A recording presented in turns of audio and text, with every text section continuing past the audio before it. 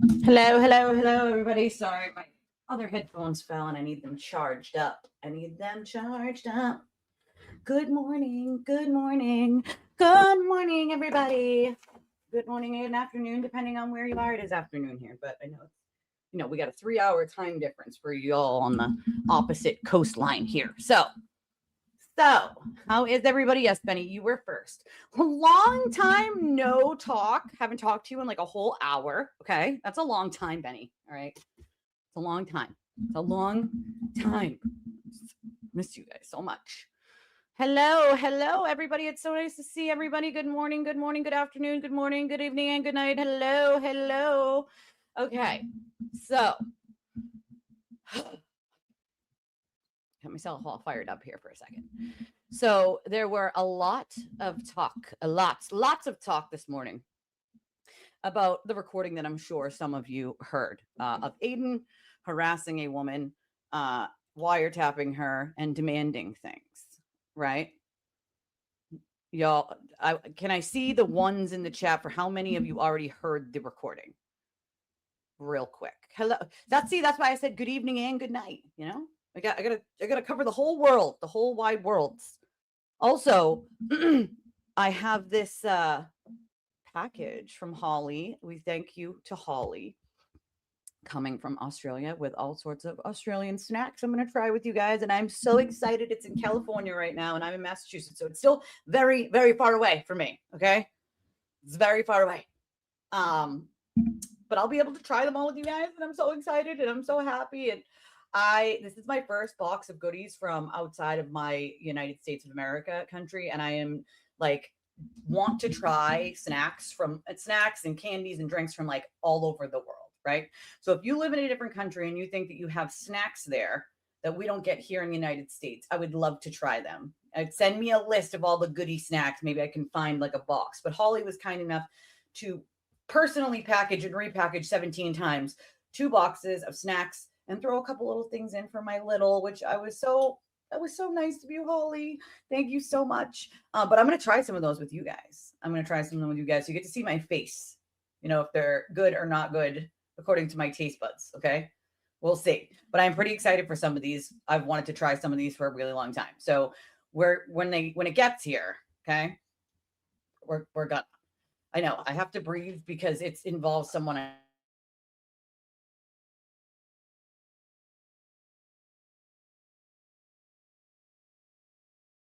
love you. I love you. I'll catch it. Okay. I love you. Bye, girl. Bye. My little, just saying she loves me. Oh, you're gonna, okay. You gotta catch it. You gotta catch it, girl. Here you go. Okay, got it? Okay. Okay, thank you. Thank you. Love you. You know what that means? I love you to the moon and back. To the moon and back. And all of the stars mixed up. Love you more than stars in the sky. Dude. Yeah, girl. Yeah. Sorry.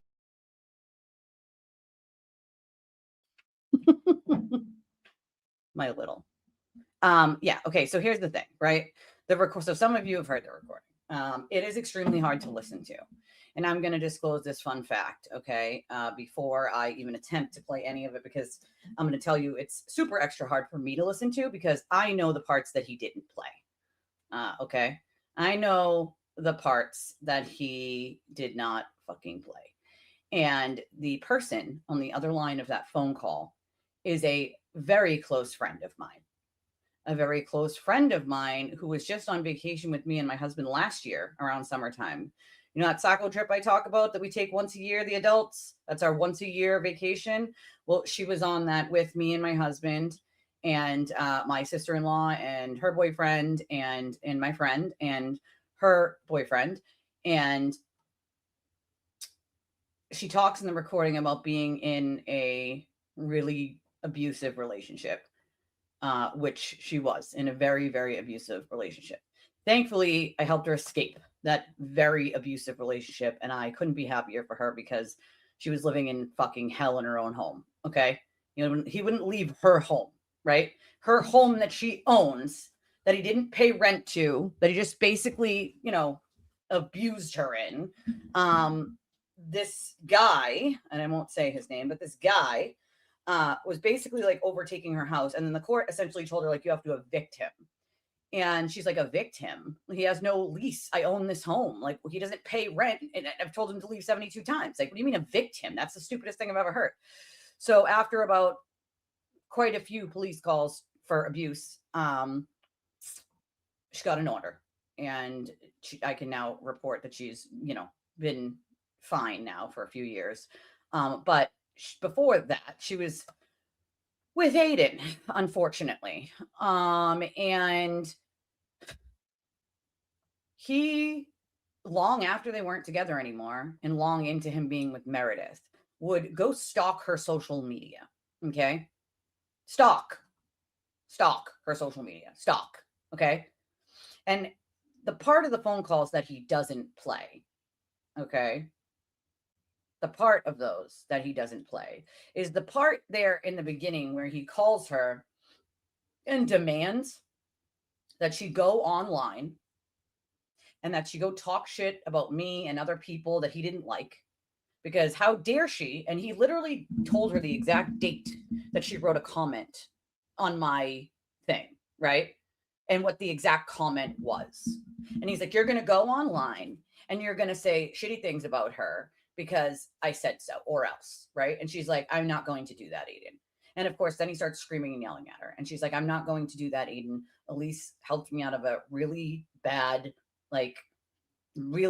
abusive relationship. She is a good friend to me and always has been a good friend to me. I am not going to do that, right? And he got very angry. He got very angry that she would not just do as he said, because in the past, she had just done as he said to get him to leave her alone, right? And so, yeah, Mike played it. I think it's on X. So it's a lot, okay? It's a lot. Make no mistake. Oh, thank you guys. Make no mistake. It is abuse. Okay. It is abuse. It is. I can't even play the full thing all the way through. Okay. I can't. I can't because it's my friend on the other line. Right. And after this phone call, she calls me and is like, Elise, I tried to reason with him by just apologizing and just letting him hear what he wanted to hear. And he's still she's like, I think he was recording me. I don't know. But if I had to bet with all of his history of doing it to people, he probably was. I told him in the beginning of the call, I did not give him permission to record me, but I think he did anyway. Right. Because he that's what he does. Right. I said, if he calls you again, you don't answer. And and what he would do is he would call from private numbers or different numbers to get you to answer, right? I said, if you do happen to pick up the phone, right, you let him know that you're going to file for a fucking order and you go down to the police station and you file for a fucking order for harassment. That is abuse, okay? That is fucking abuse. It's absolutely abuse, right? Yeah, she owned the house. It's her house. She owns it. So people don't really even know the full extent of how bad that phone call was behind the scenes, okay? Behind the scenes. Kara didn't deserve that. She didn't deserve that. She didn't ask for that. She had been moving on with her life, just going along with everyday life. And then here comes this asshole again for the millionth time, because make no mistake, he has taken several times to call her and tell her to do X, Y, and Z. And I will tell you this. Everyone has a friend who's like a lover, not a fighter, right? They would rather appease someone than piss them off, right? And remember, this is someone who just got out of, and within, during some of the period that he was harassing her, an abusive relationship, right? So she's used to just doing what she's told and that's it, and just being afraid, right? She told him everything he wanted to hear on that phone call to get him to leave her alone, even though half the shit she didn't believe, right? She doesn't want to apologize to him. She has nothing to fucking apologize for, right? But she did it just so he would leave her alone, right? He didn't. He still thought it was so funny to have somebody beg him to be left the fuck alone. Why are you still stalking an ex-girlfriend's social media years later, bro? Years later. He's psychotic. Psychotic. Imagine, right? Imagine your ex-boyfriend is calling you on the phone and threatening you, right? Because that's the part he doesn't play. He doesn't play the part where he's threatening her and telling her to do X, Y, and Z. Hi, Natalie. Happy Friday, everyone. I'm sorry. It gets me fired up because that person on that call is my friend. My friend, by the way, we're almost birthday twins. Her birthday is the day before my birthday. And like, again, her and her boyfriend were just on vacation with me and my husband last summer. You know, we floated down the river together. We stayed in a house together. Like, you know what I mean? Like, this is my friend who I celebrate her birthday with her. Like, this is my friend, right? Like, my who I helped out of a very abusive relationship. Like, my friend, like someone I care about and love, right?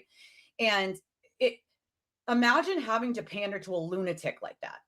Right? Imagine having to be like, yep, I'm sorry. I wrote something a year ago. I'm sorry if you don't like it. I'm sorry. I apologize. I'll never do it again. Just to get him to leave you alone. You don't mean any of it, but you're just like, this guy's fucking psychotic. If I don't just tell him what he wants to hear, like he'll never leave me the fuck alone. You know what I mean? Like, no, bro. Like, no, that's psychotic. It's abusive. Okay. That's the other part that gets me is the extreme pleasure he gets out of torturing someone else. Okay. It's horrific. The people in his chat are even more disgusting. Beg. They're like, yeah, beg. That's disgusting. Thank you, old enough. Thank you so much for your sparkle jewels. I think I don't know. Someone said he replayed it. I don't know if he replayed it. If he did, he's running out of fucking content. But I promise you this, he will never, and I mean never, okay? Never, ever, ever, ever, ever, ever, ever, ever again. Ever harass her again. Because I promise you, he will be in fucking handcuffs by the afternoon. So he might want to think long and hard before he ever pushes a phone call to call her. Let's make sure of that, okay? Because we have plenty of instances of harassment that he's done, right? And HBO only needs 3. Okay? There's more than 3 already. It's true it's sadistic behavior, right? It's sadistic as fuck. All right. And so people were talking about it. It's on X. I wanted to put some context behind this. All right. This is a good friend of mine, right? She didn't deserve any of that. She's not as abrasive as me, right? She's quiet and kind. And, you know, I, on the other hand, don't take shit from anybody, and I'm not going to take shit from anyone. Right. And she, on the other hand, was so used to being abused by her former abuser that she more just wanted to say whatever she needed to say to get him to leave her the hell alone. Right. And it's unfortunate because in the beginning of that call, she was like, if you're going to record, I'm not giving you permission to record, Aiden. Right. He doesn't play that part. Why not? Because he says he's not recording. Maybe that's why he doesn't play that part. Right. And then in the end, I think she finally says, like, well, if you're recording at this point, I don't give a fuck because this is crazy. Like, you're calling me over something that I said a year ago about Yuri Buchanan. Like, what do you give a fuck about what I said a year ago about why are you stalking someone's social media that you haven't been with in years, bro? You know what I mean?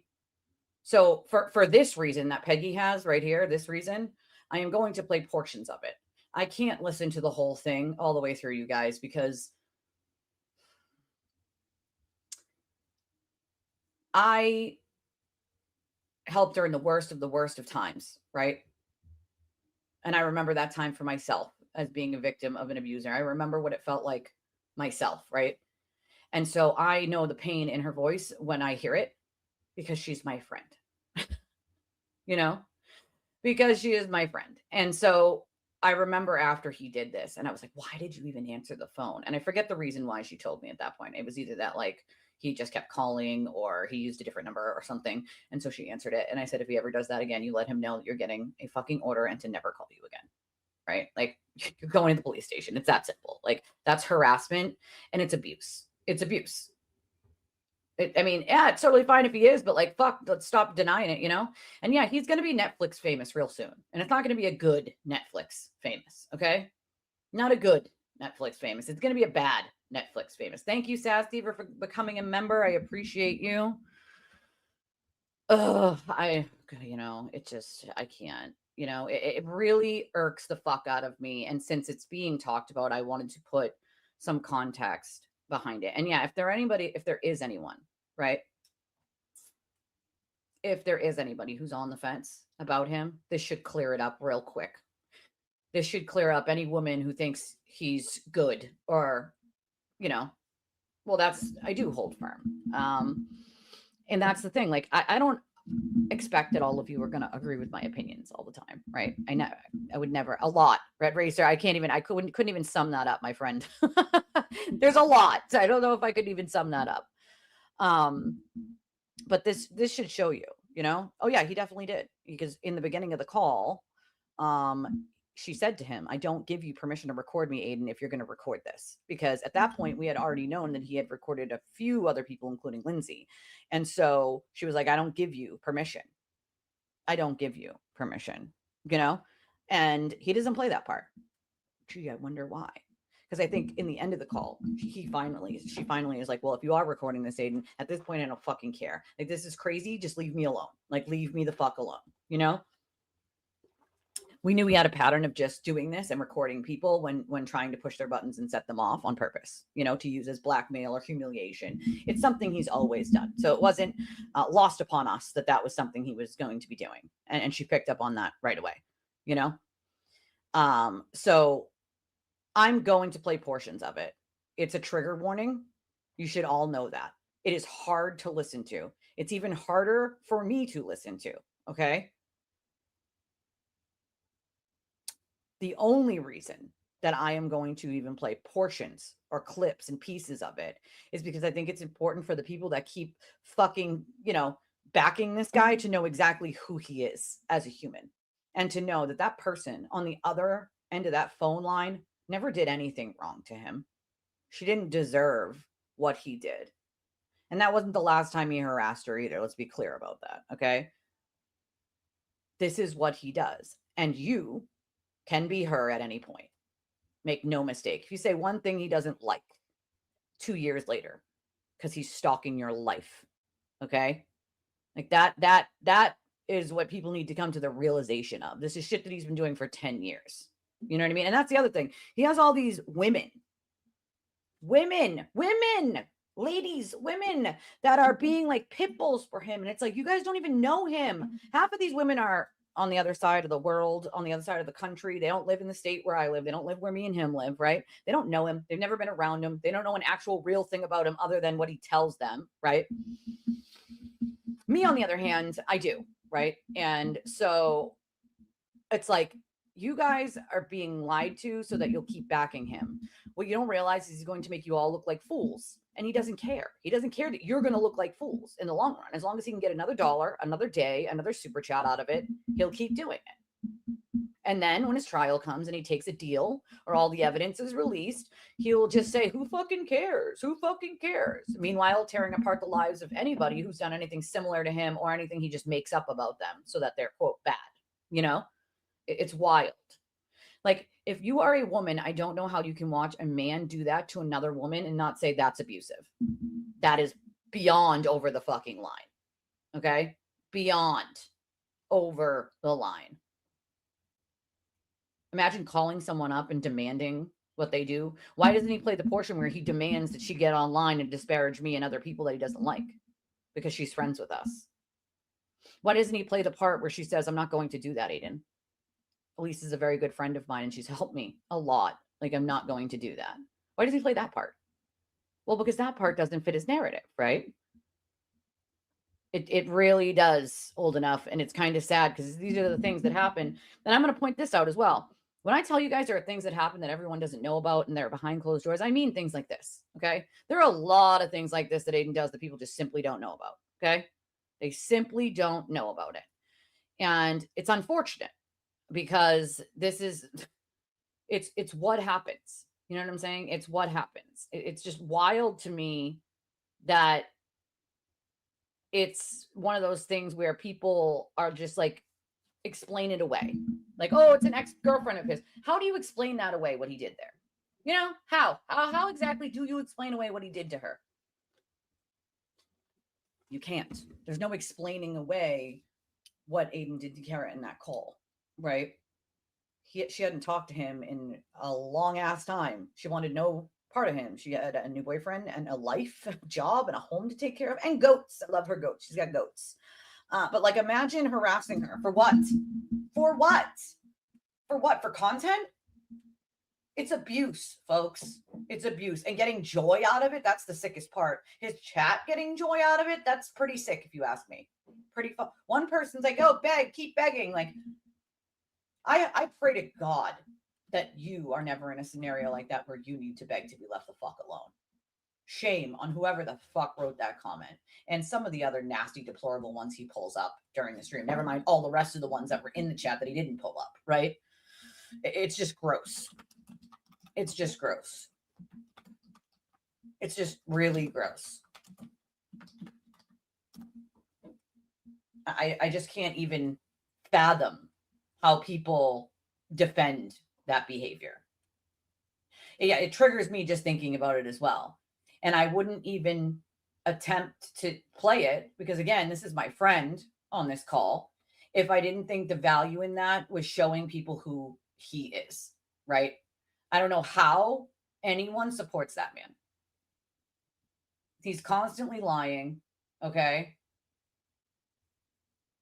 No, she's not even in an indictment. She never had him charged with this, as a lot of his victims don't, because they just don't want to deal with it anymore, dude.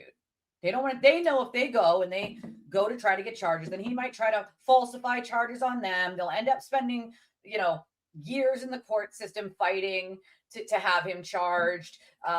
His lawyers are going to disseminate all their personal information to turtle riders, and the turtle riders are going to put it out there like that. This is what people don't want. And so this is why they choose not to get charges on him. Do you know how many people have chosen not to get charges on him for those simple reasons? They don't want their names and their families dragged through the mud by turtle riders. They don't want false charges put on them. They don't want to have to deal with the evil that is him. And so they simply are like, I'm just letting it go, and fucking he needs to just go away and just leave me alone. Like, that's sad. Okay? It's sad.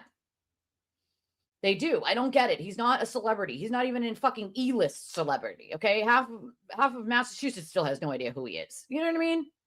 It's weird. Yeah, well, that's what his support is mostly women. It's mostly women. It should quit. It should. I mean, it should disgust you. And I have probably more men viewers than he does. You know what I mean? Like, my demographic is more men than his is. You know what I mean?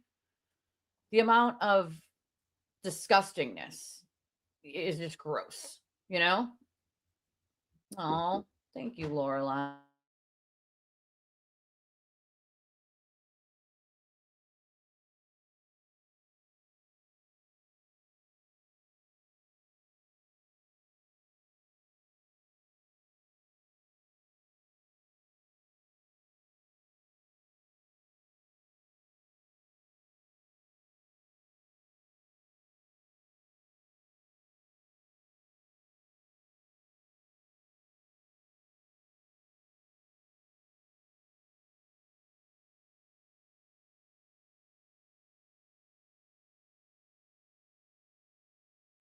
Sorry, guys. I try to. I would be lying if I didn't say it sometimes is a lot, right, guys? I'm one person, right?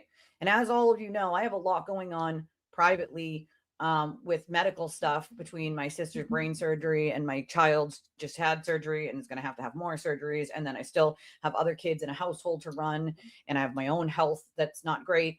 And so I'd be lying if I said it wasn't a lot sometimes, right? I'm one person. I'm only one human being. And my stream, obviously, this is my job. This is how I make a living. And so I'd be lying if I said on the days that, like, I don't even make minimum wage, it's sometimes it gets to me, right?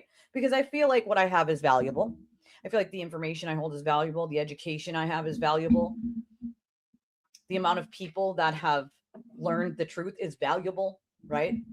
I feel like it's valuable to the victims because they have a voice through me that they would not have otherwise, right? I feel like all those things are valuable, but sometimes I feel like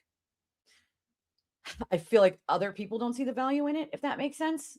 And it's hard to watch people support such awful, awful people like him and then go, is that really what people want? Is that what they want to support? Like, do they want to support that behavior? Like, they don't want the truth. They don't want a voice for the voiceless or justice for the silenced, right? Because on my hoodies for my show, Casey has one, right, Casey? One of the hoodies, it literally says justice for the silenced on the front with a big heart, right? And I fully believe in justice for the silenced. A lot of these women have been silenced. Kara doesn't even have social media anymore, okay? I talk to her every single day, and she doesn't even have Twitter anymore. She has Facebook, I think, but not Twitter anymore because she was tired of being harassed by his minions and him on there, being stalked, right? Imagine being stalked every single day and someone is repeating a tweet you made a year ago, word for word, what it says and on what date and time. That's the other thing. The other parts of the audio that he does not show to the world are the parts where he literally recites the exact date and time that she commented on one of my things. He tells her the date and the time.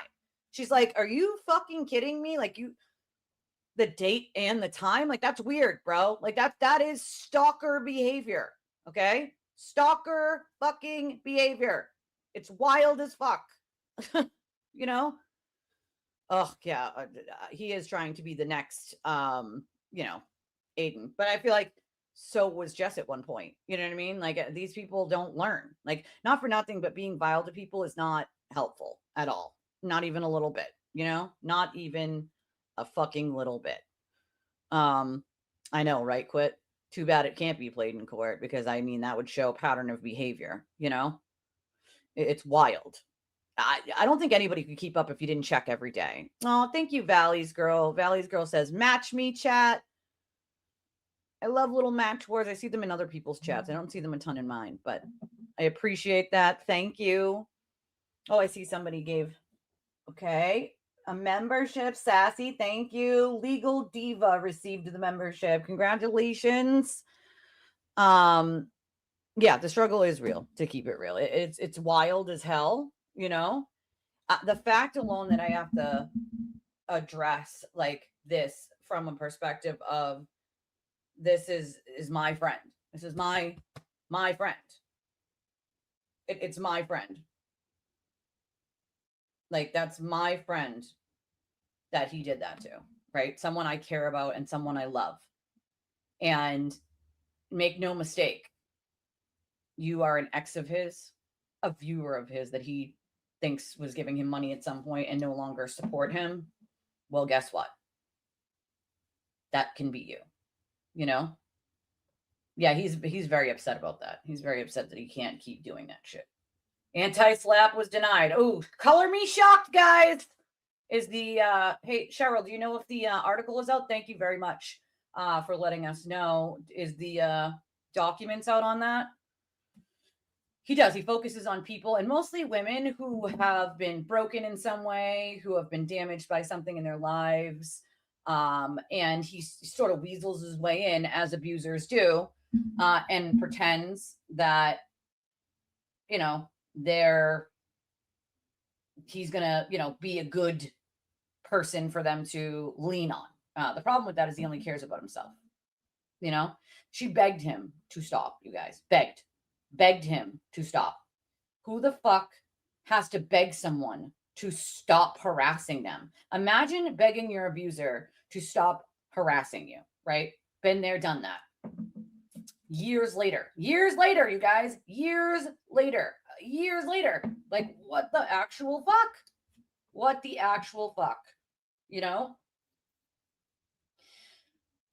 She said, I saw that stream. I felt sorry for her. She was begging him to stop and telling him, please, and the chat rallied behind him. Disgusting. My heart went out to her and I didn't even know her. And that's how it should be, right? He ain't getting no goddamn Netflix money because his isn't bought by Netflix. The other documentary he has nothing to do with is bought by Netflix. He's going to get Netflix people raging and telling him he's a piece of shit. So yeah, it might draw some attention to him, which is what he hopes, right? That it draws attention and he makes money off views and things of people watching him and seeing who he is. But what's really going to happen is he might make a little bit of money from like views or whatever for a little bit. And then what he's going to get is an influx of people knowing what a fucking vile piece of human garbage he is. So sorry for him, Yeah, he had been for a really long time cheating on his wife multiple times, and he didn't want that out there. and I accidentally outed him to one of his girlfriends at the time. And so I became public enemy number one because I accidentally outed him. And, that means I needed to be an enemy at that point. I remember sending him a message saying, what is your problem? He kept sending like little digs of like things, right? And I was like, what is your problem, bro? I'm not your fucking enemy. Like, what's your issue? And he's like, I gave you a pass for that. Gave me a pass for what? For not following the leader? Like, who the fuck are you? You know what I mean? Like, who the fuck are you, bro? A pass for what? I'm allowed to say whatever the fuck I want, whenever the fuck I want. If you don't like it, it's not my problem, right? It's not my problem. Here's an idea. Don't lie to people, and then you wouldn't get caught in those lies. It's not my job to know that you lied to someone and lie for you. Like, not my job, not doing it. Sorry, not sorry. Well, it's also intimidating a witness too, right? If she really had wanted, she could have filed charges on him for intimidation of a witness as well. Just let's be clear, So he has no problem doing this to other people, but tries to get false charges on people like Meredith. Like, come on, man. You know what I mean? Come on. Ew, that's gross. See, a lot of the people have texted me, called me, left voicemails. They still do. They're posted. Okay, perfect. Thank you, Cheryl. Thank you very much. Yeah, I mean, I feel like they would be besties. They would be besties, Well, that's the sad part, is it's like, I don't know what more people need to see from him, right? And some of the people that do follow him, like, yeah, some of them have issues of their own. Thank you, Sassy, by the way, for gifting that membership. I feel like I will always give them a safe voice, but I would be lying as a human if I said that I wasn't discouraged sometimes, right? Like, I'm only one person, right? And when I, see that people are like he's doing a video like that where he's harassing someone and he's threatening them, and people are like sending him, here's $100, here's $50, here's $100, like, keep going, let's do this, ha ha ha, right? And then I'm over here trying to be a voice for those exact people, and like, I'm not even making minimum wage. It stands to reason that you're like, do people even want to hear the truth? Do they even care? Like, or is that like they just want to see people get shit on? Like, where is that where they see the value? Because like, it doesn't make sense to me, and I just inherently believe that people are good, right? And there can be shitty people, but there are really good people on this earth. And so I choose to believe that, like, maybe just everyone hasn't figured it out yet, maybe everyone has not quite figured it out yet.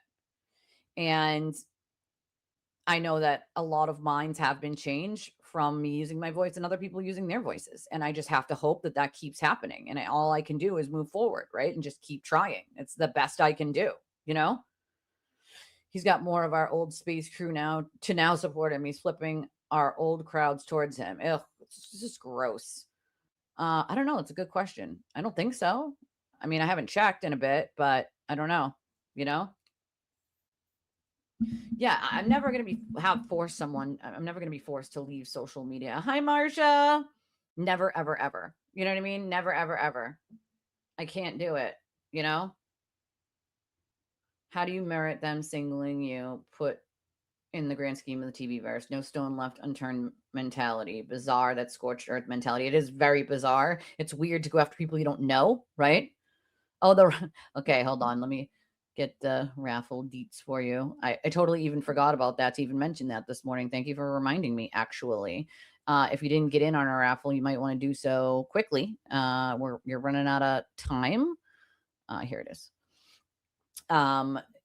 There's a bunch of different ways you can enter, of course. You get your spots for it, and you can do it via our Venmo, our Cash App, our PayPal, our Justice link chat. Is that pinned at the top? Did I pin that yet? I don't even think I did that yet. Please hold. Our Justice chat link, which works for credit, debit, Apple Pay, Google Pay, any of those options, any of those direct options, Chime, Revolut. You can get your spots for the raffle. Don't forget to do that before time runs out on it. There's the Justice chat link. You can support the channel that way via donation as well, via all those options as well. And of course, we appreciate any and all support. We are a small channel, so we only get by on the donations of our viewers. We make what you guys send, and that's it. That's literally it. All right.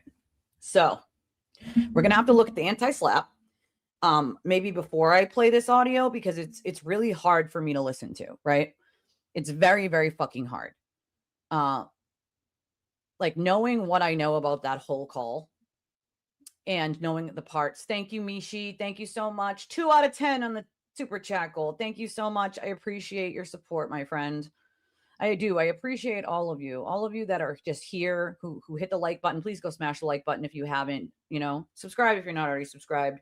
I appreciate Mike for sending over the Young Jerks raid yesterday. It was really so nice to meet so many new people and see so many new screen names and let people be just people, right? Without being shit on or called out because they believe something different than I do. That's okay. We can agree to disagree on that, on that one thing. And there's plenty of other things we can always talk about. And we talk about many things on my channel. We have lots of fun here. We have lots of laughs and fun. Like, I am very fortunate to have such amazing community of people that can believe different things and still come together as one to help one another, or show people that there is a YouTube community where people can coexist nicely, kindly, and talk about all sorts of other things as well.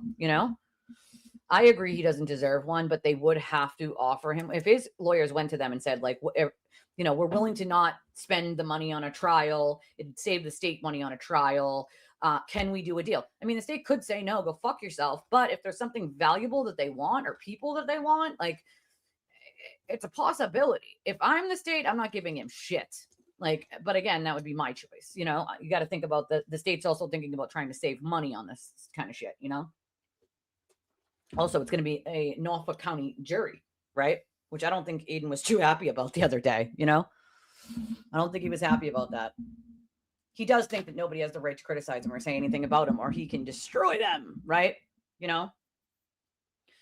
I mean, part of his sentencing is going to be quite amazing because they're allowed to take into consideration pattern of behavior at that point. So, I really hope that they let all of his victims stand and speak.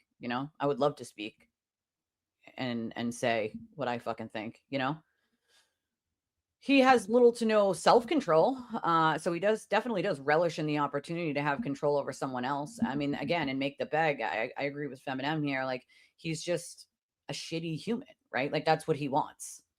Yeah, his contract wasn't canceled, but nobody's buying the documentary from the guy, which is sad. I could have warned that guy a long time ago that nobody was going to buy a documentary that has anything to do with him, because he's a bad human, right? He's just simply a bad fucking human, right?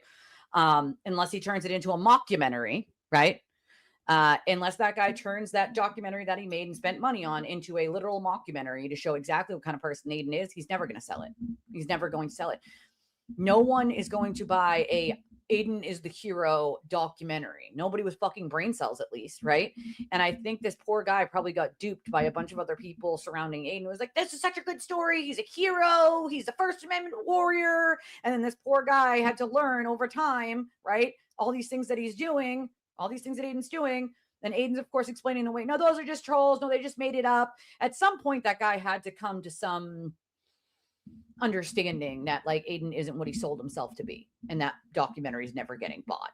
And so there isn't a documentary that's going to get bought that's about him. The documentary that's coming out on Netflix shows what a piece of shit he is, right? It's not going to be a, oh, Aiden is awesome documentary. So, like, he just hopes that he's getting any sort of, people for that, like, that's what he hopes. That's what he hopes. Oh, Shepherd's Heart, thank you. 10 raffle spots for Miss Shepherd's Heart. Oh, she said, because you are loved. Oh, you're going to make me cry. Stop that. Stop it. Stop it. I try not to cry here, okay? But sometimes you guys trigger my emotions. You guys say such nice things sometimes, and it just gets me all my feels, Hold on.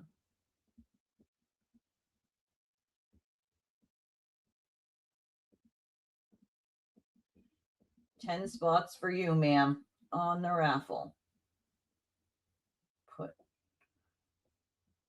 Okay. Here we go. Great.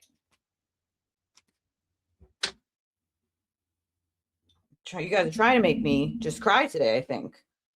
I think I'm already in my emotions too, like having to, talk about the hell that he put my fucking friend through, Oh, Lorelai sends $9.99 towards the goal. Thank you, Lorelai. That makes it 4 out of 10, right? We're at 4 out of 10 on the super chat goal. I count the direct ones too, because why not? Fuck it. Why not? No, they haven't found a buyer on it, and I don't think they will. It's going to be a mockumentary. If he wants a buyer on that, that's what he's going to have to turn it into. That's it. I stand on that. You know what I mean? Oh no, he did think that. He thought he was going to do movie deals and book deals and travel the world with Karen Reed, and they were going to run into the sunset. That's exactly what he thought, and it's what he told many, many, many people privately. I can confirm that.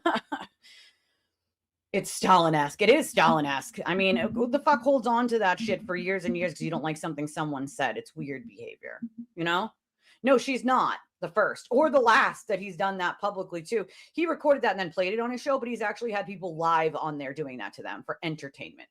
You know what I'm saying? Like, gross. Gross. Rumor is Alan's wife filed for. Yeah, that was a rumor. Not sure, obviously, if that's true. It's just a rumor. I couldn't blame her just publicly if she did, but it is what it is. It's not, yeah, maybe it means something. Maybe she's, I don't know, maybe it's a family heirloom or something. I don't know. It's, who knows? Oh, absolutely. Listen, even if this person wasn't my friend, even if Kara wasn't someone that I knew, right? And this came out, and this has already been out for a while. This is just getting recirculated at this point. But even if this person was an unknown female on the other end of that call, I would still have this conversation because that's abuse, right? Anybody who's ever been in an abusive relationship could hear it in the first 3 minutes of that, 3 seconds of that audio. Oh, thank you, Lorelai. I think JM had that in her before she associated with AK. Oh, she definitely did. But I think she thought like she was going to take that spot. She was going to take that place when he went to jail. Like she could just be him and do all the ridiculous, nonsensical things that he does. And people would love it for entertainment and they would pay her and she could just take over the rest of his viewership who would be looking for someone to watch when he went to jail, right? Like, you know what I mean? They can, but it might take months or even years to crack it. It needs to be like jailbroken and it's a whole thing. It's a whole thing, girl. It's a whole thing. Mike has let us disagree but be civil about it. Let's just get along. I agree with Robbie. I think it's a great thing to show people that like people of all sides can agree to disagree. Mike was on the show the other day. Brian's been on a million times. And I know people just recently saw that clip of Brian talking about how, after he was attacked, he thought about walking out into traffic. But Brian said that here on my show about a week before he talked about it the other day. And it's just profound to know that I've spoken to many of Aiden's victims privately about that very thing. And almost every single one of them had that thought at some point to make these people stop harassing their families, their children, their loved ones, stop spilling rumors and lies and causing their lives havoc, right? Like stop calling them and DMing them and sending nasty messages and voicemails. And like, it doesn't end, guys. It doesn't end, He stated that she was saying negative things about him. Oh, so, that's not what it is. He was upset because the first thing he asked her to do was get online and disparage me and Julie Ginto and people who had her back for a really long time and who had helped her, right? And who were friends with her. That was his problem. It wasn't because she said something about Yuri Buchanan or something bad about him a year ago, right? It was because she was friends with me. That was his problem. And how dare she say nice things about me? I think she commented at one point, like, thank you for helping me, get out of this very abusive relationship. Like, you're a solid friend. I will, always, always have your back. Like, you're a good person, right? And that done pissed him the fuck off. Now, I never expect anybody to publicly reveal the things that I help them do because it's very personal, right? And some of it very traumatic. But I can say that people who have like her or Steve, right? Like that takes a lot of courage to talk about something that's very traumatic to you and that's something someone helped you with, right?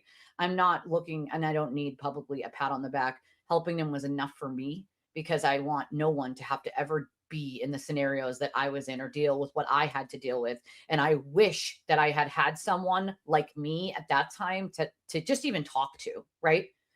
And that's the reason why I do the things I do. I don't do them for a public pat on the back. I do them because I wish that I had had someone like that. I wish that there was someone that I knew of or someone directed me to someone else that was like, hey, talk to this person. Like they might be a stranger to you, but like this person can help. Like, or this person has the knowledge to send you in the right direction on someone who can help, right? Like I don't ever want anyone to ever feel the way that I felt in those scenarios, right?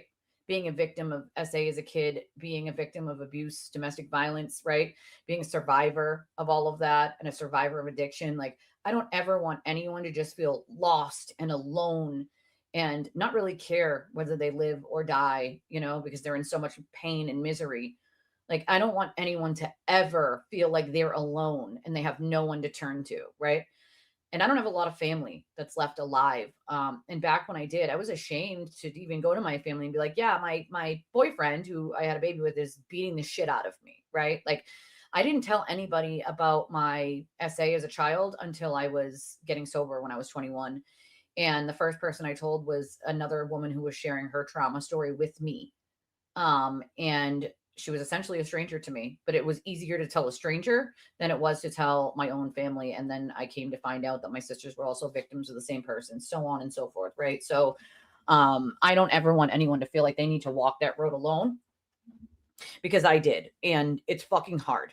It's really fucking hard. Okay. Having just a little bit of support or knowing who I could talk to it would have been really good. Like it would have been good. Um, and I don't like to say that I'm a victim of those things. I'm not a victim anymore. I'm a survivor, right? I was a victim and now I'm a survivor. And survivors help other survivors, right? Like that's what we do. We put a hand out and help one another get through the really fucking hard times, right? And so it didn't matter to me whether, do you know how much it probably took for her to be like, Elise, I'm in this abusive relationship. This guy is abusive and I need you to help me, right? I remember going out to dinner with her for our birthdays one night while she was with the abuser, and he did not even let her drive her own car. And we said where we were going to go, and he threw a fucking fit. Now, this is the first time he's meeting me. He threw a fit because we picked a place that was like 15 minutes away from where I live, right? Oh, I don't want to do that. I don't want to go there. Mind you, it's my birthday and her birthday, not his birthday, right? Not his birthday. So like he's already acting a fucking fool. Then we get there and I'm like, the music comes on and it's like, they have all the Christmas stuff up because our birthday's at the end of November. And I'm like, we go and take pictures in front of like the mini like Christmas house they have. And then we come back to the table and we're eating and we're like, oh, why don't we dance? Like, let's go dance. There's a dance floor, there's music. And he was sitting to the other side of me and like she was in front of me and he was sitting like in between me and her and my husband was on the side of me. And he kind of like thought he was whispering to her, but he was like, you're not going to fucking do any such thing, right? Basically told her, no, you're not going to do that. And I looked right at her and then I looked at him and I was like, I can hear you, right? Like not for nothing, but if she wants to dance, she can get up and dance. Like who the fuck are you, right? My husband just looked at him like, is this fucking guy all right? Like, you know what I mean? My husband paid for dinner and was like, like, let's, and so then I'm like, do you need me to like, you can stay with me. Like, you know what I mean? Like you can stay with me and we'll figure out how to get your car tomorrow. Like, and it's like, should have lived with that. Should have lived with that every single day. Right. Imagine, right? He's stealing our shit. He's fucking taking her money. He's not helping out in any way, shape or form and just demanding her around. Right. Following around the house, going, you know what I'm saying? Like it's just wild. Right. And again, I was with an abuser, so I know what this shit is like and it's not fucking fun. It's not fucking fun. Not even a little bit. Thank you, Miss Elisa. She says, match goals, listening at the Airbnb. I hope you enjoy the Airbnb, my friend. I always listen, even if it's not at home, right? It's nice to just get away sometimes. Appreciate you.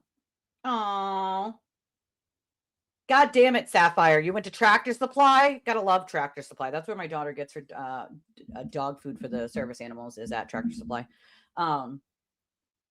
Oh God, I can't even pinpoint the date. It was over a year ago. I'd say closer to a year and a half maybe from when he did it.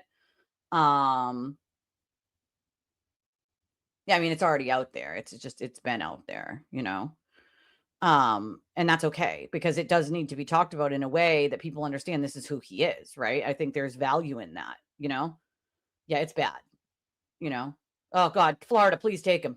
Send him down to the Space Coast area so we could have friendly Southern talk, right? Jesus, we don't want him here either, you know? We just don't want him. We don't want him.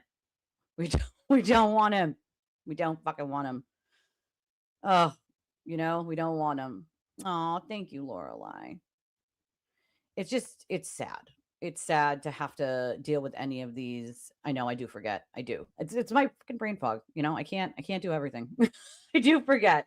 Holly, I just was giving you a big thank you earlier. It cleared customs. I'm so excited. My first package from, you know, out of country. I'm so excited to share all this, you know, snacks and try them with you guys. And it cleared customs, so it's in California. So hopefully it gets to Massachusetts in the next couple days, which would I'll probably get it by Tuesday. If I had to guess, I would guess I would get it by Tuesday because today's Friday. Today's Friday, everyone. It's Friday. Oh, I know, right? It's emotional manipulation. Don't cry. Don't cry. Aiden said it's emotional manipulation, folks. I don't cry a lot. When I do cry, it's usually like a heavy subject or about a family or a friend or you guys periodically sometimes just make me cry with the kind words. And yeah, the anti-slap was denied. I'm going to read them in a minute. I just wanted to get through some of these comments and talk to you guys a minute about this recording that I'm going to play parts of. I don't want to play the whole thing. It's too hard for me to get through the whole thing. And yeah, it gets worse and worse as it goes on. And of course, like, she's begging him to be left the fuck alone. Like, yeah, that's the other thing. Like, learn from these scenarios. It's not just Kara. It wasn't just my friend Kara, who was the other woman on the end of that call, right? And the parts that he doesn't play are the telling parts. The parts where he's demanding she do X, Y, and Z or else, you know? Like, those are part of the problem. He doesn't play those parts. Why not? Because those parts make him look even worse. But to play this whole thing, that means in his mind, he thought this made her look bad and him look good. Like, what? Like, what? Ooh, pool day. I wish I had a pool. I'm telling you. I'd probably be in that thing every day. It's a recording he made of my friend, who was an ex-girlfriend of his. And she's begging to be left alone by him because he's reading back tweets that she wrote from over a year ago just to harass her because he stalks her social media like a fucking weirdo. Like, that's what he does, you know? Weirdo. Hello, Magic. Hello. Oh, a Colonel. Damn. One of the boosters to give him a ride. And then a swamp ride when the mosquitoes are out. Imagine. That would suck really bad. That would suck. That would really suck. The skeeters. You don't want them skeeters, you know? I'm sorry, guys. My contacts are like a little foggy on this side, I feel like. Yeah, it's this side. I gotta put contact solution in my eyeball because it's dry.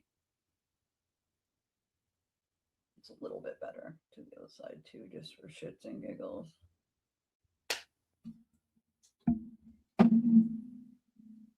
Like, I think it's the blue light too. Like, I think I might need blue light glasses because the lights on my screen have like been bothering my eyes the last 2 days. I feel like it's the blue light, you know, because I'm in front of it so much, you know, before stream and after stream, doing work and clipping and, you know, thumbnails and all that stuff, that like it's starting to bother my eyes, the lights.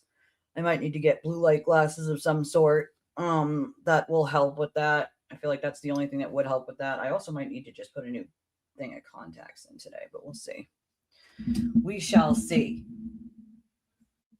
I do need to see to work. I feel like it's part of it might be the blue light just, you know, aggravating my eyes. I also might just need to put new contacts in. That could very really be a possibility. I might just do that in a little bit. When Brian and Will were on JFK, he talked about his brother. Yeah. So me and Brian have that in common. Brian lost his brother to suicide and I lost my dad to suicide. Me and him have talked about that privately. And it's heavy. It's heavy, you know, and you hear the pain, you feel the pain, you know, and this goes on for another 5 minutes. Why not play the full call? I did notice he didn't play all of it. Well, it goes on for more than 5 more minutes. That call actually was really long and he didn't play all of it on purpose. You know what I mean? Jess said it too. It's crazy the amount of people it is, you know? He didn't play it on purpose. He didn't want everyone to hear the parts that are even worse for him, you know? Like that's why. If his lawyers are telling him that they're gonna be able to get his charges dropped, then they've lost their fucking marbles. All right. All right. After make enjoy that lady gravel. I don't understand when some say they don't want TB to go to jail. If you think that, then you're okay with what he does, in my opinion. I just said that earlier. You must have missed it before you popped on Space Coast, but I said the same thing, saying that he doesn't belong in jail. So, okay. So, and I was telling Jesse this morning. So do you think pedophiles belong in jail? Yes. Right. Like it can't be nobody should go to jail, right? Pedophiles belong in jail. Murderers belong in jail, right? Like people who rape women belong in jail. Like, guess what? People who abuse people belong in jail. Abuse isn't just physical. Aiden is an abuser. Sorry, not sorry. Like, coercive control is a form of abuse. It's in our laws here in Massachusetts. Hello, darling. Survivor of it all, my friend. Survivor of it all. And then we just help other survivors. You know, that's what we do. We make sure that like we're there for one another in the tough times, you know? And I'm not gonna lie, I'm gonna need you guys a lot in August. August is gonna be a very tough month for me. I am petrified of my sister's surgery, and I don't tell her that because she's already petrified. So I don't want her to be more panicked because I'm panicked. You know what I mean? Like the thought of something going wrong is getting me. And so I can say like I might need to lean on some of you in the beginning here of August, because this is a difficult and very serious surgery, and I don't know, what's going to happen. So I try not to, Jesse, but it's hard not to let your mind wander. Unfortunately, you can't control it. It just does, and that's my baby sister, my left leg, so I'd be lying if I said I was perfectly okay and, nothing bothers me like that.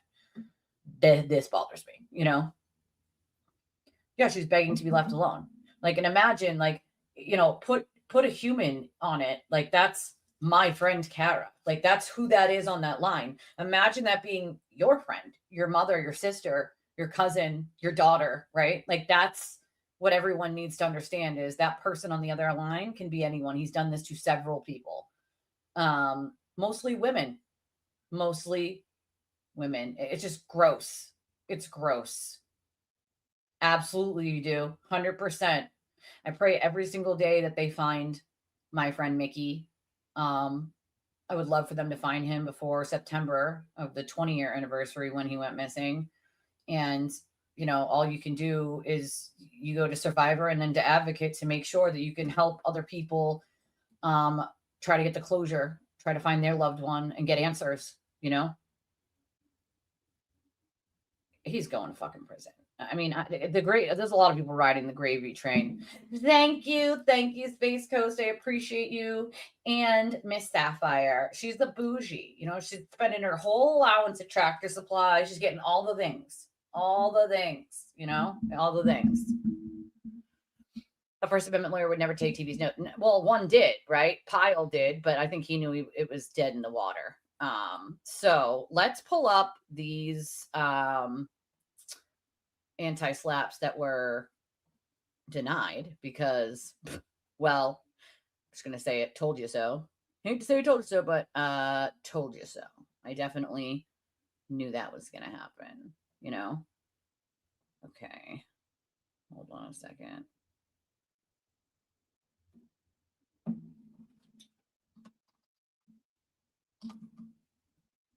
Hold on.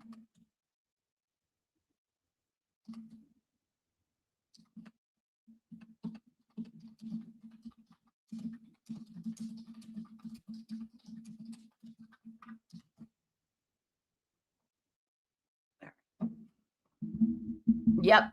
So we're going to get the anti-slap. I mean, to be fair, I think we all knew that was going to be denied. I mean, I knew before it even ever got read by a judge, it was going to be fucking denied. All right. Let's see.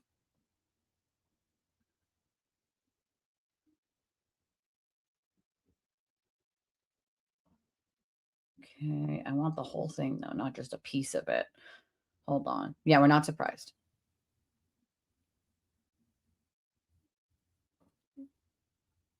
Yep.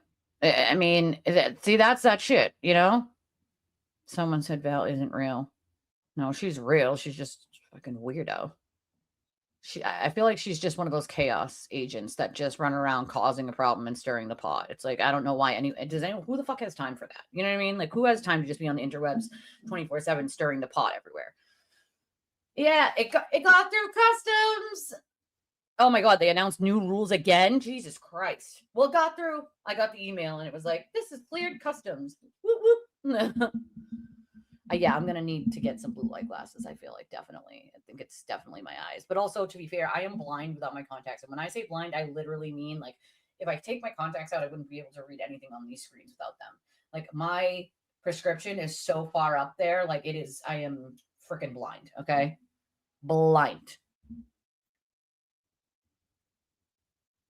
Well, that's the thing is like he gaslights so badly, you know, that they believe his bullshit. It's unfortunate, and I really hope Christine runs in the opposite direction, but clearly she's not. So I got to get blue light glasses, you know. He did. Pyle is the First Amendment lawyer, but that's not here nor there. He charged him 150 grand that he said for that anti-slap. I wouldn't, you know. Hello, Capybara. Nice to see you. Yeah, I'm gonna have to get blue light glasses. I feel like that's the only thing that's gonna do it. Hold on.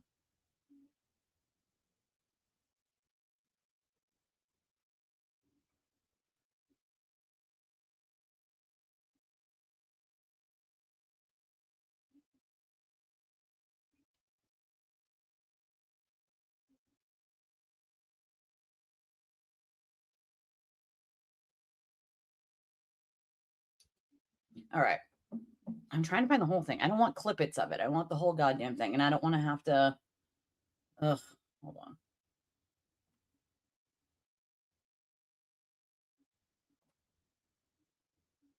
Where the hell is it? Anybody direct me to who has the entire thing posted already before I have. I'm just gonna in a second. I'm just gonna go into the docket and do it, but.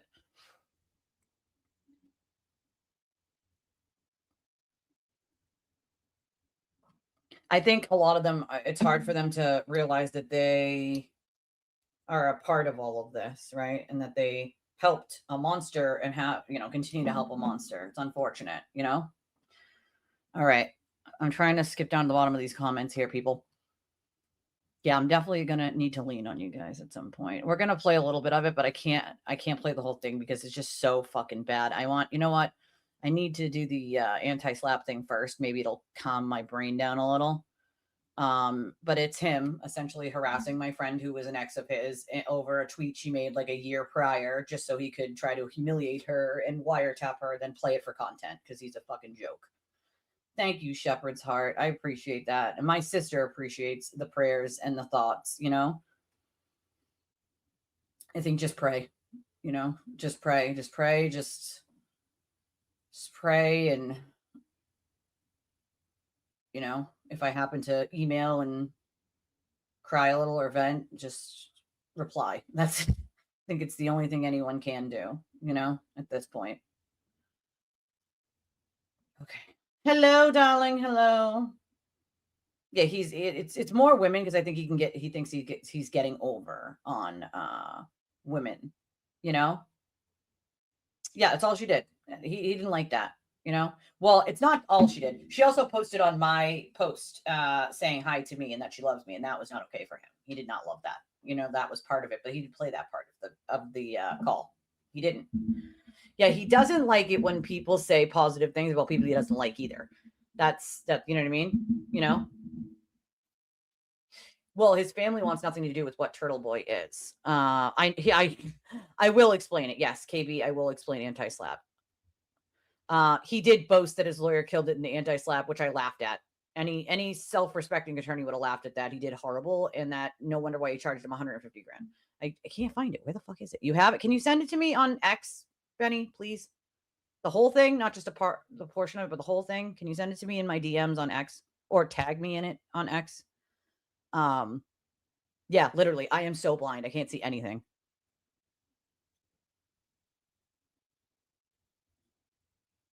That's my friend Kara. And I talked about a little bit more of it in the beginning. I do have email. Yes, I have. I'll put it in the chat. I have an email. This is the one that I use for the show for all of you who email me. And I always love getting messages from you guys. It might take me a day or so sometimes to get it, to reply to it. But usually that's because like after the show, I try to check them. And sometimes I try to check them in the morning, but that doesn't always work out. Sometimes I get phone calls and sometimes I have other stuff I got to do. And so I'm like rushing to get that done to get here. So, but I do answer. Sometimes it might take me, sometimes I might answer right away. And some other times it might take me a day. But I just put it in my email in the chat there. Yeah, it's thank you, Benny, thank you. Yeah, anti-slap is basically about like saying it has no basis in reality. So what Aiden and Karen both argued was that these, claims have no basis in reality and no legality to them. It's all protected speech and petitioning the government. And I knew that like anti-slap is very, very narrow, right? It's basically saying like this is frivolous, has no basis in reality or legality at all. And this person who brought me in here to the court needs to pay all my attorney's fees, court costs, lost wages, blah, blah, blah. It's very narrow. There was no chance either one of them were going to win those anti-slaps because there's plenty of instances that we're not petitioning the government that are literally there in black and white that nobody can deny. So of course there's basis of in legality for it, right? It's bad. It's bad. It's pretty bad. And it's hard for me to even, so I said, I'm going to play part of it, but not the whole thing because it's my friend, right? Like I know, like I talk to her every single day of my life. Like, so it's hard to listen to your friend and I also know the whole phone call, right? I know the entire phone call, right? That happened that he didn't play, the parts that he didn't play and why he didn't play them, Ugh, I can't listen to that.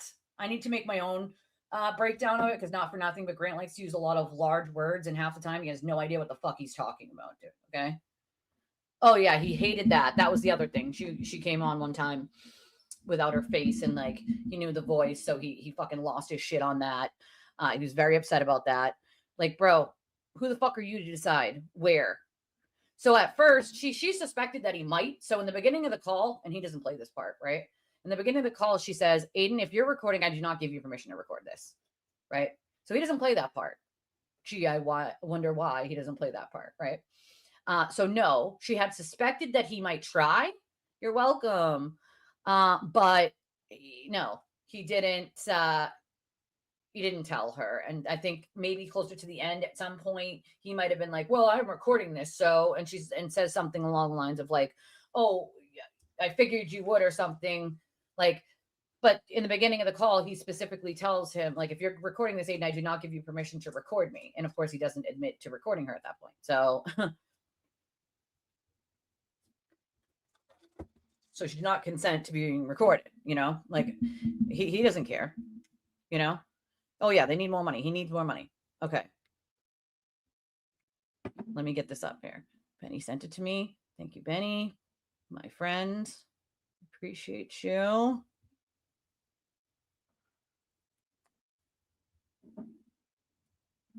Okay.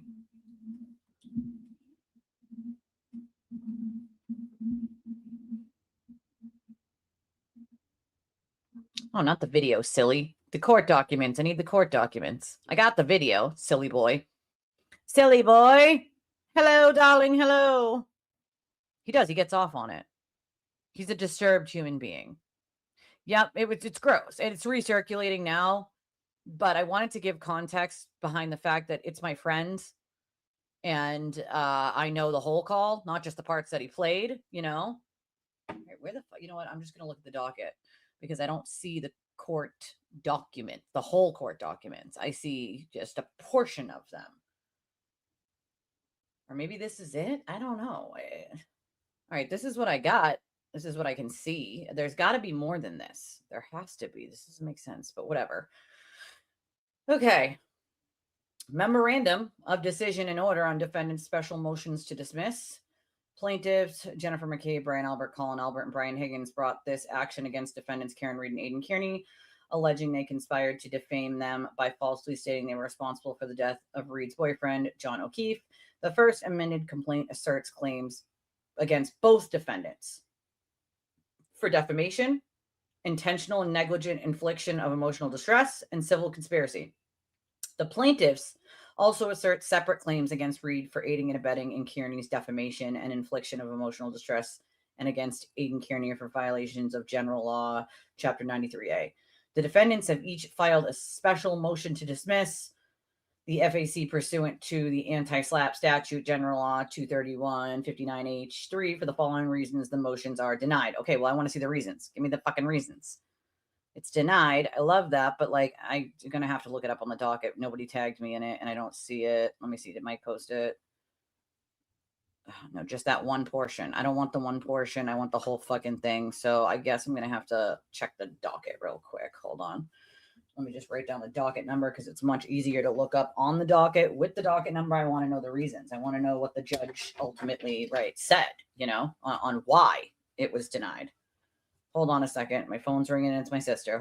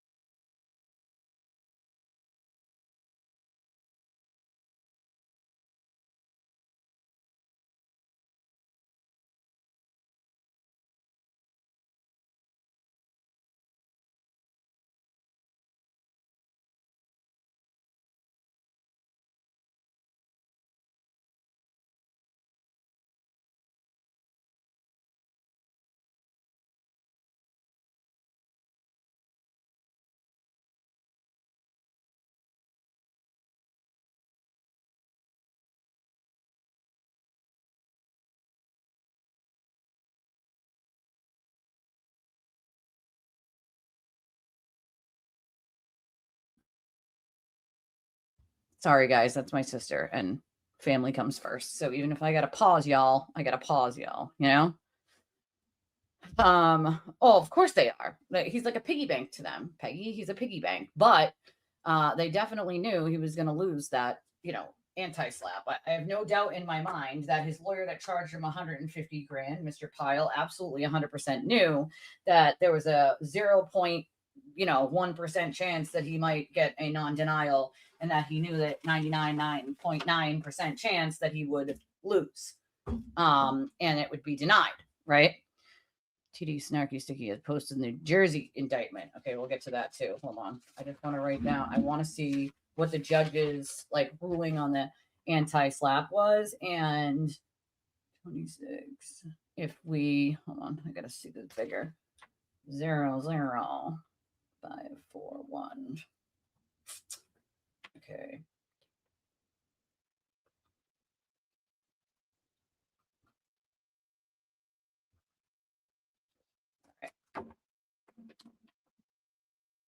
Right? Like drain him. I don't give a shit. You know what I mean? Like drain his ass. I don't know why he's being flattered by a documentary that shows that he's a piece of shit. It's kind of weird. You know what I mean? Like, I think he's hoping. Hello, Denis. I think he's hoping that realistically that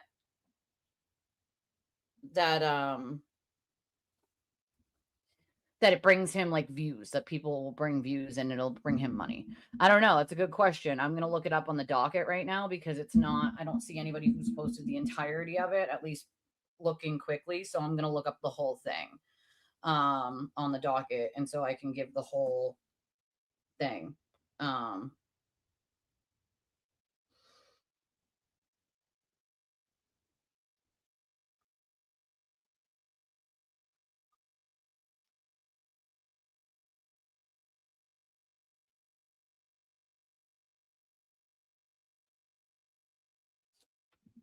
right.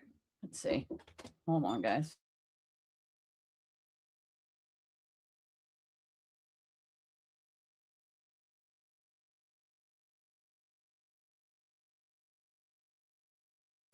Are you asking if there's a tag inside your shirt, baby?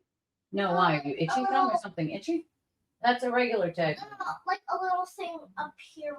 Right here? Like, you know when there's tags on your shirt and you have to There's like no tag, baby. you have to think, not like an actual tag. Yeah, I know. Like There's the no thing little that's plastic left thing. on the Yeah, no, there's nothing there. That's what I felt. There's nothing there, baby. Nothing there. Not there, baby.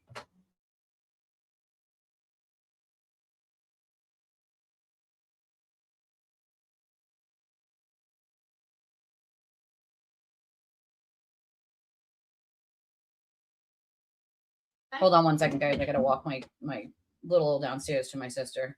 She's going to play with my nephew. So give me 1 minute. In the meantime, if anybody finds the whole thing, so I don't have to fully look at them on the docket, can you send it to me, please? In the meantime, thank you.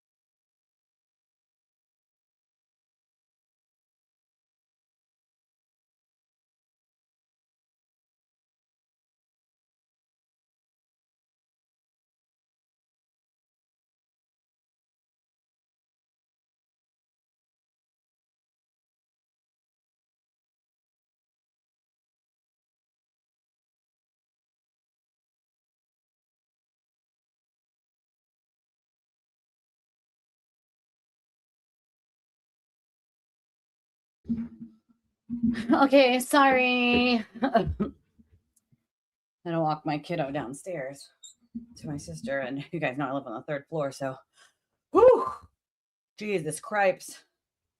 And also, I think my headphones disconnected. Nope, they're reconnected, thank God.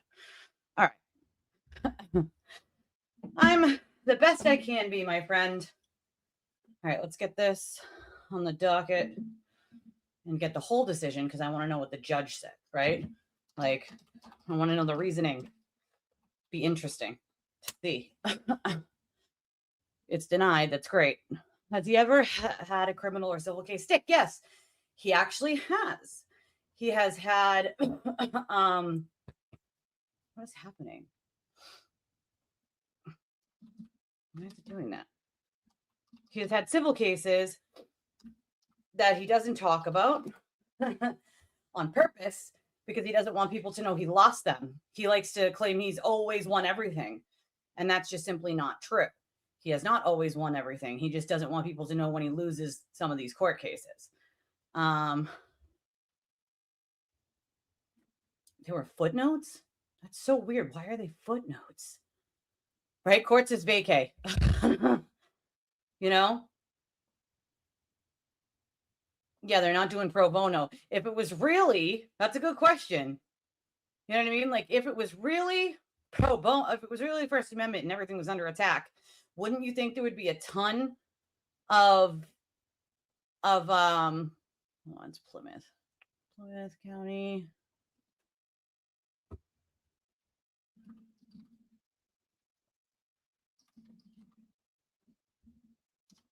Oh, wait, let me just do the docket number. Case number.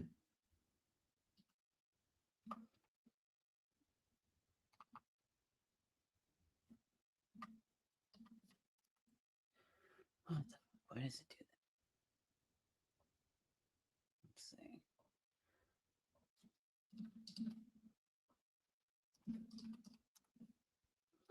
All right, let's see. Let's do the. This is the defamation one, right? Yep. 00501.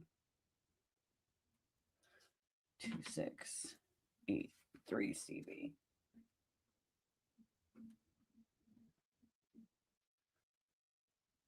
Oh, 501. All right, let's see. What do I got? Thank you, Miss Elisa.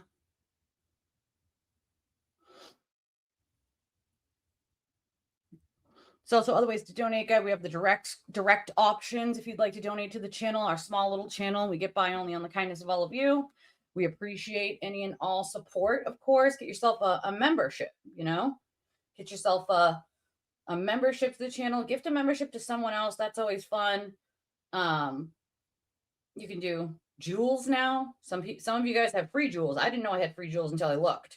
You got jewels, and we have super chats, and you have the direct options. Our Justice Link chat there at the top works for any credit, debit, or Apple Pay. We also have an Amazon wish list. That's in the description of the video. All right. Let's see. Oh, thank you, Deneen. Thank you. Well, it's definitely his money's going to run out. All right, here it is. Let's see. Memorandum in order. Mark Gilday. Here it is. Oh no, it's a lot of pages, guys. Okay, hold on. Let's do this. It's not just footnotes. Okay. Here it is. Got it. This is straight from the court system here. Okay. We're halfway to the goal. Can anyone help chip in? We are halfway to the goal, right? Where are we at? 5 out of 10 super chats? 5 out of 10? 5 out of 10 super chats, $10 or more. I think it's set at, right? Yes. Okay. Here it is. This is the regular whole ass thing. This is the whole ass decision. Okay. And it's voluminous. Wait a second. So we got to go back to the beginning here. Okay. This is the first page, the one that we saw on X. Okay. Oh, hey, Velvet. Nice to see you. This is the one we saw on X. Okay. Oof. Hold on. I got to turn the AC on before I freaking die of heat in here. I didn't turn it on because the other ones in the house are on, but my kiddo was in the other room with the TV, and now she's not. Now I'm home alone. All the kids are gone. Hubby's gone. So now I got to get some air in here. Sometimes it can get a little cold. It can get a little cold if I put the AC on and I don't. And I shut the door and it's not super, super hot out. Okay, here we go. Here we go. Here we go. All right, so it says it was denied, right? Of course. Then it says discussion, wants to tell us the rest. I'm going to look at I always look at the footnotes. The footnotes always have some of the best stuff to read that you might miss out on. So the footnotes are always my favorite. They're literally always my favorite, the footnotes. The footnotes are part of my favorite things to read because it always gives you a little bit extra. You know what I mean? Now, felony little, it was a motion to move it to felony little. Believes so much in him. Why doesn't she offer pro bono? That's right. She did offer her services for $1 before, and TV said he'd think about it. He never took her offer. Gee, I wonder why. A whole $1, you could have paid for that, Aiden, right? She was so awesome and knew everything, all the things, right? Come on now. All right, so here we go. I agree with you, but if it was such a First Amendment thing, right? Oh, I didn't turn my camera back on. If it was such a First Amendment thing, why the hell didn't any of his First Amendment, attorneys from all over the country want to step in pro bono because it's so, so important? Like, I'll tell you why, because it's not a First Amendment issue. Nobody on planet Earth who's a good attorney is going to say, oh, this is a First Amendment issue. I'm definitely going to take this, something I want. They want nothing to do with it because there's nothing to do with the First Amendment. You know what I mean? Well, that's not always true, Peggy. Grant has, in fact, terrorized people and lied and done quite a bit to hurt people, actually. I don't expect all of you guys to know that, though, because you guys don't know him personally. But I can tell you that he's done a lot of shit to hurt people and their reputations and lie about them. And it's not okay. It's not fucking okay.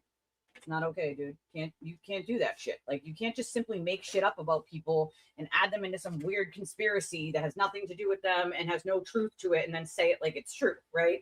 And then spread it to all these people that will believe you. Like, that is exact TV behavior, and Grant has done exactly that on numerous occasions to numerous people. So I'd have to disagree with you on that one. And that's from personal experience, So, all right. Welcome, Velvet. I need to be welcomed. Everybody say welcome to Velvet. Welcome. Yeah, I wouldn't trust a single analysis that he gives because he can't ever just give the straight truth or the facts. He's got to give a spin on it, and he's got to tell people what he thinks it means, not really what it actually means, and that's a problem, So, but let's welcome Velvet, everyone. He's too cheap to pay the $1. Right? Imagine her on camera in a court. Imagine felony little, and then they just zoom in on the judge gives a ruling, and she's like, Your Honor, your judgeness. Can you imagine? She's one of the people in the courtroom. She goes to Aiden's trials to support him.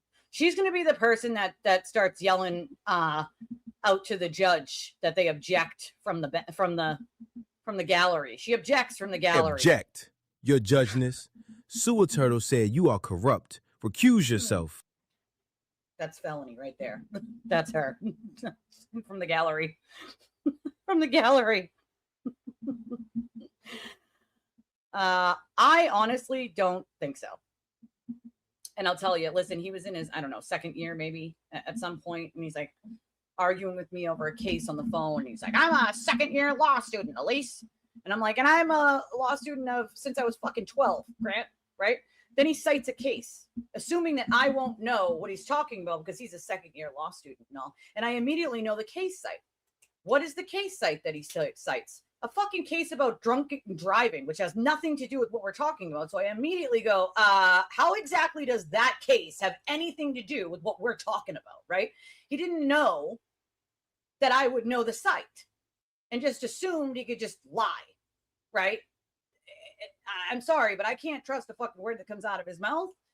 Whether he went to law school or not doesn't mean he understands the law, right? It means he could memorize things in a book and put them onto paper.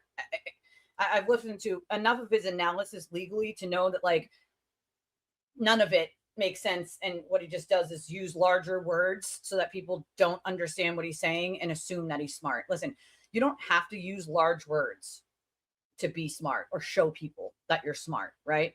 He's well read when it comes to like other books and things like history books and like the Odyssey, right? Like he has read things like that.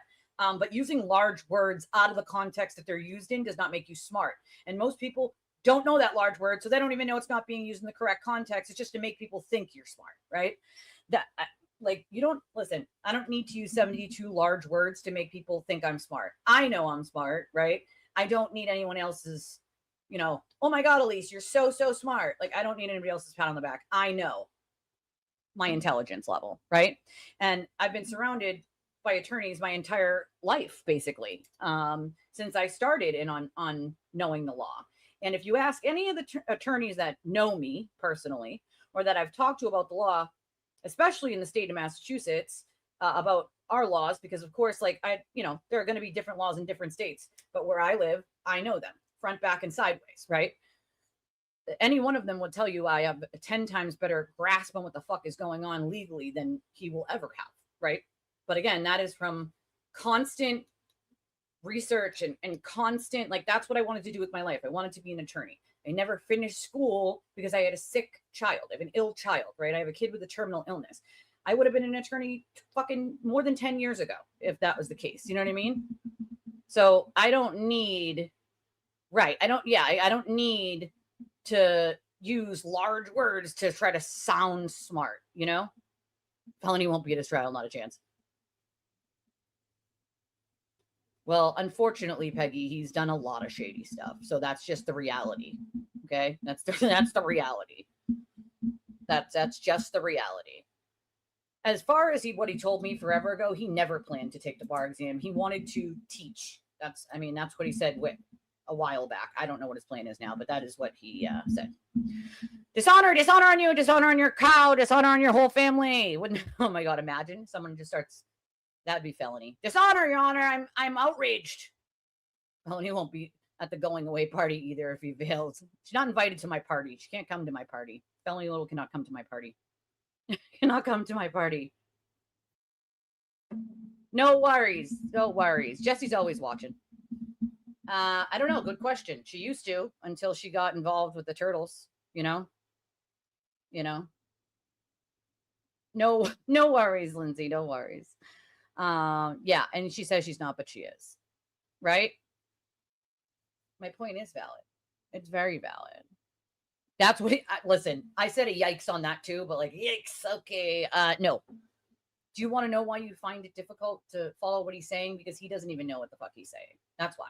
He just uses large words to make people think that he's intelligent and smart and knows what he's talking about. It's something that people have done for a long ass time. Like, so they feel inadequate, so they need other people to think that they're, more intelligent or better or awesome. Like, I don't need that. I don't need to use large words. And also 9 out of 10 times, nobody would know what the fuck I was talking about if I didn't just say it in layman's terms. Like, why not just use good old regular words? You know what I mean? Like, come on.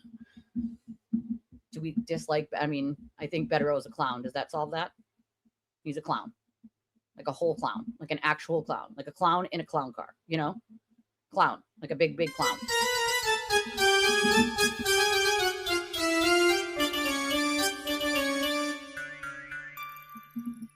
I just love you. I just have to say, Sapphire, you have the best daddy ever. And bravo, my friend. Bravo. Fun fact, my daughter yesterday, I was like, babe, why is your shirt on inside out, kid? She's like, it is? She looked down. She's like, oh my God. It's okay. Even us smart people do dumb shit sometimes, okay? We do dumb shit sometimes. Yes. They think that they don't understand it because it's like too smart or over their head. In reality, they don't understand it because it doesn't make sense. Because those words don't go together.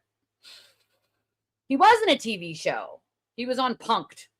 He was on Punk'd. Ashton Kutcher popped out of the bushes and was like, you're all being punked, bitches. This is a whole ass TV show. Ha ha. Imagine. Imagine just Ashton Kutcher just popped right out of the bushes for all this and was like, "Yeah, you're all being punked." You know, I think a lot of people are disappointed. Like, get out of the cult. You know, I have no idea. I have no clue whatsoever what he's doing or not doing because I don't pay attention anymore. Listen, once you burn me one time and you lie about me one fucking time, I am done with you, right? And it's fun because I gave Grant multiple chances to not do that shit, multiple. And then he just kept like adding me to like boring identity conspiracy theories that I like worked for Kate Peter and was out to get my friend Lindsay and like all these weird, ridiculous, nonsensical things that were just flat out false and had no basis in reality whatsoever. And that's sad because you're trying to convince one person that all of their friends are out to get them and they're bad and work for Kate and are just like undercover fucking born identity people. Like, dude, and then you're saying it like it's a fact. Like you have all this evidence and telling people you have all this evidence. You can't have evidence of something that never happened and isn't real, right? Like, so that like, hello. Hello. Common sense would say like something's not okay here, right? Like something is not okay. It's just not okay. It's simply not okay. Like not okay. Like people can do their own research. That's why I tell people to do it. Okay, he's following the Iran war. Good for him. It doesn't make him smart. Doesn't make him a good person. Like he's following the war. Good for him. Maybe he thinks it's popular and to make him money. I don't know. I don't care what he's following or not following right now. Like I follow that stuff on my own. Doesn't she always yell at her chat too? Isn't she like always screaming at her chat? Like, you guys don't say this to EDB. Do you guys tell EDB this? God damn it. Well, EDB doesn't simp for an asshole. So there's that, you know, just saying. Yes. Muddying it up so it's not clear, you know? Thank you. Bingo. And also claiming that you have things or you have source information that you simply don't have just so that people will believe you. That's a problem. That's a large, large problem. That's just lying, you know? Well, you know, I don't think it's healthier because let's be honest, the only reason he like flipped back to Turtle Boy is good is because Lindsay did and he's obsessed with her. So, I mean, if you can't use your own scruples, right? And you're like, that doesn't lend itself to you being a credible person or a not easily misled person or someone who's just doing things to sort of keep the heart of someone who doesn't want you, right? Like, it's a weird obsessive thing. He's just kind of obsessed with Lindsay. It is what it is. Like, she couldn't have made it any clearer that they're not ever, ever, ever going to be anything but friends. And yet he still has weird ideas in his head that like, she's just not ready to talk about like, love. Like that's not a thing, guy. It's not a thing. That's not, no. Yeah, she is. She's good with those. And she always tells people not to go real life, which is a great fucking thing to say. Don't go real life. You can disagree with them in person or online, but you don't go and try to harass their fucking family. You know what I mean? Like, you know? Well, that's the other thing is what rent? What rent? He wasn't paying rent. There was no rent. Also, his mother let him use that car for like years for free. He didn't pay for anything on it other than gas, right? Like that's it. So that's the other thing. You know what I mean? He also inherited like 300 grand when his dad died. So it's like, just saying, like he has the money to move out. You inherited 300 grand. Did you go through 300 grand? Like, you know what I mean? Like if I inherited 300 grand, I'm gonna tell you right now, I would have a house and a car and I would be better off. You know, I don't inherit anything. I'm not going to ever inherit anything in my life. Unfortunately, my dad is gone and my grandparents are gone. And like, there's nothing to be left to me because everyone is dead. So, it's unfortunate. You know, I want to at least one day be able to leave something for my children, so that they have a leg up in life at some point. Even if it's when I'm gone, that I have something. Like I have life insurance. If I die, at least they'll get that, right? Like it is what it is, you know?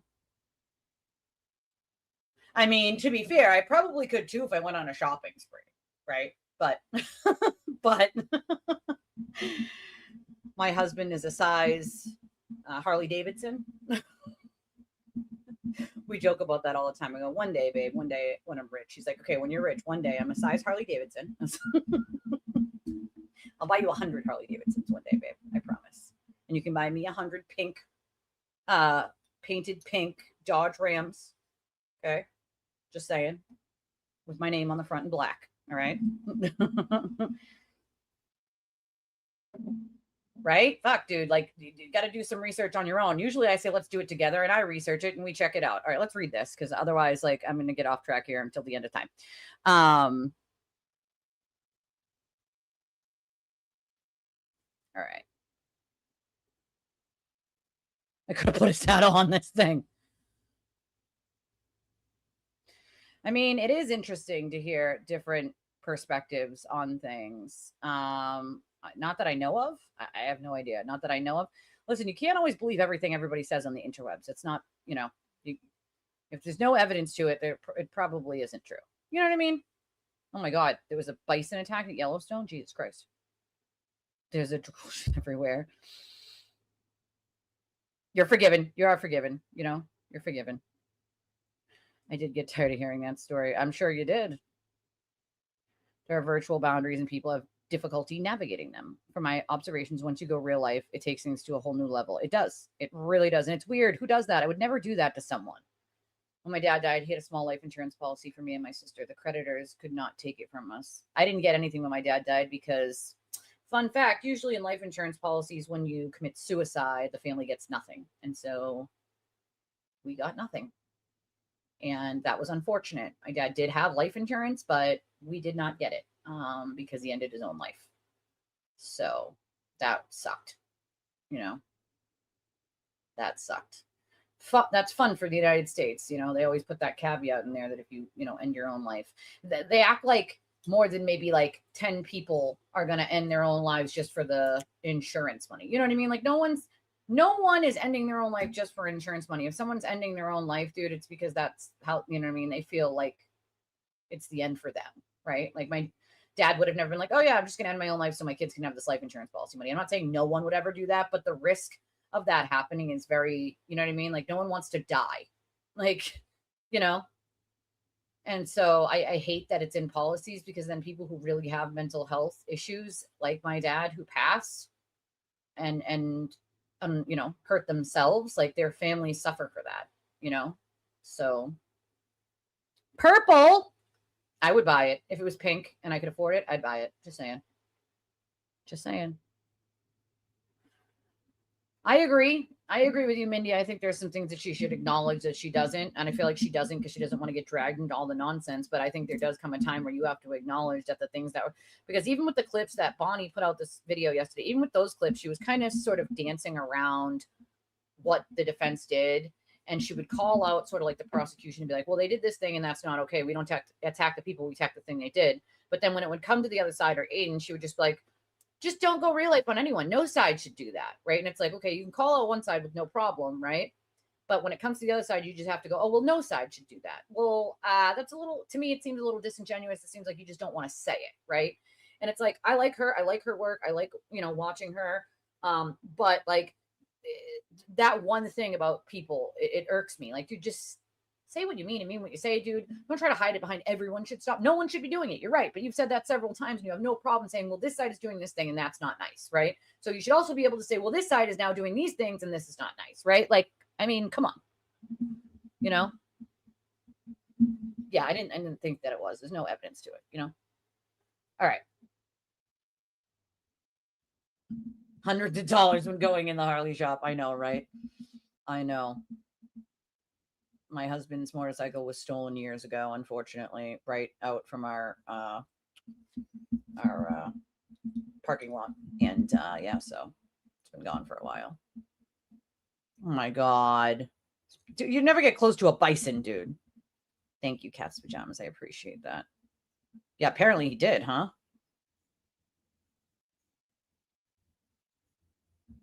All right. I had an English. Oh, that's a big boy, huh?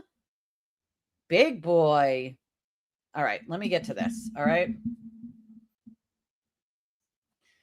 I get a short waiting period from purchase of life insurance and unaliving. Well, this was back, I was 21 when my dad died. I'm 39 now, almost 40. So it's been a long time. And hopefully they've changed the policies now in the United States in the way that it works when someone dies of their own hand. But it's unfortunate that it had to be that way back then because it really just does affect the family, Oh, no. Put out a post, dude, that we can all share. We will find homes, Yeah, see, that's not okay. That's just, it's not okay. All right.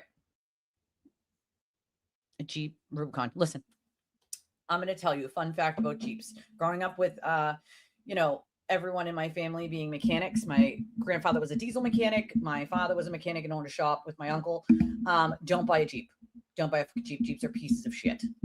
Jeeps in general are pieces of shit. Like, don't buy a Jeep. Buy a Toyota, buy a Honda, buy a Nissan. Those will last you the longest. Don't buy a Jeep. Don't do it. Don't do it, Allie. Don't do it. Don't do it. She said she won't comment because stuff out there could be fake. Okay, but she could also confirm. You know what I'm saying? Like, it's easy enough to confirm things in the article. Like, I have the extraction. She could have reached out to someone like me who has it to show her, like, here's the fucking extraction. Here are those texts right here. You know what I'm saying? Like, I think that more sounds like an excuse to me to be like, I don't want to have to look into it at all. If you really want to know the answer, you would look into something. You would do research, right? Like, so it feels like she just doesn't want to do it. And that's just a cop out, right? Like, oh, well, I'm not going to comment on it because it could be fake. She doesn't say that when a defense filing comes in, she reads it, right? And goes, oh, that would be bad, right? She doesn't go, well, this could be fake. You know what I'm saying? Like, that's the problem that I have. Be across the board, do the same thing. You know what I mean? Like, just do the same thing across the goddamn board. And then I wouldn't have a problem with it. Like, listen, I like her. I watch her. Like, that's just the one thing that gets me. You know what I mean? That's just the one thing that gets me. That's it. Yeah, that's the other thing. Like, if you're going to say things are fake and might be fake, then maybe don't do that too. Like, that's the part that gets me. Oh, I've never had bison. Never had bison. Yeah, I feel like she's choosing not to on purpose. She didn't want to deal with the turtle. She's much bigger, so I don't know why she would worry about that, but weird. Agreed.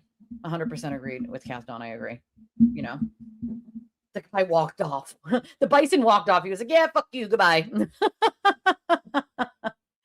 Thank you, Frank. I appreciate that. Thank you. All right, let's read this. You guys are getting me all off track. Page 6 footnote. Okay, I will duly note this right now. And you guys know I have to write things down because, like, my brain is like overloaded right now.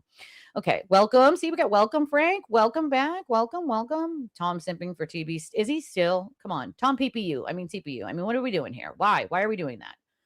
Like, dude, Aiden already shit on Tom a long time ago. Wrote a whole blog about him, and then he runs back to him. Yes. Yes. Do not buy a Jeep. I'm telling you, don't do it. Ooh. Oh, yeah. I forgot you had a Rubicon. I forgot about that. Yeah. See, I'm not the only one. Don't do it. Don't do it. Oh, well, Spy Girl says hers have been good. Amigo SUVs. I don't know. They probably did go extinct, maybe. Oh, that's not cool. That's definitely not cool, Corn. They don't even next of kin. Like, why? That's weird. No, Jeeps just inherently are not made well. You know what I mean? They're not made well. Dog hair. Jeep was bought out by Fiat. Oh, got it. What the Fiat? I had to. You guys know I had to. What the Fiat? What the Fiat?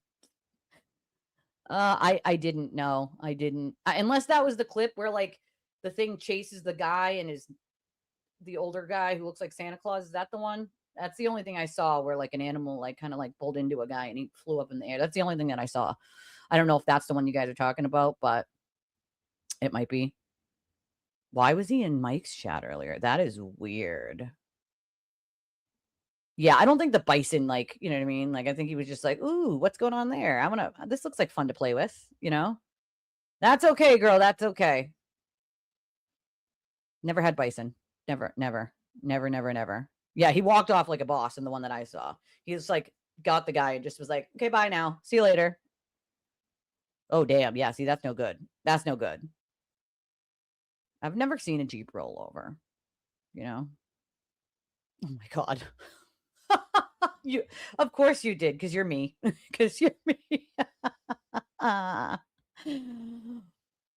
Oh, Jeeps were like the bane of my grandfather's shop and my dad's shop of their existence. Those things would just come in so periodically. Like it's ingrained in my brain. Never buy a Jeep. Don't buy a Jeep.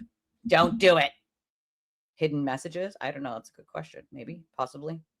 There's a Jeep Wave and a rubber duck thing. Fuddruckers sells bison burgers. I didn't know that. I don't have a Fuddruckers near me, but I've been to one in a casino one time, like 10 years ago. I haven't been to a friggin' casino in like probably 10 years at least. All right, let's read this. I can't. All right, I gotta read this. I gotta focus, Elise, focus. Okay. Go smash the like button in its dick nose. If you haven't already done that, please go just bow. Replace its teeth with chiclets. Okay. Punch the like button. Subscribe if you're not already subscribed. If you can donate to the channel, we made a thingy today. We made a goal on the super chats, but I also count the direct donations, which you can do one of a bunch of different ways. Our justice chat is pinned to the top there. Get yourself a membership, maybe gift some memberships. Those are fun. We have jewels, and we have the most direct routes, which are the best ones for any small creator, which is PayPal, Venmo, Cash App, Revolut, Chime, and our justice chats, which work for debit, credit, Google Pay, Apple Pay. Don't forget to get any tickets to the raffle. Get your spots for the raffle. You're running out of time on that one. And I don't work tomorrow. Remember that. Saturday is my day off, although I might do a very short nighttime stream tomorrow. I do not work during the day on Saturdays. It's like my only day off. I take a woosah on Saturdays, and then we have our Sunday show, which I absolutely love. Okay, let's read this shit. Discussion. How many pages is this? 16. Okie doke. Not as bad as the last one we read, which was like 40 pages. Hold on. Let me get some sips here. Ga-la-la-la.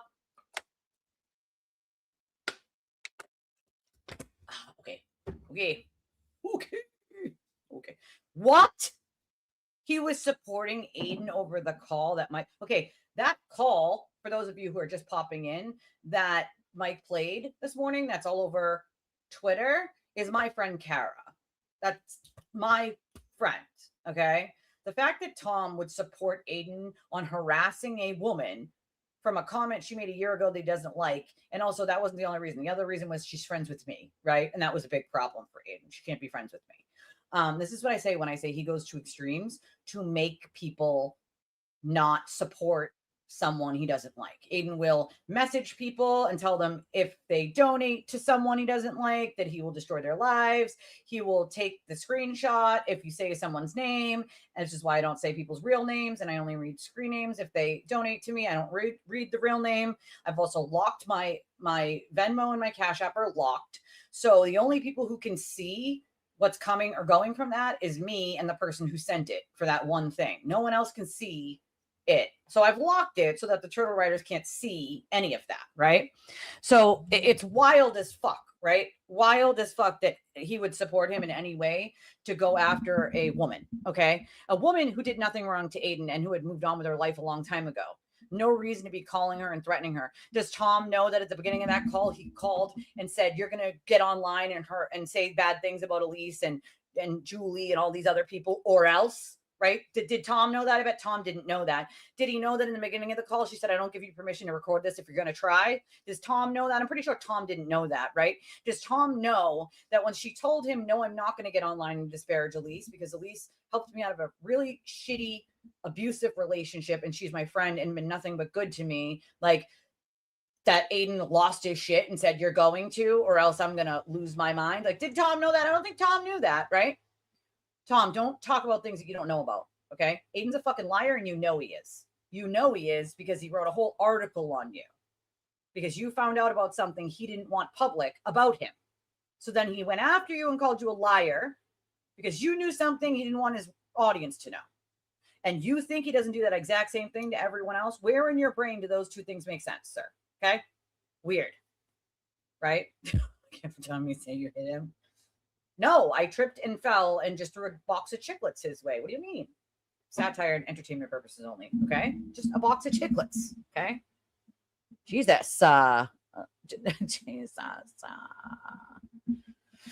That call made me 10 times more furious because it's older. It happened a while ago, but like that's my friend. He did it too. Like, you know what I'm saying? Like, and I know all the things he said on the parts that he's not playing, of course. The parts where he's yelling at her, where he's demanding that she do things. Like, why didn't he play those parts? Why didn't he play those parts? You know? Yeah, Caitlin Albert. I remember that. Like, weird. Right? I'll just toss the chiclets from across the room. You know? Just saying. Just saying. Oh, damn. Damn. Oh, see, if the applicant only knew they had like one of the best people that you could have on your side to get that appeal done. Oh man. I would have went with it, you know? She didn't get, no, she did not. In the very end, I think she was like, I know you're probably recording this, and at this point I don't fucking care. But in the very beginning of the call that he doesn't play, she goes, Aiden, if you are recording this, I do not give you consent to record me. Because she knew he had already recorded many other women, including Lindsay. And at that point, we knew that was his like standard pattern of doing things, is just to record people while he's flipping out on them, and then they respond to him by, of course, usually flipping out. With Kara, she's a lover, not a fighter, right? And so in that call, she said anything he wanted to hear so he would leave her alone. She apologized. She was like, I said it a year ago. Sorry, I was whatever. Like, she said all the things that she didn't mean to get him to just leave her alone, right? That's it. So it's like, do you think she really meant she was sorry? Fuck no. Fuck no, she didn't mean she was sorry. She just wanted him to leave her alone. So she was trying to tell him whatever he needed to hear to get him to leave her alone, right? She's not like me, right?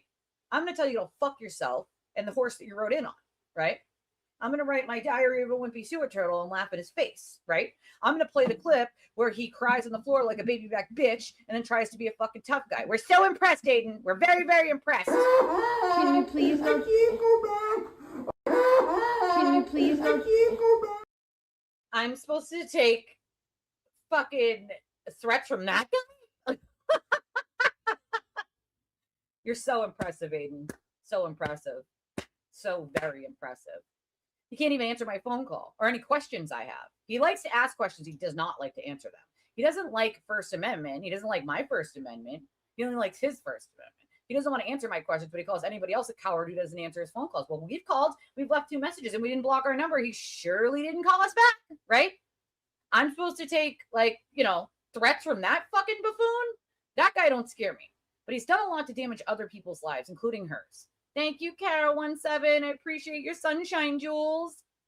You know, allegedly, hypothetically, in my opinion. You know, she is doing well now. She was doing well when he fucking harassed her then. She moved on with the life. She's got a new boyfriend. We went on vacation last year, her and her boyfriend, me and my husband, and my sister-in-law and her boyfriend. We floated down the river. We had a great time. We cooked together, ate together, slept in a big house together. We had a blast, right? We celebrate our birthdays together. Her birthday is 1 day before mine, right? It's wild as fuck, right? And then he demands that she not be friends with me and get online and disparage me. She's like, I'm not going to do that, Aiden. Elise helped me out of a very abusive relationship. She's been nothing but a good, solid, kind friend to me and always been there for me. Why the fuck would I get online and say shitty things about her simply because you're saying to do that? I'm not going to do that, Aiden. I'm not going to do that, right? That was his problem. His problem wasn't that she said Yuri Buchanan is cool fucking a year before, right? That wasn't his problem. His problem was she was friends with me. That was his problem, right? Which is why one of the first things he did was demand that she get online and disparage me, my friend Julie Ginto, which is also her friend, right? People who have been there for her through thick and thin, right? That's what he wanted. And when she didn't give him that, he lost his shit. All she wanted was to be left alone. Why the fuck are you contacting ex-girlfriends and stalking their social media for years? That's creepy, bro. That's abuse. Thank you, Allie, for your silver stars. You know, it's wild. I don't think jail will ever change him, ever.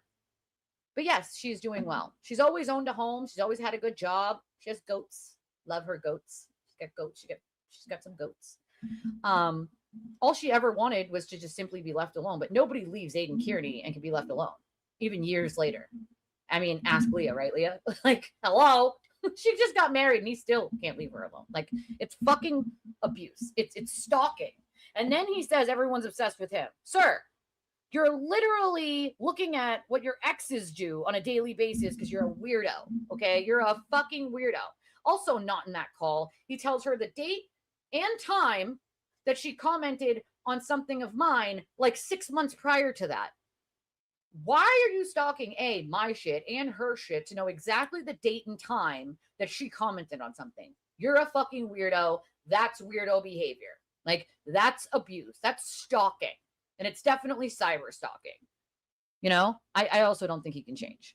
You know, she watches my shows. She watches. She actually, today's Friday, right? She's probably watching now, I'm guessing. Today is Friday, and so on Fridays she does a lot of listening during the day. I mean, he is and they are. He has them do it for him. It's sick. It's fucking sick. He's a sick fucking human. He's a sick fucking puppy. Sick puppy. All right, let's read this denial of the anti-SLAPP because I'm dying to see what else is said here. The anti-SLAPP statute, General Law 231-59H, establishes a procedure for obtaining the early dismissal of a claim that seeks to impose liability on individuals for exercising their constitutional right of petition, right? These powerful procedural protections were indeed to be employed in a limited context. Like I said, anti-SLAPP is very limited. To ensure the expeditious elimination, which means the quick elimination of meritless lawsuits based on petitioning activities alone. So based on, you know, using signage outside of a courthouse or outside of the governor's office or outside of, you know, some new project, construction project that the city okayed that the residents don't want, right? Like, that would be regular petitioning activities. The problem with that is it has to be just petitioning activities. If you do that to not just petition, but to also like harass the foreman on the construction site that you're at, like, then it's not petitioning activities alone, right? And anti-SLAPP fails right there. So that's the problem, is even things that he wants to claim were petitioning activities had a dual reasoning. And he expressed those reasonings out of his own fucking, plug your ears if you don't like vulgarity right now, okay? Because I'm going to say it. Out of his own fucking cum catcher, all right? Like, out of his own face hole and out the side of his damn neck, he wanted to tell the world what his intentions were. And that is now coming to bite him in the ass, right? So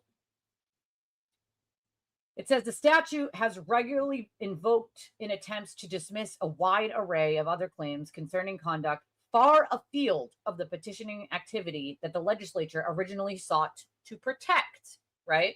So basically it says this anti-SLAPP is being used by a bunch of people all over the place to try to get lawsuits dismissed for other things besides petitioning activity, and that's not what it's meant for, right? It's not what it's there for. Cites a case, of course, Bristol Asphalt versus Mass. To ensure that a special motion's opponent's own petitioning activity is not infringed by the allowance of a special motion to dismiss, the SJC has adopted a two-stage burden-shifting framework for analyzing the merits of a special motion to dismiss filed under General Law 59H. See, blah, blah, blah. It's a case, Allegart versus Harbor View Hotel Owner LLC, 2026. To prevent these special motions to dismiss and the powerful procedure protections they afford to litigants from being misused to quell petitioning activity, our jurisprudence has adopted a necessarily narrow and strict construction of the statute. So it's very narrow. That's the point. Is anti-SLAPP is extremely narrow, as I've said a million times. A party seeking dismissal under the anti-SLAPP statute must make a threshold showing through the pleadings and affidavits that the claims against it are based on the party's petitioning activities alone and have no substantial basis other than or in addition to the petitioning activities. Okay? I agree with you, Jojo. I agree with you.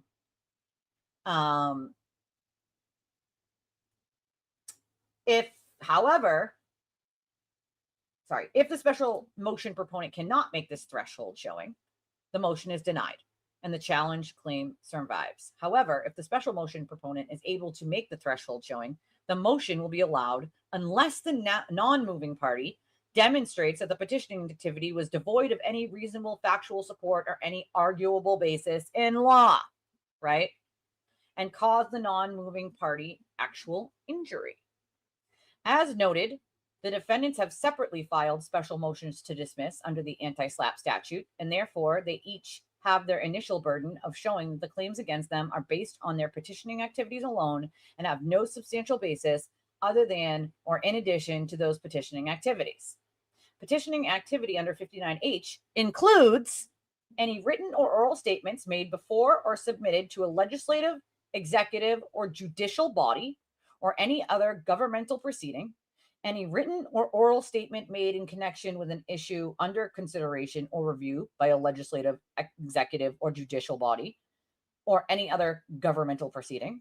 3, any statement reasonably likely to encourage consideration or review of an issue by a legislative, executive, or judicial body, or any other governmental proceeding.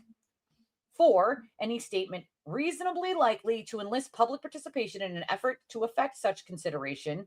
Or 5, any other statement falling within constitutional protection of the right to petition the government, right? Petitioning the government is not going after witnesses at their homes or at their children's sporting events. That's not petitioning activities, okay? It's just not.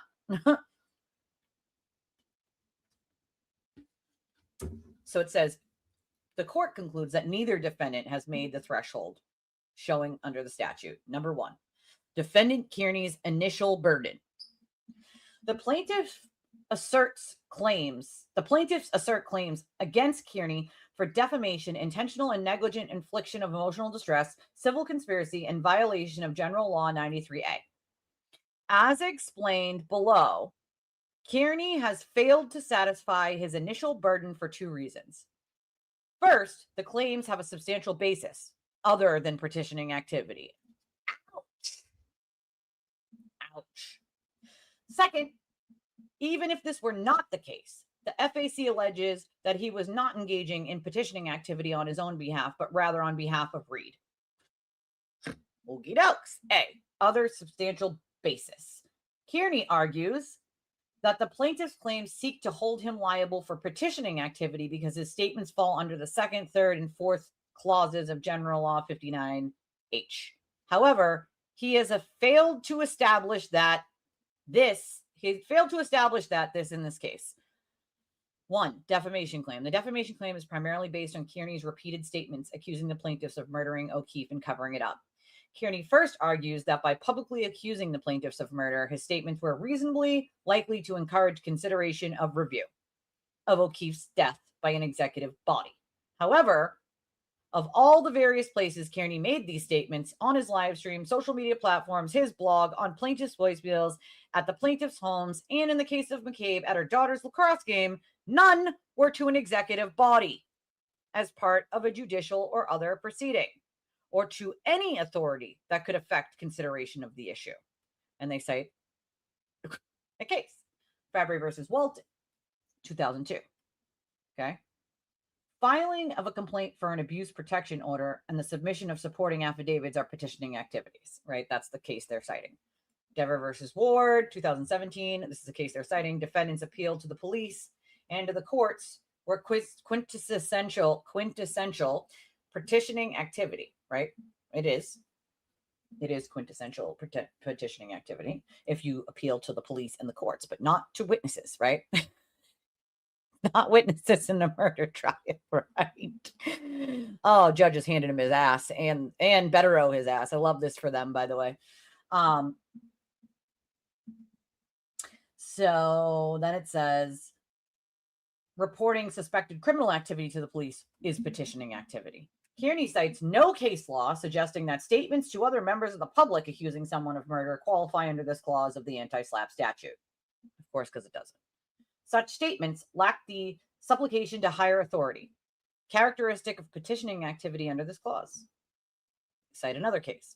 Kearney next argues his statements are petitioning activity because they were made in connection with an issue under consideration or review by a legislative, executive, or judicial body. So he argues all, right? He just argues that everything is everything. He argues like 7 different arguments, which is ridiculous, of course, right? Namely, the investigation into O'Keefe's death and the prosecution of Karen Reed. The SJC has stated that for statements to qualify under this clause of the anti-SLAPP statute, there must be a plausible nexus between the statement and the governmental proceeding, right? Then they cite another case, Blanchard versus Stewart Carney Hospital in 2017. It says, overruled on other grounds by Bristol, Mass 552-554. To assess if this plausible nexus exists, the SJC analyzes objective indicia of a party's intent to influence a governmental proceeding, such as timing, audience, and content of the statement. Blakesley versus Marcus. The communications must be closely and rationally related to the governmental proceedings, right? Plant versus Wiley, 2005, and made to influence, inform, or at the very least reach governmental bodies, either directly or indirectly. Citation omitted. North American Expeditions Co., Partnership versus Corcoran. Although some of Kearney's statements, at least tangentially, relate to an issue that was under judicial review, the prosecution of Karen Reed, the claims largely target statements that do not have plausible nexus to this prosecution. The statements are directed towards viewers and potential viewers of Kearney's live streams and readers of his blog, and their content does not seek to influence government action in any way. See Lucy versus Kinnan. Post not directed to the government, and that did not mention any government proceeding, but rather consisted throwing barbs at another, was not petitioning activity. Rather, the statements are aimed at convincing Kearney's audience to regard and treat the plaintiffs as murderers. Okay, Jennifer McCabe and Brian Albert are involved. They're covering it up. The McCabe's have the look of evil in them when you see them in person. These are people with no shame and aren't the least bit deterred by the fact that millions of people know they participated in a murder and subsequent cover-up of a murder of a Boston police officer. So they're citing that thing that he just said, right? Hey, girl, nice to see you. So, like, that's a statement he made on his show that the judge is citing here, right? And then here's another one. Jen and Matt McCabe do not deserve to live a normal life and pretend that they weren't involved in murdering a Boston police officer. And then another one, calling McCabe a cop-killing pig. Such statements are markedly different than those that courts have concluded are made in connection with a proceeding under judicial or executive review. See Wynn versus Kriegel. Statements to media by firefighter's widow were sufficiently tied to an advancement of her petition for benefits under consideration by the legislature and were mirror images of what she had reported to government body. The FAC also cites allegedly defamatory statements Kearney made after the second trial had ended and therefore not connected to any issue under judicial review. Here it is. Settlement demand made to resolve disputed issue under review by a planning board was made in connection with pending government proceeding, because they cite this case. Kearney's statements concern a topic that has attracted governmental attention in itself does not give them the character contemplated by the statute. Finally, Kearney relies heavily on his argument that his statements were reasonably likely to enlist public participation in an effort to effect consideration by an executive or judicial body. In his motion, he cites multiple instances where he both encouraged people to demand answers from the Massachusetts State Police and Norfolk District Attorney's Office and encouraged his audience to engage in standouts and to gather at the courthouse and protest of the prosecution. While the court agrees with Kearney that such conduct constitutes petitioning activity, his argument that the statements cited in the FAC are related to this conduct and therefore should be viewed similarly is without merit. And then there are some footnotes here for 6 on paragraph 4. To the extent Kearney contends that his post-verdict statements were likely to encourage review by law enforcement and those responsible for the O'Keefe death, allegations in the FAC belay his claim. For instance, the FAC cites Kearney's communication to his followers to use a code for the McAlberts killed John O'Keefe, FAC at Parn. It strains credibility to argue that such a statement, which obscures the message so only his followers can understand it, could reasonably be interpreted as made to influence, inform, or reach government bodies. The FAC also alleges that Kearney posted a video encouraging his followers to attend and protest a fundraiser hosted by a supporter of the plaintiffs, asserting that it was being held for the people who framed Karen Reed for murder and that they killed John O'Keefe. FAC at paragraph 133. It's unclear how encouraging his followers to attend a private event would be reasonably likely to encourage review of O'Keefe's death by an executive body. Ouch. The judge is literally just spanking his ass. Like, literally.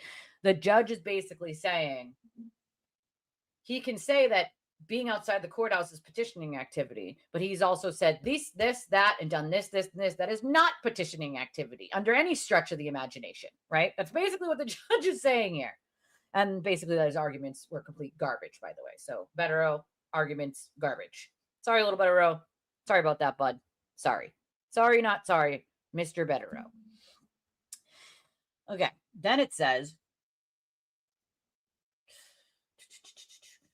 see Lucy, Mass Appeals Court, blah, blah, blah. Fact that the defendant's initial post constituted petitioning activity did not then throw an anti-slap protective blanket over every post that followed. The defamation claim is not aimed at the specific instances that Kearney cites in his motion.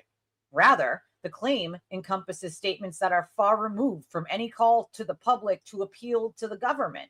Namely, the many instances where Kearney accused the plaintiffs of murdering O'Keefe and covering up their crime by addressing them directly at their homes, via his live stream, or in the case of McCabe, at her daughter's lacrosse game.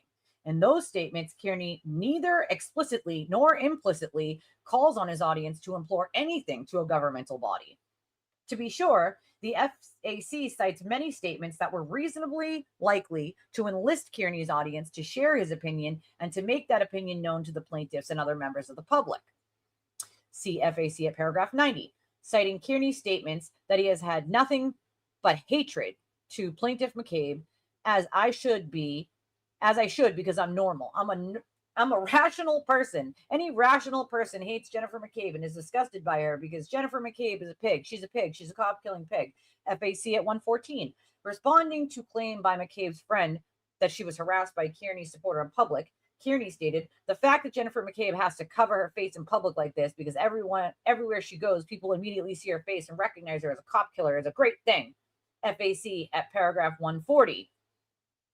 Alleging Kearney addressed his audience members who had not confronted the plaintiff, stating, they're right fucking there, walking around like nothing happened. What are you going to do about it, huh? You going to ask them anything? You going to talk to them? You're not in this for being uncomfortable or masking, people who committed horrific crimes uncomfortable. Then there's some footnotes. He's getting spanked hard, I'm not saying she's not doing things right. I'm just saying, like, that's my one reason, like, that's the one thing that bothers me, right? Like, that's the one thing that bothers me, right? Other than that, I like her content. I watch her content. Like, I support her content and her. It's just that one thing that, and it might just be, again, just my opinion. It doesn't have to be everybody's. And it might just be because I'm one of those people at this point that just, like, I'm not fucking afraid of a, cop calling idiot, because he copped them, he called the cops over a shoe and a missing key fob. And then he called them and said he was afraid of multiple women. Then he went in front of a judge and said he was afraid of multiple women, all just to, like, revenge, right? Like, revenge, Aiden's revenge, his spite and revenge, right? I haven't tried to get false charges on a bunch of people, right? I cannot in good conscience ignore that behavior and pretend it doesn't fucking exist, because then he's going to keep doing what he's been doing. People ignored it for 10 years because they were afraid. And look at all the damage it's done now, right? If we didn't ignore it for 10 years and people spoke up and they weren't afraid at that point, then maybe, just maybe, it would have caused less victims and less damage. And at some point, the government does their fucking job and puts him where he belongs, That's just my only little thing. I like EDB. I watch her stuff. It's just that one thing that I just, like, I get it. I get why like I said, I get why she doesn't want to bring on the turtle cult to harass her or say anything about her. But for me, I can't ignore, it's not ignorable anymore. You know what I mean? It's just not. It's just not. It's not ignorable anymore, especially because I've talked to so many of his victims. Being a victim myself, like, I know exactly who he is. You know what I'm saying? Like, exactly who he is. What is this now?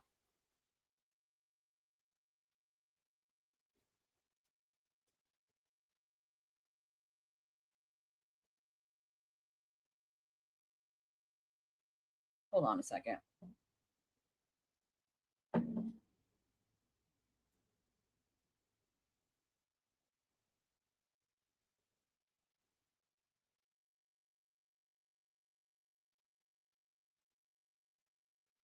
I can't deal with this right now. Fuck. I'll deal with this later. So annoying. Can't do it.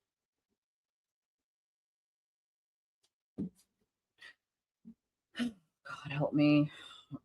If it just, when it rains, it pours. That's all. It's, I can't fucking, Jesus Christ. My fucking life. Federer may have been waiting for this decision before starting to plea bargain. Maybe. He's a spiteful little prick, isn't he? Yes, he very much is. Hello, Steve, my friend. I love you. Yeah, right. A priest. Jesus Christ. The power of Christ compels you. I feel like if Aiden ever went anywhere near a fucking church, he would just disintegrate, Yes, he has. He has had civil cases that he lost, but he doesn't tell people that, right? He's had a couple that he's lost. He's had to take down blogs. He's had to but he never tells anybody about those ones because he never wants anybody to think he's done anything but win, right? And so he keeps very, very quiet about the ones that he's had to, had to take the shit down. He had to close up his business at one point. It had a different LLC name, and the courts made him close it and his website completely down, and then he restarted a new one, right? But that was part of one of the civil suits, was shutting the whole thing down and dissolving his LLC at that point. I forget what it was called. You'd have to ask Gaffney. Gaffney knows the name of what it was called at that point. But criminal, no, because everybody at that point had just been too afraid to go forward, and some people still are. They don't want to deal with the headache with criminal charges on him. Wait, what? Wait a second. Who accidentally blocked Brian?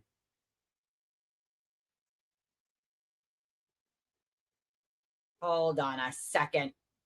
We can't be doing all that. We can't be doing all that. Usually he makes deals where it's not paying money, it's taking down the blogs, which is what most people want, but the damage has been done, in my opinion, in that case. Hold on, Brian. I'm gonna fix you, buddy. I don't know what happened.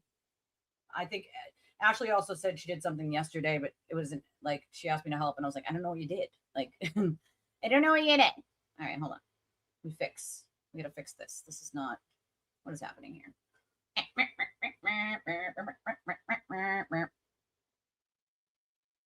I'm gonna need to figure out how to do this. Here we go. All right, let's see here. Boop, boop, boop, boop, boop, boop, boop, boop, boop, boop. Community moderation. Right? Thank God I'm not. Oh, wait, no, you're there.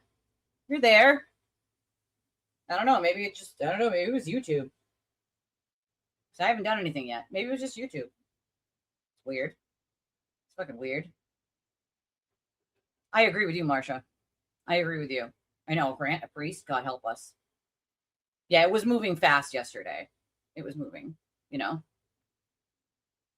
I mean, I appreciate her work. I do. I appreciate it. Just my one little thing. That's my one little thing that gets me, That's just my one little caveat there. Yeah, I don't know. Maybe it was YouTube because you were fine. I opened it up to go check, and then boom, you were in chat. So I don't know. And YouTube, Jesus Christ. Jesus Christ, YouTube. Get your shit together. Go to the shit store, sell it, get it back, get it together. Get it the fuck together. Jesus. All right, let's see. I was like, wait a second. Who would ever block my friends from chat? We can't be doing that. We can't be doing that. All right, let me see. Let's see what else the judge says to spank Betterow and Aiden, because I love this. They're just spanking him like a baby. Like a big fat baby. He's like, I want my baby back, bitch. I want my baby back, bitch. Judge is like, right over my knee, bud. Right over my knee. And I want Betterow too, Betterow. Yes, of course, sir. Our size C move bras are right over here. Annie, you're so nice to show Aiden where the size C moves are. The bras for size C moves. But Annie, I think he's going to need to move up. Move up to like a size D moves real soon. Okay? Real soon. Really, really soon. Oh my God, is that Felony Little? Felony Little, is I that you? object. Your Oh, she judgment. objects. Sewer Your Turtle judgment. said you are corrupt. Recuse God damn it. yourself.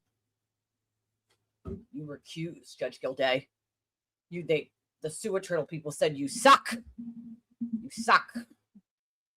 Ooh, this is Mary Lou's. This is Mary Lou's news. Okay, this is the Mary Lou's. This is a funny bone from Mary Lou's, and it tastes like a cupcake, but not a rotten one from Felony Little's channel. It's a regular cupcake. Okay. Yeah, YouTube got a brain fart, I guess. I did. I said Felony Little. Yes, motion was allowed yesterday to change it from Melvin to Felony Little. Yep. Motion was allowed. We made a motion in chat. Motion was allowed. Okay. We make motions all the time to change things. You know, the motion was allowed. It was seconded and thirded, so we had to change it. You know what I'm saying? Nah. Yes, I do. We had a Young Jerks raid yesterday. Mike sent everybody over here after he was done, and I thanked him in his chat, but I'm gonna thank him again. Thank you, Mike, for your Young Jerks raid. I appreciate you sending people over here. I met so many really amazing new people that hadn't been here before. And I love that people can coexist and give opinions and not be shitty to one another. And I love that.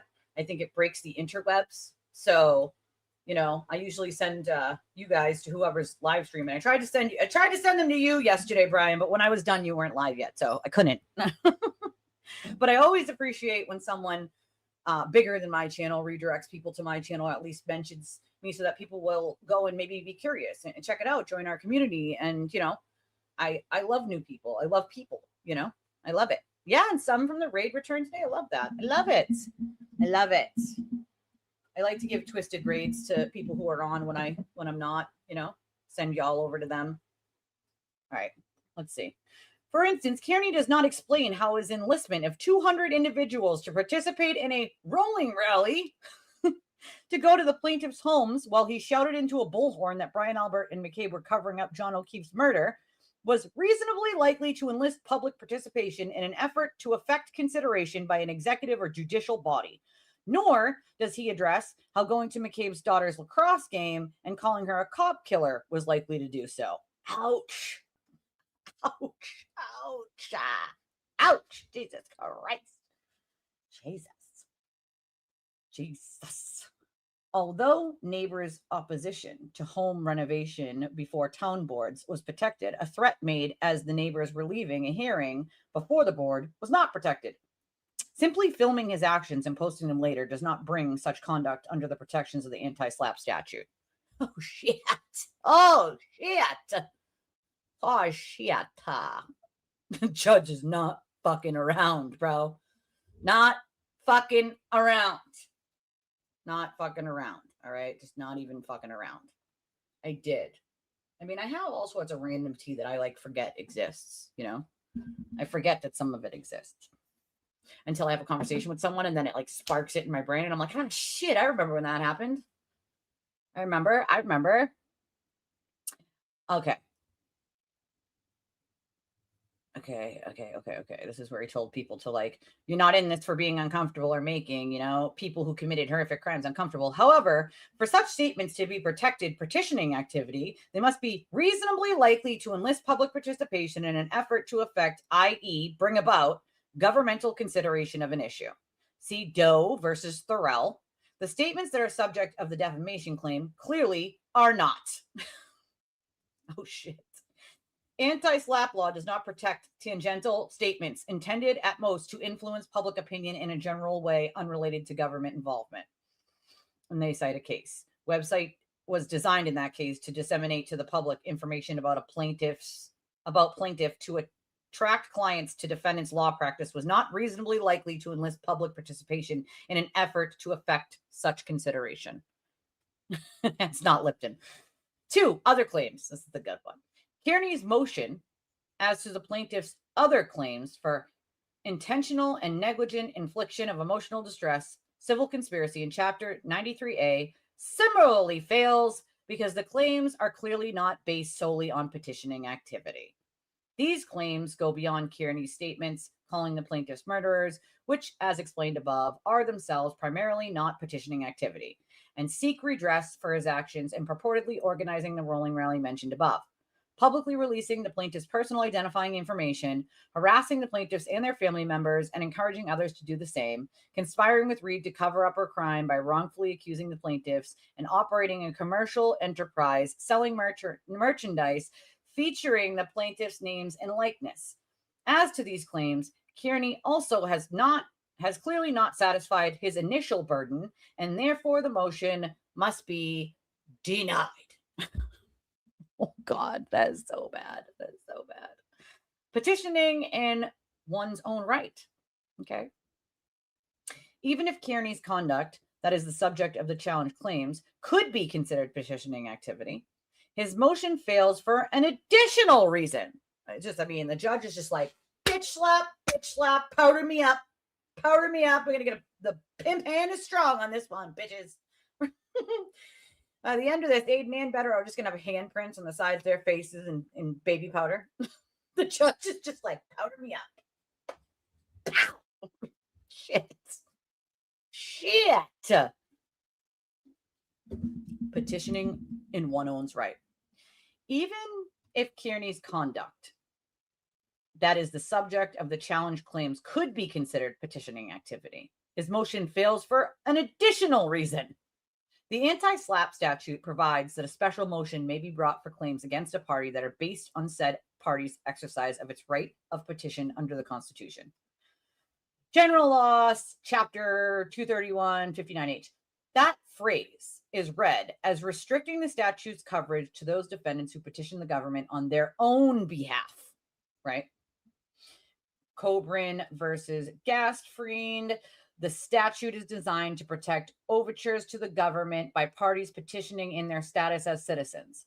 Although the party bringing the special motion need not be the beneficiary of the particular cause the party seeks to advance, protections of the statute are limited to those who engage in petitioning activity in their own right. Okay? In their own right. This is the Cardno case. Okay? This is Cardno.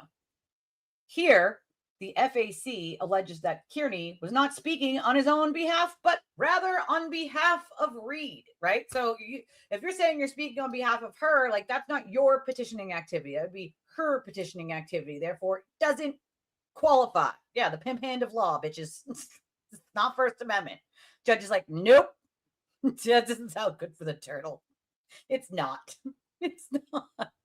It's wee not. The judge is hunting them. He's not hunting rabbits this time. He's hunting them turtles. Something to turtles. Okay. To turtles.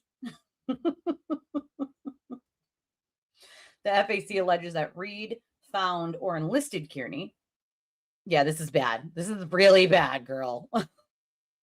Reed found and enlisted Kearney to publicize a story about the plaintiffs, and that Kearney agreed to and did publicize and widely disseminate Reed's false claims about the plaintiffs and others in an effort to destroy the reputations of these individuals so that Reed could evade responsibility for causing the death of O'Keefe, unquote. FAC at paragraphs 22 and 25. It further alleges that Kearney acted on behalf of Reed in publishing defamatory statements about the plaintiff and assist Reed in her trial, and that Kearney used information in his blog posts, which Reed funneled to him with knowledge that he would publish it on her behalf. FAC at paragraphs 25 and 34, right? In stark contrast to the allegations in the FAC, Kearney characterizes the statements as an effort to raise awareness about police corruption, which he contends is his long-standing cause. He argues that much like the defendants in the Cardno case, he was petitioning on his own behalf as an activist and a citizen. In that case, the SJC concluded that environmentalists sued for defamation based on statements made in the Huffington Post criticizing a scientific consulting firm that purportedly defended polluters were engaging in petitioning activity because they expressed their own opinions, were speaking for themselves and at their own behest. Kearney's comparison to the defendants in Cardno misses the mark. You hear that, Mark? You missed the mark, Mark. You missed the mark, Mr. Better Mark. Vanilla ice baby. The judge, Judge Gilday. I mean, to be fair, a little bit, right? He's like, I was petitioning for her. Not me, not for myself, for her, right? Like a little bit, you know what I mean?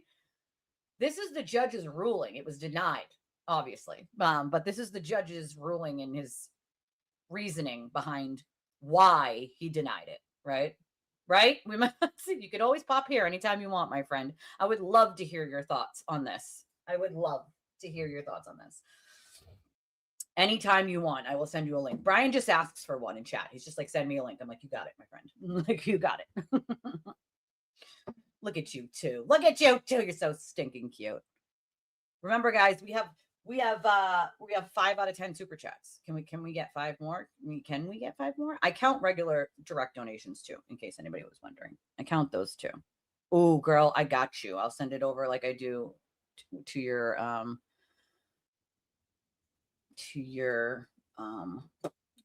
Twitter, because it's easier for me to do it that way because I'm not on a phone. La la la la la la la la la la la la.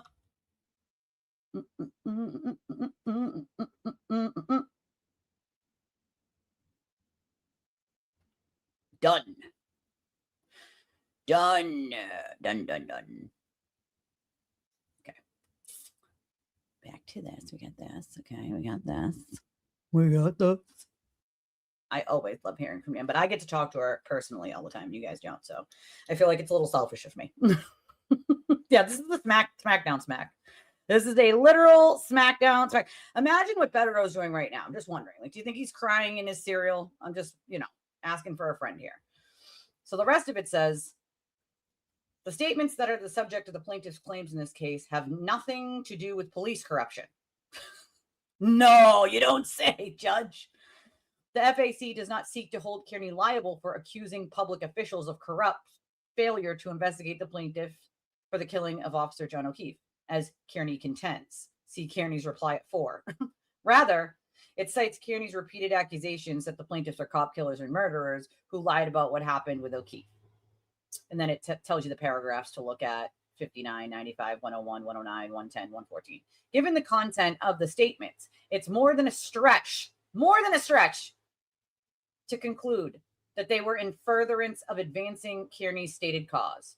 Moreover, while Kearney's affidavit states that he wrote his blog post on his own and Reed did not funnel him information, it does not refute the allegations that Reed enlisted Kearney to publicize her story and that he did so to assist in her trial.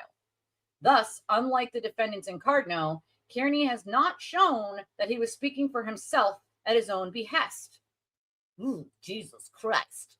While the anti-SLAPP statute provides very broad protection for petitioning activities, it was intended to protect the right to petition the government for redress of grievances, guaranteed by the United States Constitution.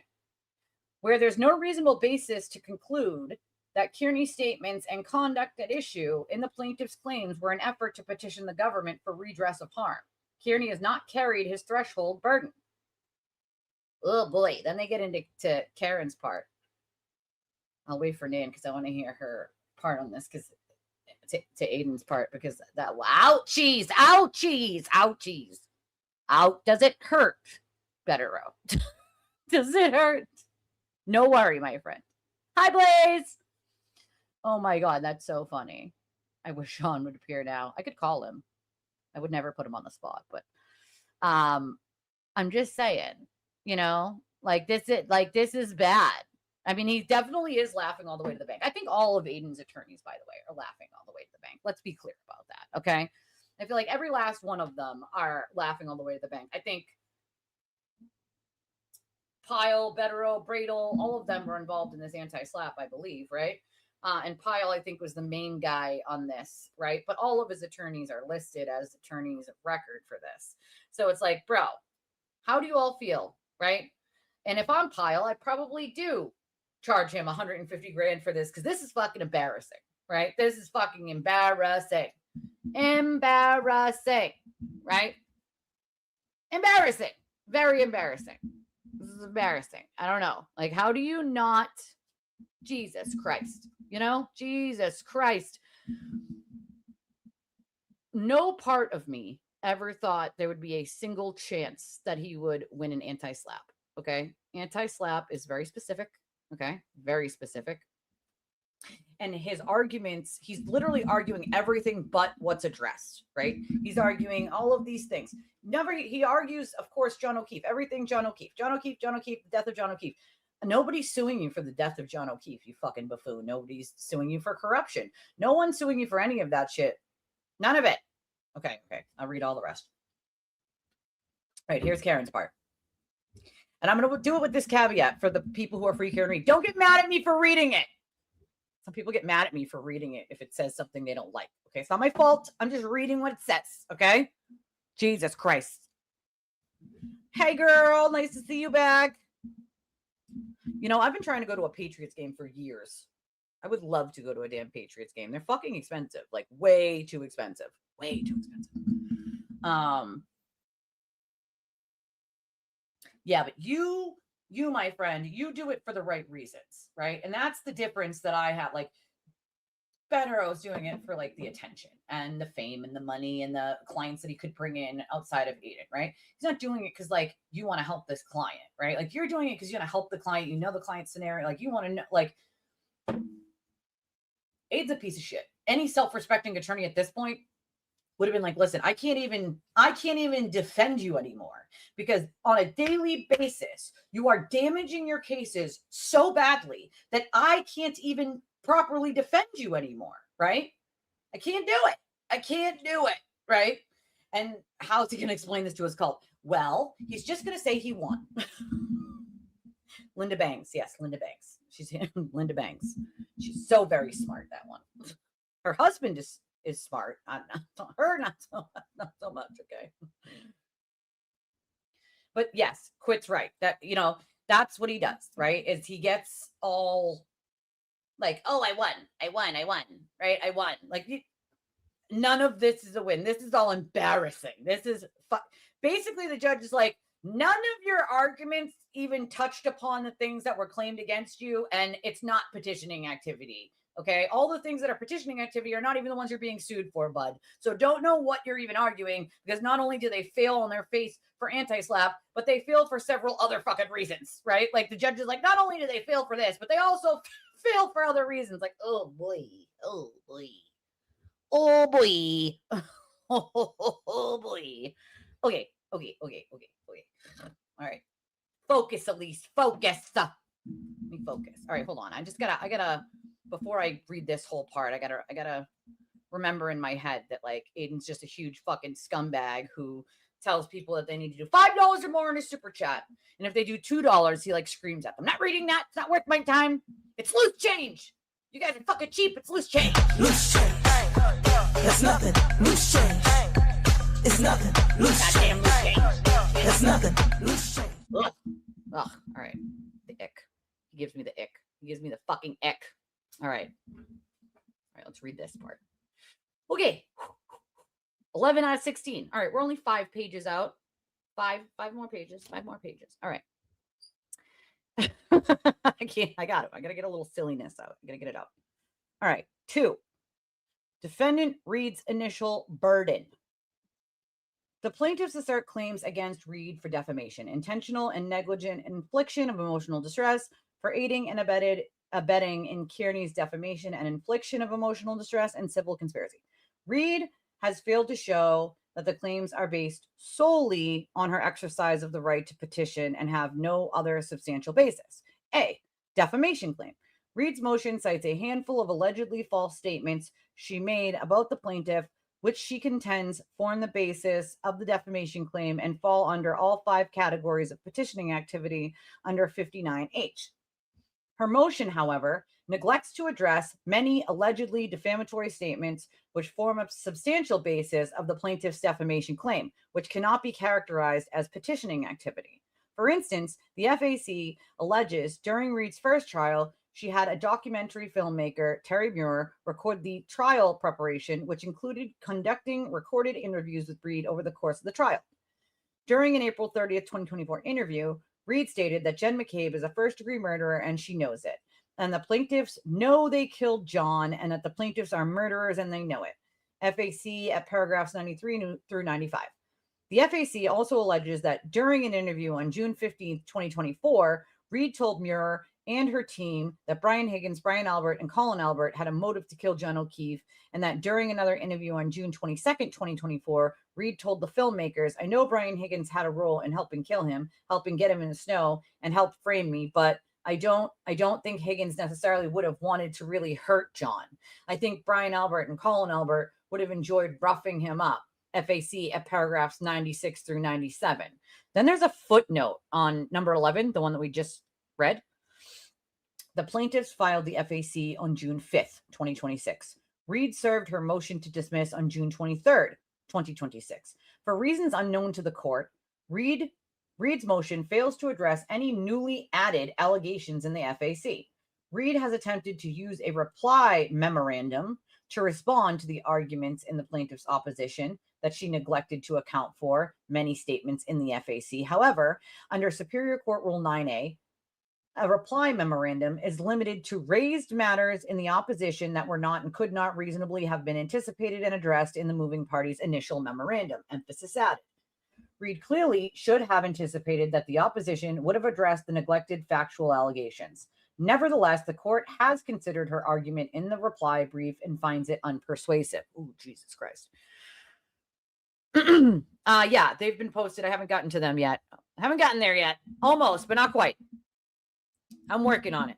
I only do one thing at a time. I'm working on it, you guys. I promise. I'll make it to everything. I mean, I know I've already been here almost 3 hours, but I promise we will get to everything. It might be a little longer stream than I want to be, and I want to try to get out of here before Mike and Brian go live so I can send you guys there and, help support them too. But I gotta get through this stuff, and I gotta pay my bills too. I love them, but I gotta pay my bills too. All right.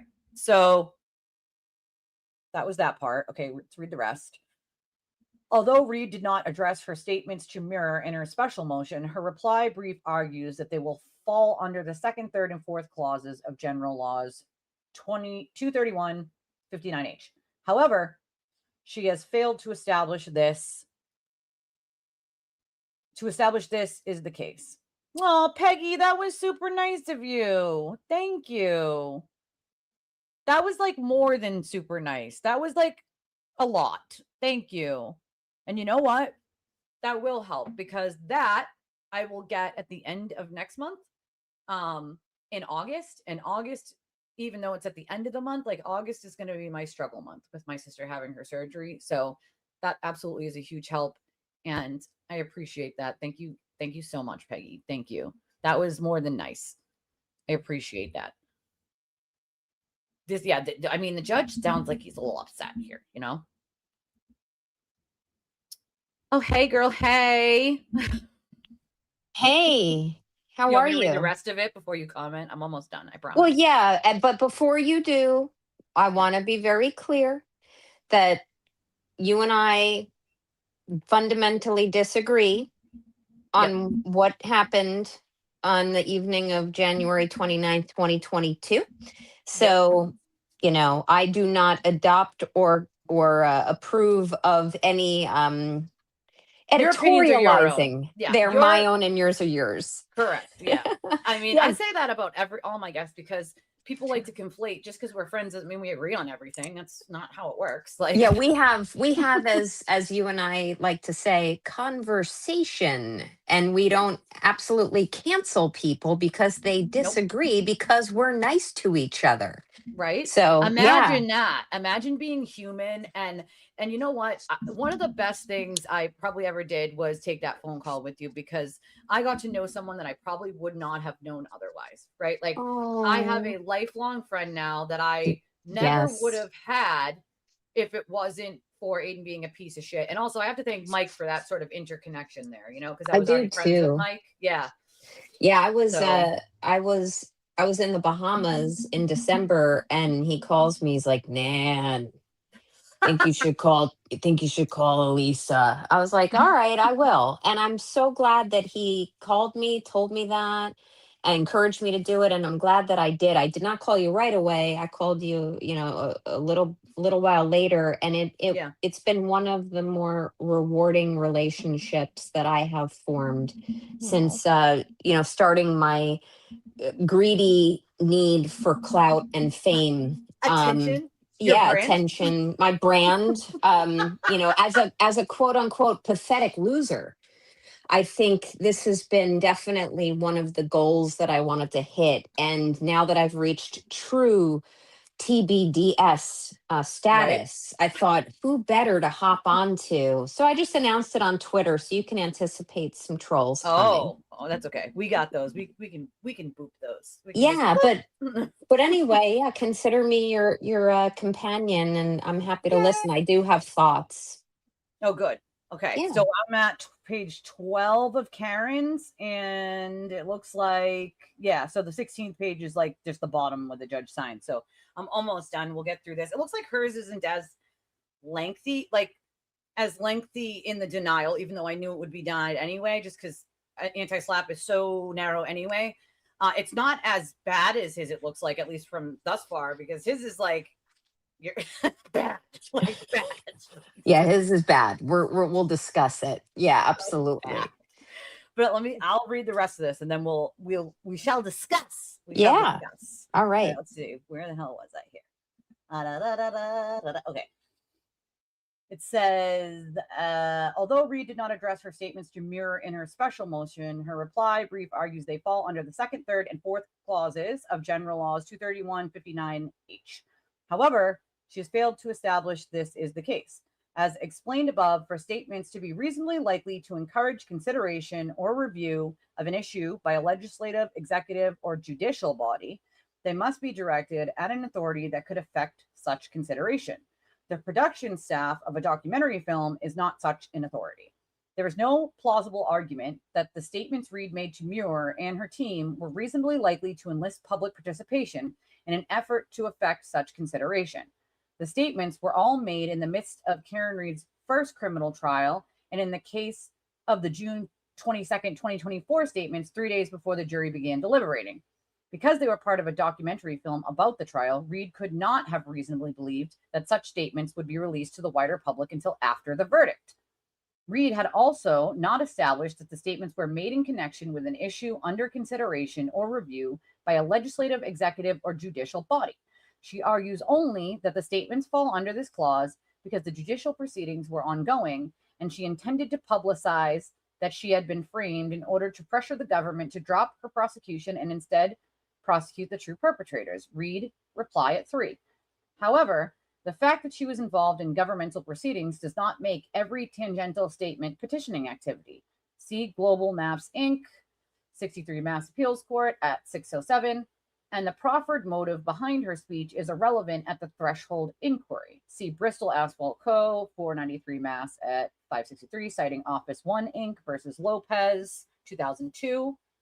She has failed to point to any objective indicia demonstrating that her statements to Muir were made to influence, inform, or at the very least, reach governmental bodies, either directly or indirectly, citation omitted. Blakesley says B, aiding and abetting claims. The plaintiff assert claims against Reed for aiding and abetting Kearney's defamation and infliction of emotional distress. Reed contends that her conduct was petitioning activity because it was made in connection with an issue under consideration or review by a legislative, executive, or judicial body, and reasonably likely to enlist public participation in an effort to effect such consideration.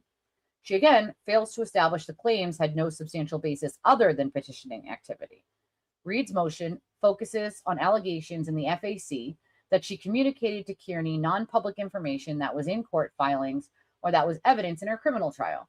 She does not explain how her providing Kearney, as opposed to the court with a police report with the plaintiff's private addresses, phone numbers, and social security numbers on it, was petitioning activity. See General Laws, Chapter 231-59H.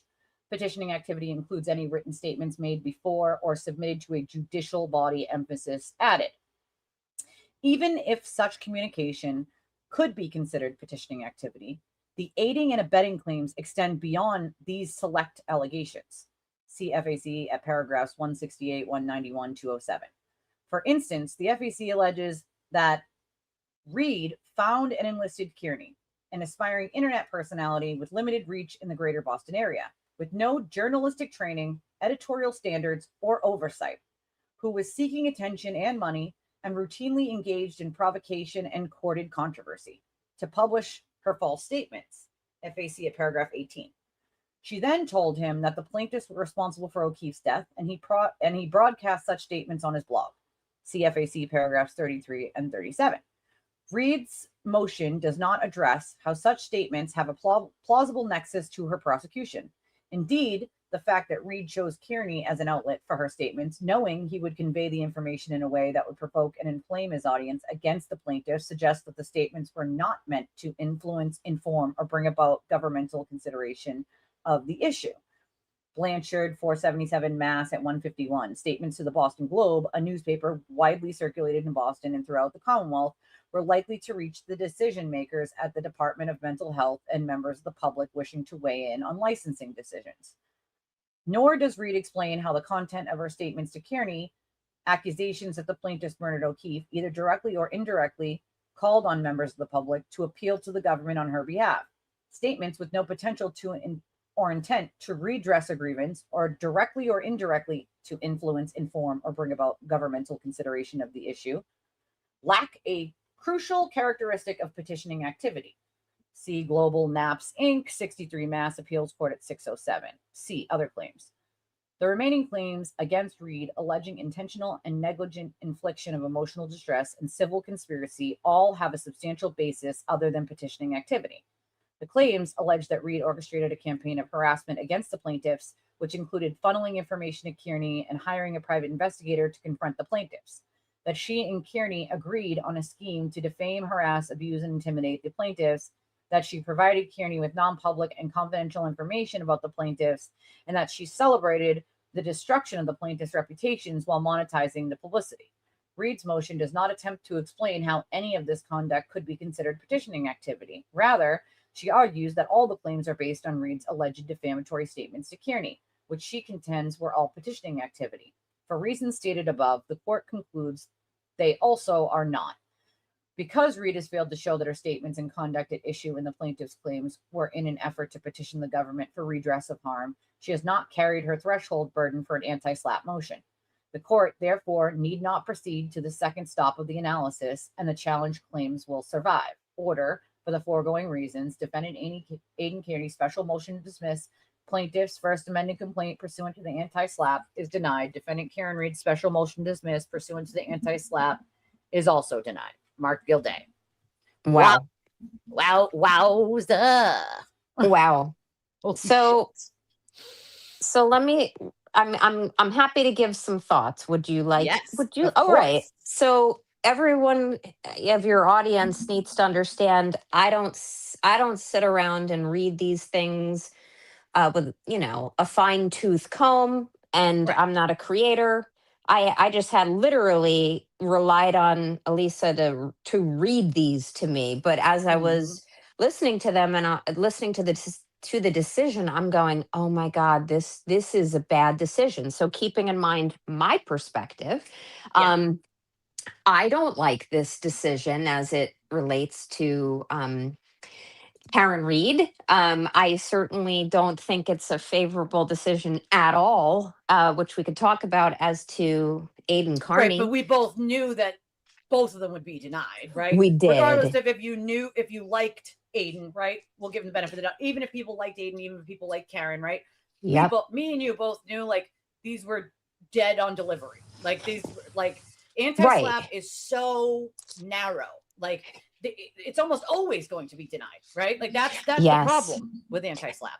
Yeah, these are so rarely granted, and but also one of the comments I would make as to Aidan, it was like at once he was retaining his new attorney, who Pyle, is that the name? I don't know that attorney's name, but who, Pyle, Pyle. I'm guessing Pyle. that's how you say it. Oh, I know an attorney named Pyle myself. As he was retaining him and he's bragging to his audience, oh, he's the best and this and that, and it's costing me in the six figures. I had to just pay six figures for this or that. And obviously one of the reasons to do that was, I'm presuming, to have an answer filed on his behalf, which is a response to a complaint once it's filed, but also to initiate to file this motion. And I have to say, I think and I don't know what Karen paid, but I think he overpaid. But He claims it was 150 grand, right? Six figures. He said that's figures. that's insane. I'm sorry, it's insane. It shouldn't cost that much, especially because these motions had a very low likelihood of success. So at a minimum, and I don't know if it took place, there should have been a discussion between him and his attorneys, and really his attorneys to him saying, look, this has a low likelihood of success, and we're certainly more than willing to file this type of motion, but it will likely lose, and you need to decide where you want to invest your resources. But I think it's a little bit of, as I like to say to Steve, when we talk about things, fraud in the inducement. If Aiden's telling his audience, oh, it's going to cost me this, and I need all the help I can get, and all these fundraisers are taking place, that was really money wasted.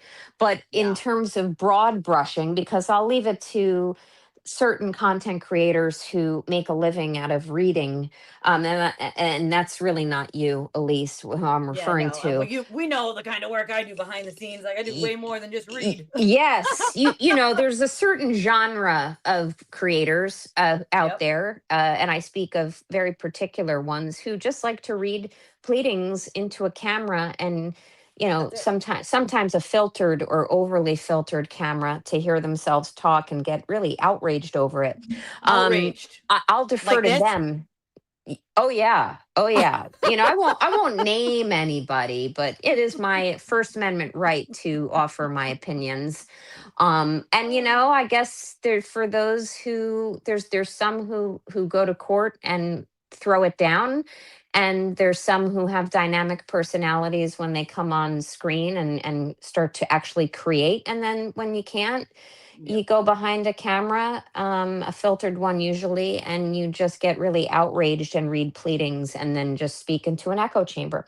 So I digress. This decision obviously speaks for itself, but I think that the judge went so far beyond what he needed to do. And I'm saying this to FKR, AFKR, ATB, and TB audiences. This judge just fired a shot across the bow.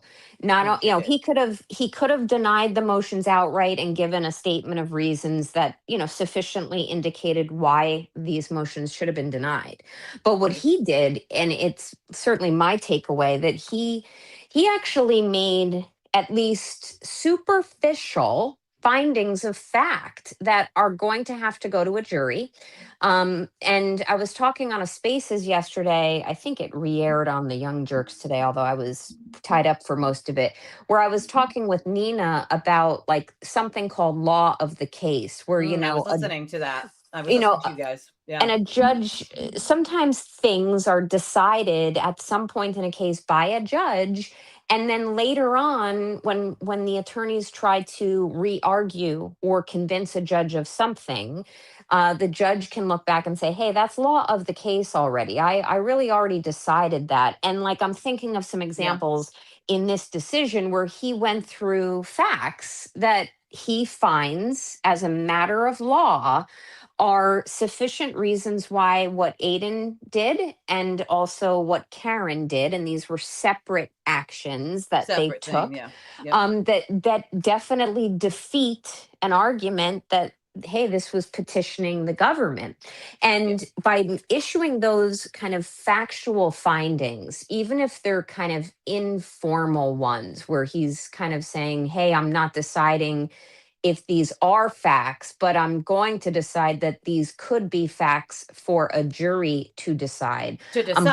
Right. Like, so, but by articulating them, he's signaling to really both sides, all sides of the litigation, and to the prosecution in Aiden's criminal matter, and to, Aiden in defense of his criminal matter, that there's conduct here that sure sounds problematic from a criminal liability standpoint and also a civil liability standpoint. Things like, it's, and now I don't have notes, but the judge was saying things like, yeah, but it sounds like you weren't just acting on your own behalf, Aiden Carney. You were, by Yeah. doing A, B, and C. Well, he argued that. Aiden argued Yeah. that, and that's what the judge is just like, well, citing, because of course the FAC, when the judge says the FAC, he's citing in quotations on it what it said in that, like what the argument was for that.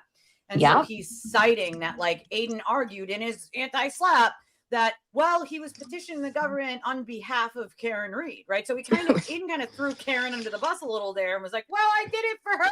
Duh. Yeah. Like, and you bring up a good point, which I had jotted down just a handful of notes when I was listening to you read the Karen Reed part, which I want to hit because this issue comes up in my mind frequently. Aiden really did throw Karen under the bus a bit in this motion. And by doing that, and now I'm speaking as an FKR person, so everyone needs to take my opinion through my lens. By throwing Karen under the bus a bit, or impliedly, what Aiden has done is he's now put Karen in a position where, for at least partially, this judge is saying, there's potential aiding and abetting here. What if you've given information or used Mr. Carney as a conduit of, a mule, so to speak, to kind of propagate your version of events. Yep. Which I know you and I disagree on, but to propagate your version of events, well, then the judge is making Aiden and Karen adversarial to one another. And Aiden did that in his motion. And the problem with that, and this goes back to some of Aiden's activities dating back to the fall of 2025 and thereafter, which he's obviously, I think we've all noticed, he's kind of stopped doing that. But he made himself back in the fall very adversarial to her, ranging from calling her the C word to telling her to get a job to directly interfering with and competing with her fundraiser. Like, do we all remember? Out of spite, like that word has a whole new meaning on that side of the camp. It's like, oh, spite streams and spite, petties and spite comments. Like, he did that out of spite. And I'll never forget that week, because that fundraiser, for Karen, which was going to be held on, I believe it was a Friday evening, this is my opinion. It was clear to me that Aiden couldn't handle that. That was when he can't handle anything. Right. It's the jealousy. Like, let's talk about that for a second, right? Because I fully believe, and this is obviously my opinion, I fully believe that part, and I've went through this myself with him, so I know, like, from my own experience, like, he gets very jealous very easily. Very, very, very, very easily. Okay. One of his biggest problems with me way back was people kept saying to him, why don't you have Elise on? We like her. We like her show. We like her. She's smart. Like, and he lost it, dude. People are sending me the screenshots of, like, him ranting in text about how dare they tell him how many viewers I'm getting, and how dare I, have that many viewers, and, like, how dare these people, bother to like me, and maybe he will just have me on if all these people are begging, but it'll be on his show and it won't be double streamed because he needs to make the money off of it, right? Like, that's weird as fuck, number one. Number two, as the smallest channel of all the channels, like, I always allow the other party to link it so it's on their stream too, so that their viewers can donate to them. Like, as a small channel, it's important. Like, how else are we going to survive, right? Like, but Aiden only cares about those things, right? He cares about numbers. He cares about what people say to him. So if somebody's like, oh, we love Nan, that gets him, right? So I fully believe his attacks on Brian, on Mike, on you, on many of the anti-free Karen Reed people, a lot of them are ingrained in a weird jealousy thing where, like, he needs to feel like the most important and be the most important. And if other people are expressing interest in other people, he needs to get rid of that, right? Like, away from him. Oh no, I agree. Like you're such an astute reader of people because I agree. And that particular week, he, in his little tongue in cheek, trying to be coy but extremely transparent way, was like, I don't know, I'm gonna have to have a fundraiser, and I don't know what day of the week it's gonna be. We'll figure it out. And he was kind of coy about it, and then in the last set of hours, like That's it. they It was an intervention. That's what he called it, an intervention. That's it. yeah. So Yeah. I mean, then suddenly it's the same night as hers, and then conveniently his started like after she went on and gave her segment of her fundraiser. So this type of behavior from Aiden post dating an alleged unlawful wiretap of her, which I have my own theories as to why he did that, which I'll keep Me to too. myself for now, and I think we all do.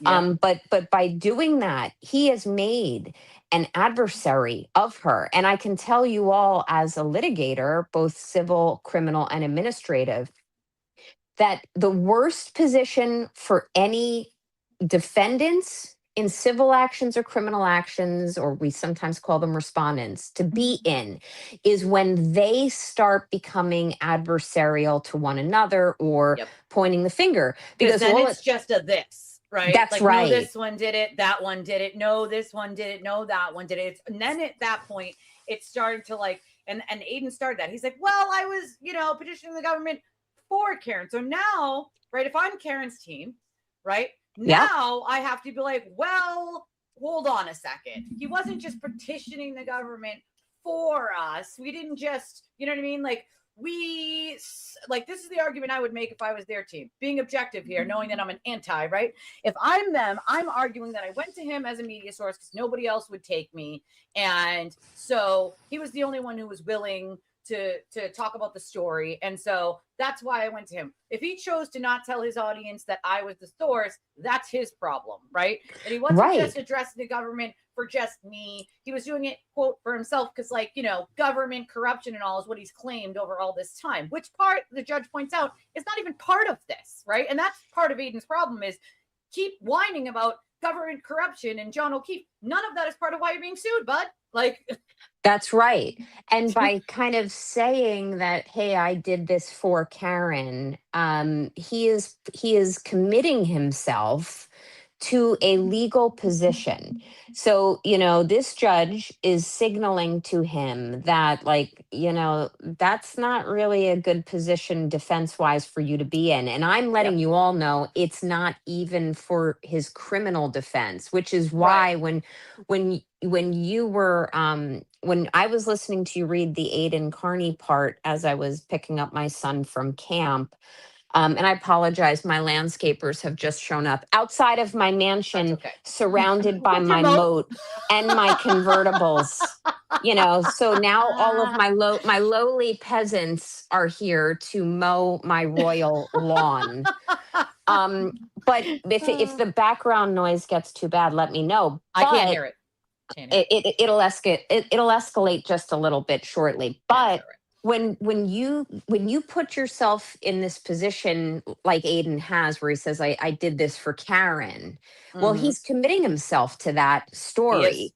And that's it. Like, that's the only story he's going to get, because then you change it later on and the judge is like, whoa, hold on a second. That's not what you said. What you said was this. So now are you changing your argument? Correct. and what I don't think, and this is where I go back to what I was saying to Nina yesterday and Meredith MLF yesterday on the spaces, when you commit to a position, you're locked in. So not only could a judge be like, well, wait, are you changing your tune? What happens is he can go before a jury on his criminal trial or on his civil trial, which won't be for years from now, to be honest. And then if he deviates from these positions he's taken, that I did this for Karen, he's going to get cross-examined, and they're going to show him either parts of his streams or tweets, whatever, wherever he's taken this position, they'll show him pleadings where he's taken this position, and he'll get cross-examined and potentially impeached based on credibility. And the worst position he can be in is for any attorney, be it a prosecutor or a civil plaintiff's attorney, to be like, well, which is it? You said this one day, you one said is this it? another. You said on this stream you were petitioning the government. And I go back to what I said yesterday to Nina and Meredith MLF. I'm like, he doesn't have an appreciation for the fact that, like, his lawyers, I have to believe his lawyers are telling him to shut the fuck up. If I they're mean, I not, have to believe that too, but I also believe I was listening to you yesterday, and I agreed with you too when you said they probably have already told him to shut the fuck up, and at this point have yes, stopped, right? Because how many times are you going to tell your client not to do something before they start doing it? But what usually happens, as you pointed out, and I've pointed out a billion times, is what usually happens when a client is adversarial or not listening to your legal advice and they're hurting their own case, is that you say, I can no longer represent you because you are destroying your case. You're not taking my legal advice. And in good conscience, I have no defense left for you.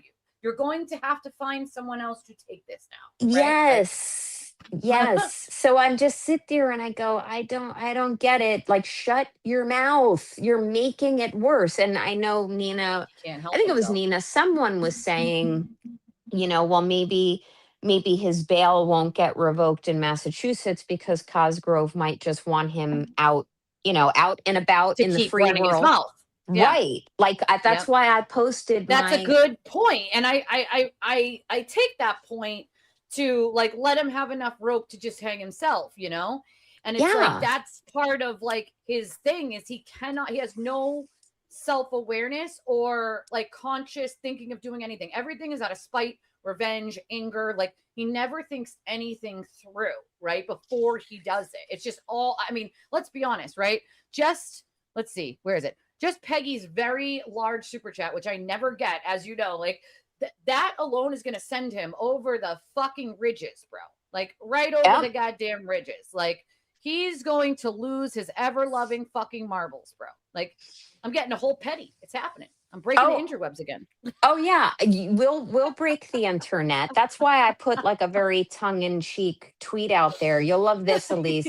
Breaking the interwebs. I put I'll be popping on with Untwisted Live shortly to give my off-the-cuff, non-TBDS laden thoughts after hearing a bit about the anti-slap motion decision. I love not having to be a content creator or simply reading pleadings and getting, quote, outraged to a filtered camera. It's so liberating. I love it.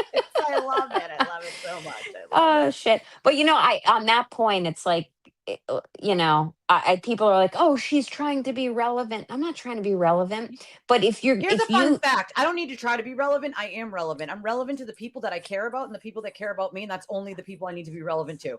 That's right. And if they don't like what I'm using, they extremely broadly. If they don't like what I have to say, don't watch. It's my First Amendment right. I have the legal training to do it. And guess what? If you don't want me spewing like this, don't piss me off, because now I'm thinking the same thoughts I always would. They haven't been impacted by things I've been going through, but I'm not going to be quiet about it anymore. So, fine. I was okay being quiet. The minute you start taking shots at me, I don't have to be quiet anymore. Yeah, that was the minute I was done a long time ago. It's my constitutional right, which all of the fucking hypocrites who still choose, and uninformed, who still choose to follow Aidan Carney on this matter, which, you're free to do. It's your right. But if you guys don't realize that I'm exercising the same First Amendment rights that Aidan is saying he has, and that all of you have, and that's why you're paying money to him,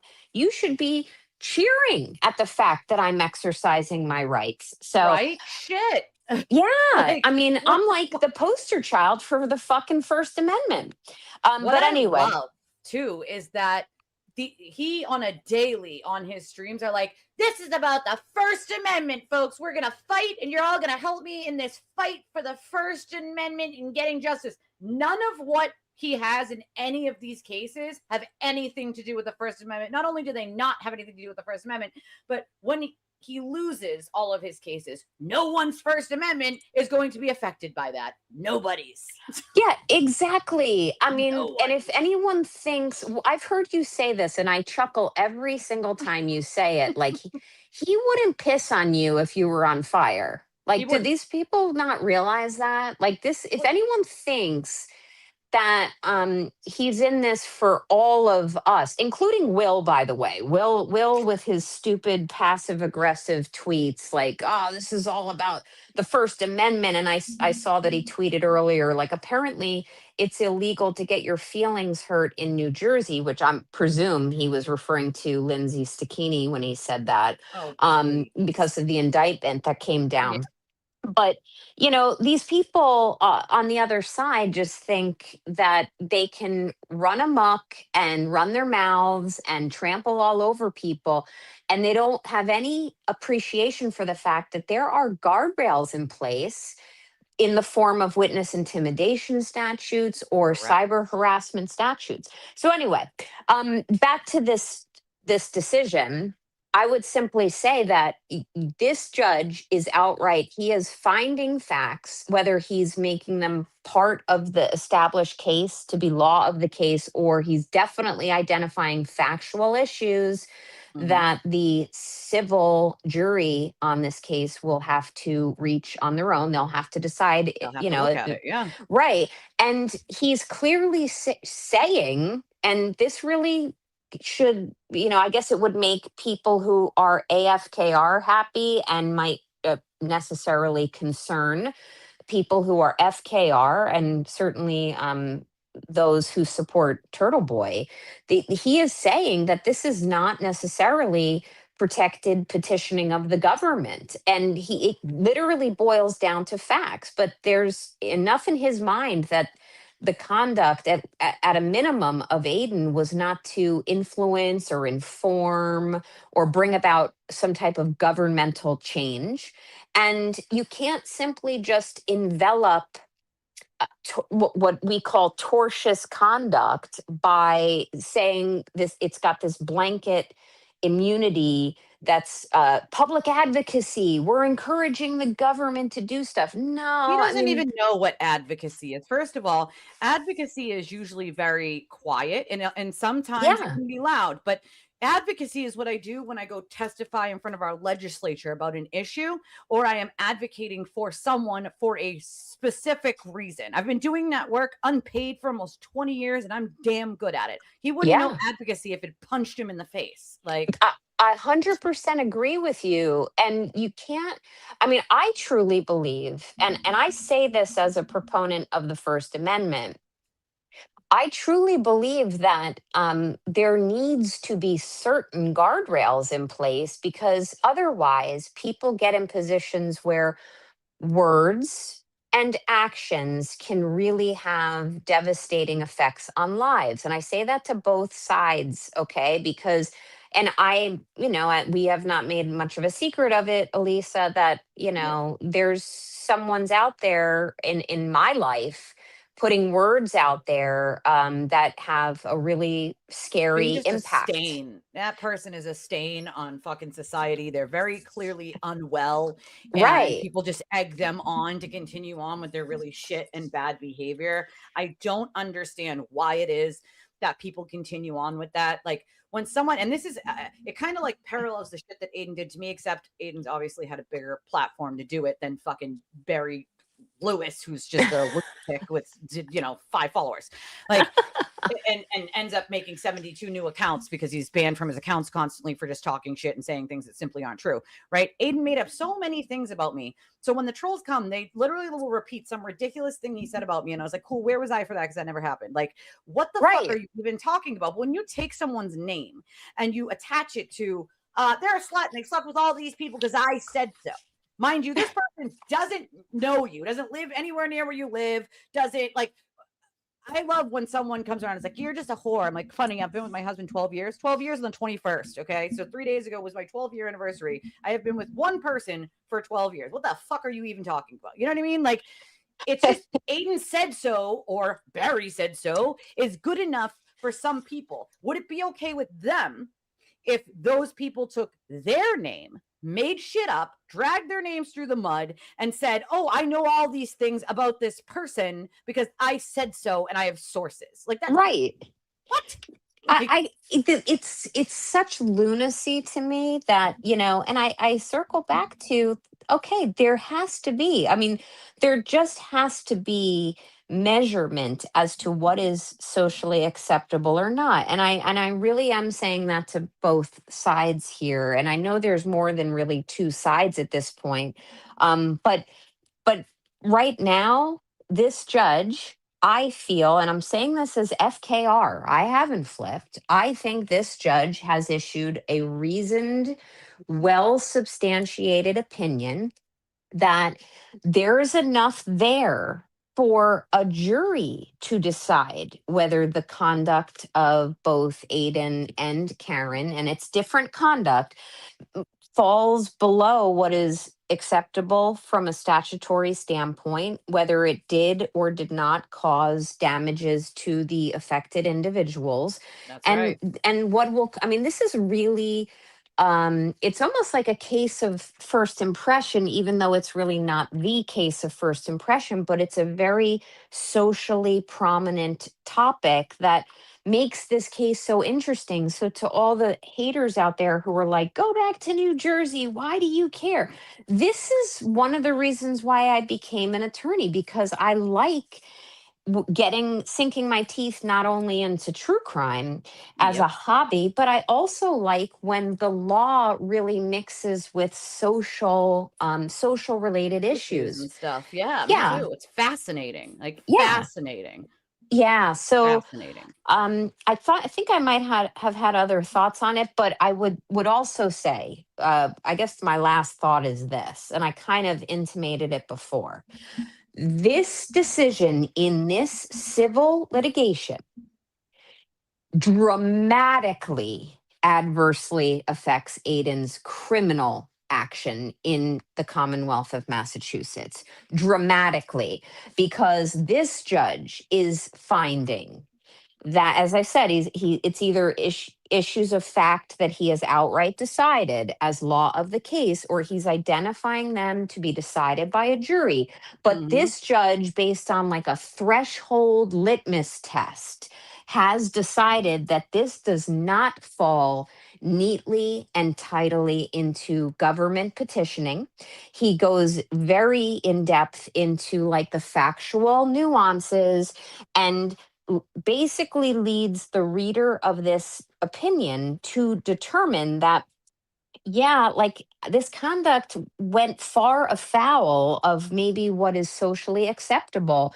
And that's why, if Aiden chooses still, in light of this decision, to bring these types of, factual assertions before a criminal jury, he's going to be extremely challenged. Well, I I think this is also, what he's already arguing, right? I mean, you read yeah, his micro mega joke, right? Like yeah, micro.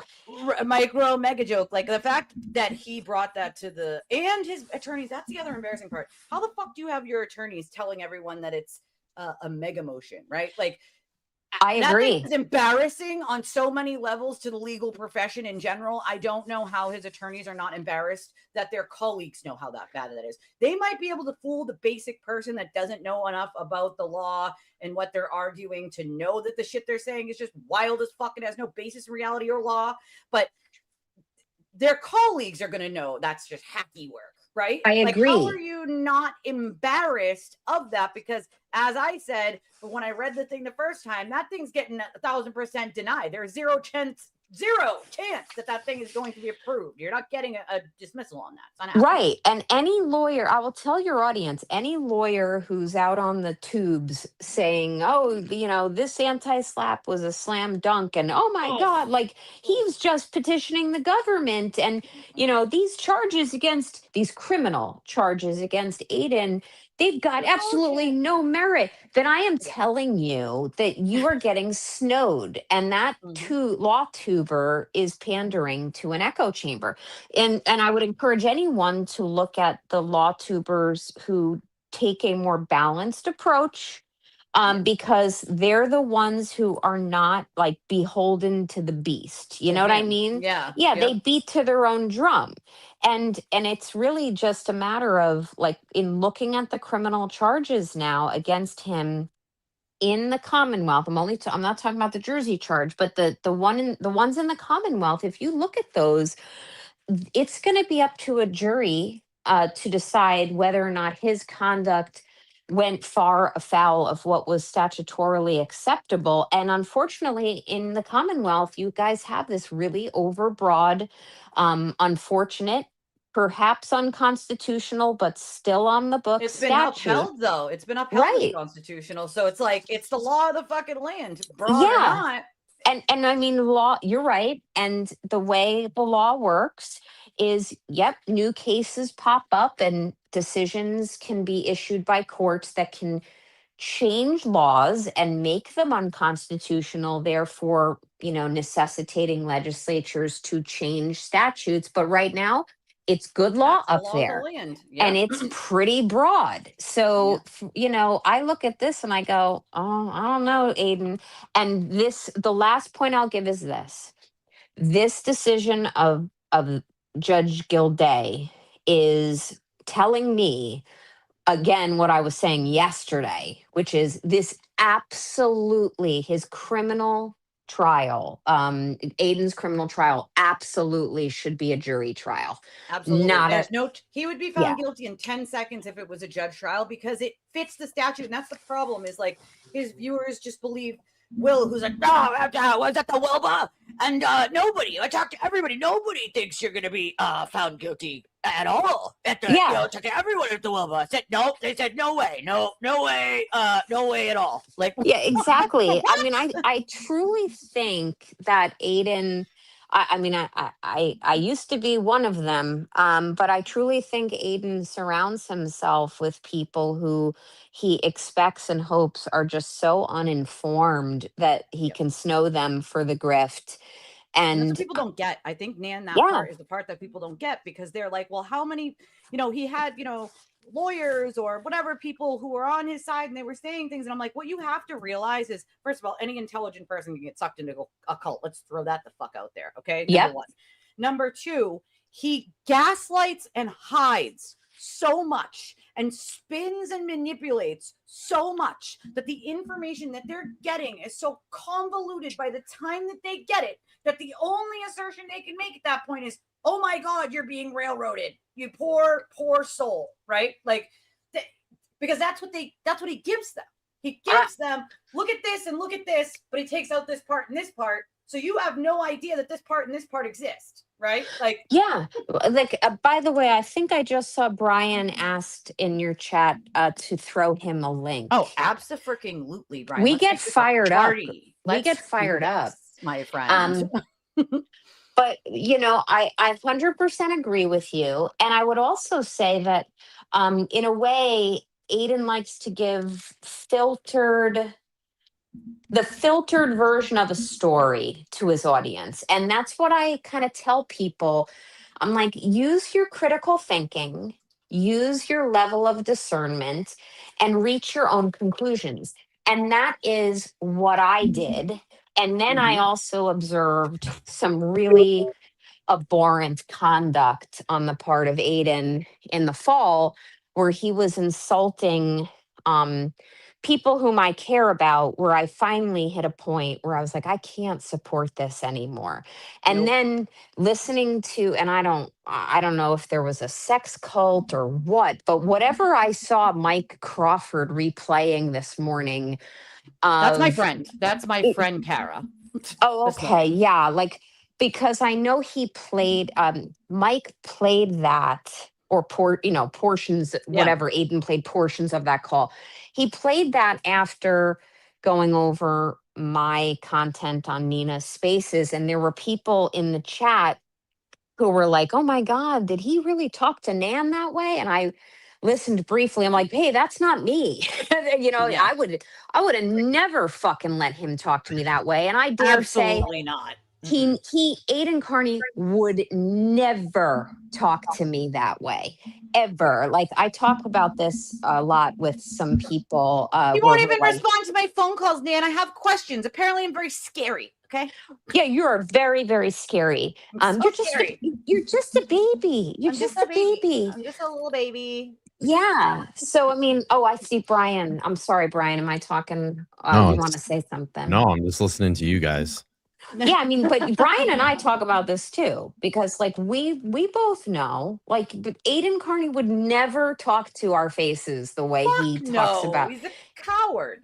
You mean this guy, Nan? You mean this guy? Hold on, come on. This guy over here, this little guy here, crawling on the floor, crying like a baby back, bitch. This guy, this little cutie right here. Can you please go? I can't go back. Can you please go? I can't go back. Poor Meredith's like, can you please get off my floor? Like, I got neighbors. You peed on the couch allegedly for entertainment purposes and satire only. I don't know what's going on here, bud. Like, I know, it's fucking hysterical. And like, look, I was with, what a lot of people don't recall is I was with Aiden Carney just a couple of hours before that infamous crying video took place. It was the first night I met him. Yeah. And he was fucking drunk as a skunk. He also drove the vehicle away from the hillside that night, drunk as a skunk. Because, you know, I love her dearly, but Meredith was a bit imbibed that evening. I guess one could argue that Aiden was less imbibed than her. But you know, maybe that fed into him crying like a little bitch baby that evening. Probably. But that's one of the reasons why he digs in so hard with people, because that little clip, which I love that you just play and play and play, Elise, that embarrasses him so much. That's why I play it. Yeah, I mean, every time. And, you know, I have some insider information that there may be some merch coming. Ooh, I know people have been asking me. You got to make t-shirts, Elise. You have to put turtle tanties on it and make a t-shirt. I'm like, oh my God, you guys are right. But anyway, I'm here, but I want to hear Brian's thoughts. Go, Brian. My whole thing is that, you know, this is the point that I've been trying to make on my shows the last, you know, couple times. And Mike and I have been collabs on with JFK the other night, but it's like, now you look at this new indictment that's popped up in New Jersey, you look at the, you know, the mega motion that gets denied, you know, that was like the whole thing. They were hanging on that. This is going to get dismissed. And I get it. You're defending yourself. You want to be positive. You want to show positivity that, like, you know, you're trying to defend yourself. But like, my whole thing is, dude, maybe you need to reevaluate your life, because I think you're getting deeper and deeper. And it's almost like he kind of wants to just fucking go down and burn everything down. Self torpedo. Like, I mean, you're on there and you're talking about the attorney that's for the McAlberts. So you're talking about that guy and you're saying, you know, I'm going to make him my bitch. I mean, it was in the article that I read last night, the Gretchen Voss article, like, I'm going to make him my bitch. And you're saying all these derogatory things about it. I'm like, bro, do you not think that they're not going to clip that and play that in court? They are. And let's do this. Think about this. 1.4 billion, not million, not thousand, not hundred, with a billion. Like, that's it. You're done. There's no more TV Daily News. There's no more internet. There's no more house. There's no more anything. And even Nan was talking about this the other night. Like, what fucking advice are your attorneys giving you? I mean, are you guys like in a war room and battling back and forth, and they're screaming at you to stop and not do this stuff, and you're just ignoring them? Or do they just not care? And they're like, just keep doing what you're doing. Honestly, if that's what it is, that's, in my opinion, that's bad counsel. But you also have to remember, like, what do you think the first thing he's going to do when he loses these cases are? Appeal for ineffective assistance of counsel and throw his lawyers under the bus. Come on. You've said that before. And Brian, I'm not sure if you were listening before, but I was mentioning that, you know, unfortunately, due to a whole set of circumstances, it really is abundantly clear to me, as someone who, you know, is a legal analyst and practitioner, that there's this adversarial relationship that exists now between Aiden and Karen. And, understanding that I'm FKR, I know you're FKR, but this is not a good position for Karen to be in. Oh, it's horrible. It is. I mean, he's kind of throwing her under the bus a little, even as an anti-free Karen person. I could see that, right? He's For both of throwing her them. essentially a little bit under the bus, and it's like, well, I did it all for her. I did it all for the nookie. Okay, and the nookie. And we were just talking about, why, whether or not his lawyers are not telling him to shut up. But beyond that, if I were, and I'm not criticizing them, but if I were Karen's lawyers, I would be calling up his lawyers and being Why like, not can you severed, tell though, him to Dan? Why shut the haven't fuck up? Why haven't they filed a motion to sever this shit? Like, So severance is an interesting issue because first, it's not routinely granted. Severance for your well, audience. yeah, but why not try? You know what I mean? Just try. Well, you I could thought I saw try. an article about that the other day, though. I could have swore I did. I Hang certainly on. didn't. Brian will Hang hunt on. around for it. I I'll don't find it. always Go ahead, read the Nan. local rags up there, but severance, yeah, maybe it's not always granted. Why not try? Well, if you try, you're publishing out loud. You'll have to publish in a public pleading Well, yeah. why you need severance and the reasons why. So, like, I'm gonna again, as FKR, put myself in the position of Karen Reed. I can't just say, hey, judge, I want this severed. I have to say, I want this severed because Aiden Carney is a little midget man with bitch tits who lies and records me and puts me in an awful position legally. Like, Right. you have to put the reasons forward. That's and true. and she's not helping herself if she does that. It goes back to what I'm saying. You just like ring the dinner bell for the It's kind other of like side. a two-parter, I guess. Like, severing from him, even though it's not, as I've said before, not always granted. And yes, you're right. You would have to put the reasons why you want to sever, right? But if he's already starting to throw her under the bus, don't you think it's smarter to get ahead of it at this point and then be like, you know what? Yes, we need to sever because, like, use other things. Like, he disseminates information from his other cases. We're afraid, like, this, can we just separate these things? Like, it's valid. See, this is really, really good, valid points you're raising, Lisa, because you're persuading me a bit. I think that this is a critical legal analysis you're making. I don't know. I don't know if I would move to sever if I were her attorneys, but at a minimum, behind the scenes, two things. One, if I were her lawyers, I would be either sending letters or calling them and saying, calling his attorneys and being like, can you shut him the fuck up? Because you're not helping they're anyone. not going to do that, though, I feel like. And the other thing I would be doing is not signing what's called a joint defense agreement. Oh, no. And that's an agreement that many They're going to work times. together. Yeah, it's like when there's a similar or a substantial nexus of a fact pattern in defense of two different defendants, they'll reach a joint defense agreement, which says we're going to work together. We're going to share things that otherwise might be confidential. You scratch our back, we'll scratch yours, and we're covering our asses from an attorney-client and attorney work product privilege standpoint. I strongly hope that they have not entered into a joint defense agreement. I would never hope that anyone entered into a joint defense with him because ultimately, as we all know, he will just burn whoever, right? Mhm. Like to save himself. Ultimately, that's what he's going to do. And I think Queen of the Pool brought up a good question earlier, and she asked, and I know the answer, but I'll let Nan answer it. Like, could this hurt Karen's case in the way that all the stuff here comes out and they indict her on a conspiracy charge to intimidate witnesses, which, by the way, if you all don't already know, she was already under investigation for. Yeah, I mean, the fair and balanced legal answer to that question is yes, it could happen. I do not know. Just simply do not know what facts were presented before a grand jury previously. I think that was the spring of 2024. So not knowing what they brought before that grand jury, and it resulted in a no bill. They did not indict her. Don't know, but yes, there specifically certain new facts as they come out. And by the way, that's not necessarily facts as articulated here in this decision by Judge Gilday.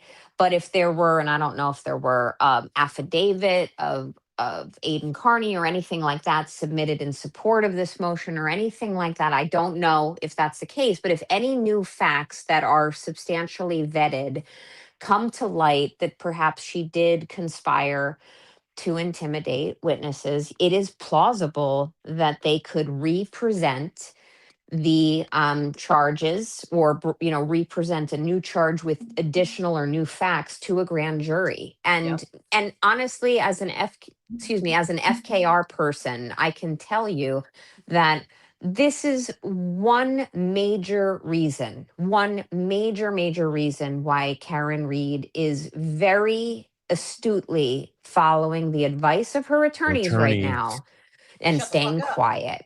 Shutting the fuck up. She hasn't said anything. It's not that hard. Like, the first fucking thing that your attorneys tell you to do in any shut the fuck up. Is to shut the ever-loving fuck up, dude. Yeah, which on this point, I'm just going to say, and then I'm going to let Brian talk more. But on this point, I'm going to say this. There was a few months ago, and this is my opinion, and mine only, so everyone can look at my box on this screen. There was a few months ago where Melanie Little was whelping into her filtered camera saying, a lot of this could be helped if Karen would actually come forward and if she would speak. And Mushato said the same thing, in her substantial educational background. She has the wherewithal and chutzpah to know all about this stuff. The two of them separately, and others did it too, but these are two examples that I specifically remember. But as far as Melanie Little's concerned, who everyone puts on this pedestal and whom I'm not jealous of in the slightest, and who did take the first shots as to me, and I've got the receipts for it. She's whelping to her audience. A lot of this could be fixed if Karen would come forward. Are you kidding me? There are 100 reasons why Karen's not going to come forward now. Does it frustrate me? You're damn right it does. Even as a non-free Karen Reed person, like, my advice, if it was my client and I was an attorney, would be, you say nothing until all these cases are over. You want to unload on Aiden after that?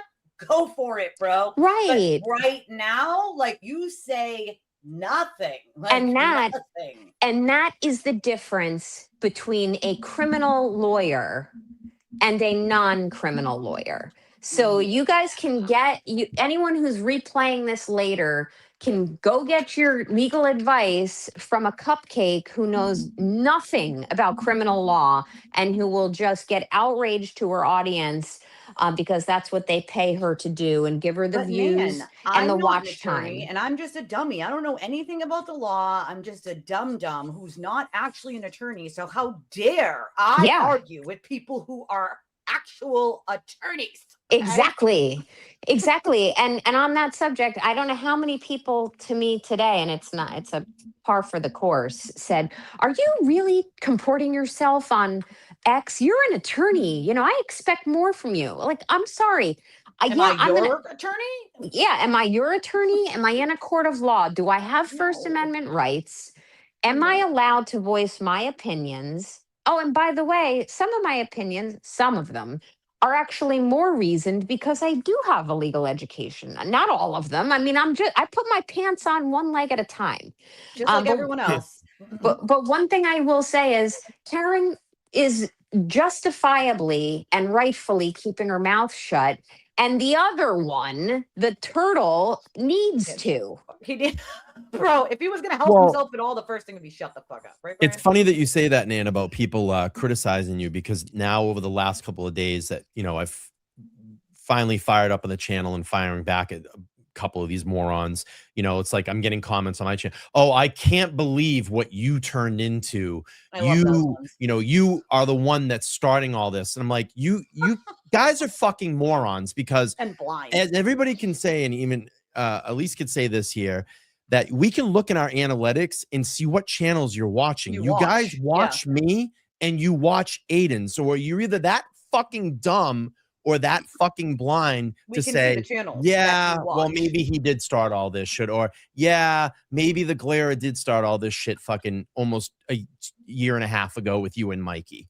Are you fucking Do you kidding know how me? long some people kept their mouths shut? Like even me, 6 months I kept my mouth shut. All I said was I'm not going to answer to a turtle tantrum. I said that. And then I didn't say anything for like 6 months. And then I was like, you know what? Fuck this. I don't fucking care. None of these I people don't give know a shit me. anymore. The people who do know me know the kind of person I am. I am thankful that you guys took the time to get to know me, right? Because many of these turtle people didn't. And I am the polar opposite of what they claim that I am, which is so funny to me. It's like, how would you know what kind of person I am? Do you know me? Have you ever spoken with me? Like, and I will gladly, I'm going to put this out there. I will gladly meet up in person and have a conversation right to With my anyone. face. If you want to call me a pussy, get any time of date. Give me the address, where you want to meet, whatever. We can go there and talk like adults. Or if you want to really test me, like I said, I got a boxing gym right up there, right up the road from me. Charity. We can go there. We can put the gloves on and go from there. So anybody that wants to have an adult conversation face to face, tell me when and where. I'll come meet up with you. I have That's boxes of great. chiclets. Okay. I have boxes of chiclets. And it's not to fight, it's not to be tough, you know, anything like that. But let's do it. You know, I agree. and I'll throw And- challenges out to people. If you want to challenge me in a physical match, let's put some money on the line. We'll raise money for the Jimmy Fund. We'll go do it in a boxing. We'll do it in a boxing ring. We'll get sanctioned and we'll have a charity. I don't mind. Dude, I'll And fight who knows? Turtle and Maybe Will I for do get my charity. ass kicked, but you know what? We'll settle it like men, women, whatever it is, and we'll move on. I agree. I would And happily fight Will and the turtle for charity. Okay. Children's Hospital, anyone? Let's do this. I'll take them both. Because they all want to Take 'em call me both. bitches and pussies.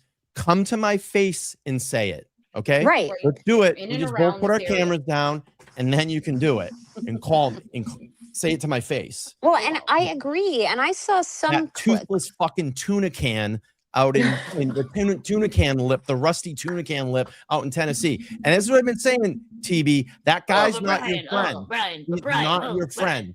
He's using you. He wants to, he gauged it the other night. He did a little petty stream. No one came in. He didn't make memberships. And then the next day he's jumping up there. Oh, Turtle Boy fundraiser. So he gets the crowd back. Oh, they're back. And then what did he do the next night? He popped up and did one of those stupid fucking childish petty streams that he acts like a 13-year-old wastoid on and got his memberships and his money. So he uses you. That's it. You need to drop that dude, bro. I've been saying it for a long time. That guy doesn't give one fucking ounce about you. He doesn't care. Well, Like, and you I won't even take and, my phone call. and we've discussed this, Brian, and I was saying this on my Valid Truth journey a month or so ago on a Spaces. You know, think about it. If Aiden was streaming at 9:00 on an evening, and Will was streaming at 9:00 that same evening, like who's going to draw the You would bigger lose. audience? The tuna can, he'll lose. He'll lose. And he absolutely, I mean, his audience is completely subsumed by Aiden's audience. So 100%. like, and Will knows this. So he is They riding. both know it. And They he sits do. there and he goes, oh, you built your channels off the back. Really? Because I've been on YouTube since 2021, and most of my audience followed me from the Idaho 4 case. Now, Right. and JFK made a good point the other night too.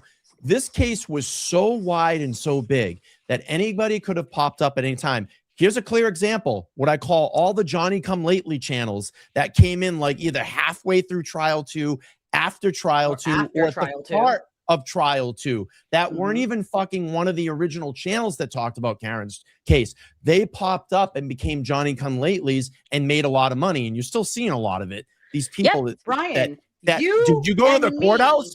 Did you guys go to the courthouse? One of the original people at that courthouse pre-trial to the I've been first there. trial. I saw you twice while I was there. Twice. I've been there. Like, yep. it just, you know, they're not. We were the original channels out Yeah. there, dude. Mike, Right. me, Yeah. you know, and we were all there. And Everyone I was mean, there. and Aiden likes to say, oh, Nan Gallagher popped up in January of 2025. No, I started live streaming with creators in January of 2025. Brian knows I reached out to him in 2024. Okay. And that was just because I'm like, oh, I can contact you know, a The creator first who I've been email that I ever following. received from Nan Gallagher, it's right here, is 6/7/24. That's in the middle of trial 1, and I had already been watching him and Mhm. some other creators like the OGs, and I had been in chats under a different handle. I only Yep. changed my handle to Lawfurio or the Lawfurio official. I changed it actually in January or February of She 2025. was So you actually were watching me through the Idaho 4 case because you say, I also love the humor in the just driving around. Because remember when that's right. Because he was just Koberger was he he's claimed just he was saying, just oh, I was just driving around, Yep. looking at stars. So actually, Nan was probably watching me way before that. I was, and I think, you know, we think about this, that these snowed followers who just blindly like to insult and simp for Aiden, they just believe what they're told because that's what they're told. You know, that's why people think I'm seeking clout. That's why people think the ill of you, Elise, and you, Brian, and Mike, and others. It's because that's what we're told. Like, really? Like, use your brain, bro. Like, I don't think don't. they can. And Meredith has said this, and I don't think I'm telling CPU. tales out of turn when I say this. Meredith has said time and time again, like Aiden would regularly make fun of his supporters. He would regularly still mock does. them. Right. does. And he has outright said on more than one occasion, he's Gross. quote, glad he doesn't have to pretend anymore. Yeah. Okay. Right. Good luck. So, okay. Right. I mean, he said it as to me. I know he said it as to some other people. Okay. Well, like, what does Full that story, make bro. you? What does that make you? Fake. You'll take the money, but you'll Fake. pretend to be nice? Fake. Yes. That's a fake person. Fake. It's Oh, fake. by It's the way, not- real quick before we get kind of way off this, but the article was talking about was CBS News, and the headline was classic retaliation against witnesses. McCabe's Alberts asked the federal judge dismiss Karen Reed lawsuit. So I was wrong about that. That was actually the article. Okay. I said they were trying to split. Sever. Right, sever. and I was wrong. So Yeah. That's okay. That's okay. There's so much written articles that have been coming out there, and we obviously saw Gretchen Voss's article. I know, Brian, you talked about it last night. I'm sure it'll come up again with you and Mike for anyone who hasn't been paying attention today. Mike and Brian are going live at or around 5:30 today 5:30, on I think they're co-broadcasting it, but yeah, Mike's I'll be hosting from my channel tonight. Yeah. yeah, so everyone should make sure to give LTL Media and the Young Jerks a subscribe. And I love it because, like, I love all this shit too. Like, so on X, I love all these people. Like, if we post a picture of Will in a response to something, or maybe throw a TB thing up, like a meme or something, respond. Everybody calls us juveniles. Everybody calls us pieces of shit. Do you guys not? I mean, do you have short fucking term memory loss or something? Like, you know, but you know that, and the, you know the song nice are you fucking smoking from today? Like, the amount of shit that we have taken and said nothing is beyond. And I want everybody to remember this, because I think it was a good point here Lisa just made, which is she said it's really refreshing to see all the content creators supporting each other and having open dialogues. Bravo, ladies and gentlemen. Fun fact, like, we did that. These people behind closed doors anyway, but the fact alone is, like, I wouldn't have wanted them to come on my channel and then just get shit on for being on my channel, right? Like, from the Turtle Riders, like, that would have affected their lives, their income, their whatever, right? Like, and I'm glad we're at a point where we just don't have to fucking care anymore, right? Right. Like, I don't give a shit. Like, well, see, that's the most important part. And that seems to be the real notable shift that I have seen and I'm extremely happy about. In the last, I would say, 2+ weeks, I am now seeing a palpable like change in a lot of people's mindset. Brian's, Mike's, yours, Elise, and some others, my own, where we're publicly say, and JFK, who's kind of been a little bit handling it a little bit differently, but like, we are publicly saying, we don't fucking care anymore. We're not going to just get punched and not talk back. And I can speak from personal experience. A, I'm not a creator, but B, I kind of didn't punch back as much as I wanted to because I was either letting it soak in, which I don't anymore, or I was trying to protect Karen a bit. That was my personal experience. But at this point, I'm not going to be quiet anymore. You gotta protect yourself too. And there's a sign up in my office, not the one I posted yesterday, which is the fish got hooked because it opened its mouth. That was a good But one. thank you. There's a Mhm. sign up in my office. Maybe you guys can see it when I'm a guest on streams. It says, "Never underestimate the power of a girl with a book." And that was Ruth Bader Ginsburg. Oh, And, yes. One of my favorites. you want to fucking piss off me? Okay. I have a legal education. I have criminal law experience dating a quarter of a century long. I have been in the trenches. I know these cases like the back of my hand, and I am pissed off now. Now, I am FKR. So I try to be balanced, but I will always err on my beliefs for what happened that evening. But I know how to listen to both sides of the aisle, reach across the aisle, have respectful disagreements or debates over things. I know how to treat people, and I also know how to treat assholes like the assholes they are. So there's been a shift. And if you guys keep wanting to punch at us, you're going to get punched right back because we're not going to take it anymore. Yeah, I think a lot of it too is I'm just trying to get through his head, and I know it won't because his skull is very thick and nothing really gets through. That dude in Tennessee is not going to support you. He doesn't give a shit. He doesn't like you. I don't know. Like, I think maybe he's just keeping around because that's the last guy that he has.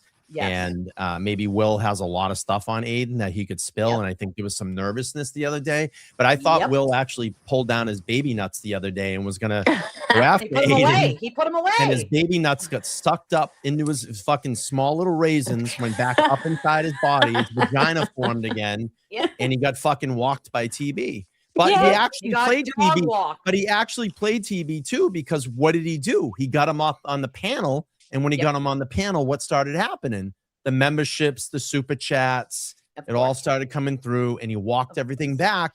And you could see the smiling on his face because he knew he had TB. He got him up on the fucking panel. So my whole thing is that dude's using you, bro. And you had people that were around you that were actually helping you out. Because remember when you spazzed out the fucking drama with Machado? I'm fucking facing these fucking charges, and none of you motherfuckers are fucking helping me. You're 100% right. Your lawyers are supposed to help you. That's what you pay them for, buddy. Your lawyers are supposed to help you. That's what the fuck you not pay a them content for. The creator. interwebs isn't supposed to help you, buddy. Will's gonna be able to get through the bong resin in his fucking head to fucking say something intelligent? Come on, dude. Well, and if you notice, I love when he said, "You do Melanie level shit." I'm like, Will, that fucking guy, the tuna can lip. The tuna can lip. Dude. That was my thought, and my other thought on that comment was, that's not a compliment. But no, you're right. But also, if you notice months back, you would see people like Will hopping into chats or he has no life. They don't leave the internet. Or he would get links thrown to him and he would join like he did previously with JFK before the shit hit the fan. They don't hop into these chats anymore. I mean, and there's people I won't name who I also see not jumping into chats anymore and shit stirring because they know now that they're going to get ratioed. So and you don't think that Will gassed him up? And I'm seeing this thing like the D&E thing, dude, bro. Of course he did. The half of your problem was Will that night. He gassed you up, bro. He's behind you, hugging you, putting his arms through your arms, and fucking encouraging you. You're right. And that's not a friend. A friend turns to you and says, "You know what? Maybe it's probably not the best idea right now. Let's just go. Let's just go home. We're drunk. Let's just go home." Right? But yeah, and Melanie likes to say, "Well, I would have stopped him from doing." Okay, what are you gonna do? First of all, I met the guy an hour and a half before. I'm not doing that. He already has said outright that he wouldn't have listened to me even if I tried to stop him. And it is my position that he wasn't committing a felony at the time anyway. But for anyone who thinks that a lawyer's job is to sit there and suddenly become the police, I need to be the police to complete strangers. No. Not my job. And honestly, if I could redo that night over again, I wouldn't have gone. You want to know? And while Brian's here, I'm, watching him on a screen, and I'm going to say this to you, Brian. You asked me, hey, you want to go grab some dinner? Let's grab some dinner. And you know what? Hindsight is 2020. I should have fucking gone to dinner with you, my friend. Told you. I would have went. Told you to, man, I clocked these people. Remember, I told you the first time we started talking in person, I said, I clocked all these people. They're nothing but trouble. They're going to get you in trouble. So go play with the fucking devil. They're going to get you in trouble. And guess what? No, thanks. I was right. And you know what? Brian was right. And Mikey was right too the whole time. And we're going to talk about that tonight on my show. But I clocked all these people. And it was starting even before that first Karen Reed fundraiser. I fucking knew they're all trouble. They're all going to get a lot of people in trouble. And look what happened. Well, let's talk about the clocking while we're on it, because you also clocked what do you call it? That shit was going to go down after the Wilbur. I fucking said it to multiple people. I said it to multiple people. There's no way in fucking hell you could pay me $1 million to go near that place, because I knew shit was going to stir and what was going to happen. And what came out of that? The alleged Karen Reed wiretap. And now we're fucking hearing about it all over in fucking articles. And you don't think that other journalists now are going to fucking really jump on this and jump all over this? Of course. And you have a possible Netflix documentary that's going to drop in 2 months, a month and a half? It is happening. Okay. It's happening. Well, there you go. Yeah. So, I mean, you really did clock this. And one additional step I'll take, because Mushato has gone out of her way to say, oh, Brian, he talked shit about creators. No, you know what I imagine Brian did? If there's don't go near them. They're going to get you in a lot of fucking trouble. Yeah, that's not talking shit. And and every one of them have been embroiled in some ridiculous nonsense. I mean, can you guys imagine if you guys just endlessly took Aiden's advice and was like, hey, Elise bad. She's a bad person. She's a horrible human being. Do you guys find that to be the case with me? Yeah, exactly. And I drank some Kool-Aid, Elise, for a time period being twisted up in all of it. Pardon the pun. And I was like, I guess I should not like her. And your friendship has been a very rewarding one. And you provide not only personal comfort to me and support, but also some of your analysis, frankly, all of it, it's astute. It's really astute. You bring up things that I'm like, oh yeah, and to do that. And I say this to both of you, and I would say it to Mike and JFK and the boys as well, and DJ and Bia. But when I think about what you guys as content creators do, real time, live, you're doing so much multitasking, doing the streaming, doing the content, looking at your chat, incorporating and integrating your chat into your experience, just keeping mind on the time, all that you're kind of synthesizing, plus all the preparing that you do ahead of time, whether it's the content, the thumbnails. It's admirable. I keep telling people, I don't have time to nurture a channel. Someone said to me yesterday morning, they're like, you should absolutely do a channel. And I'm just like, no fucking way. And I want to add this too, I'll just even use this example and respectfully, I mean, Mike and I had a lot of differences, but you know what we did? We privately called each other. And the first thing Mike ever said to me was like, you should have called me months ago. We could have figured this all out. And after that 15-minute conversation, we were good. We're adults.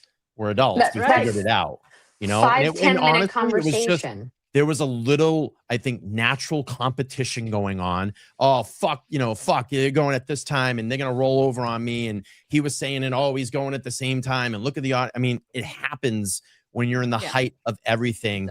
And you even heard Aiden say those things in some alleged recordings, like, this is a competition.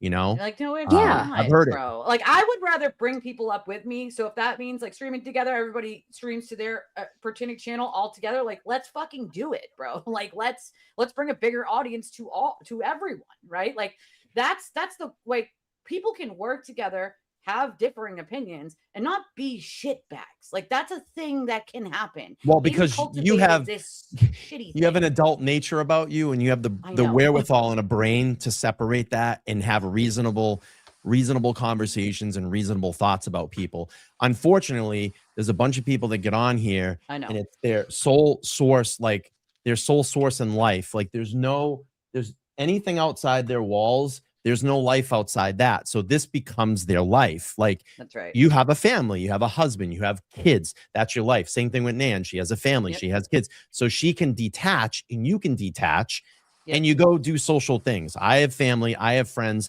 outside these four walls.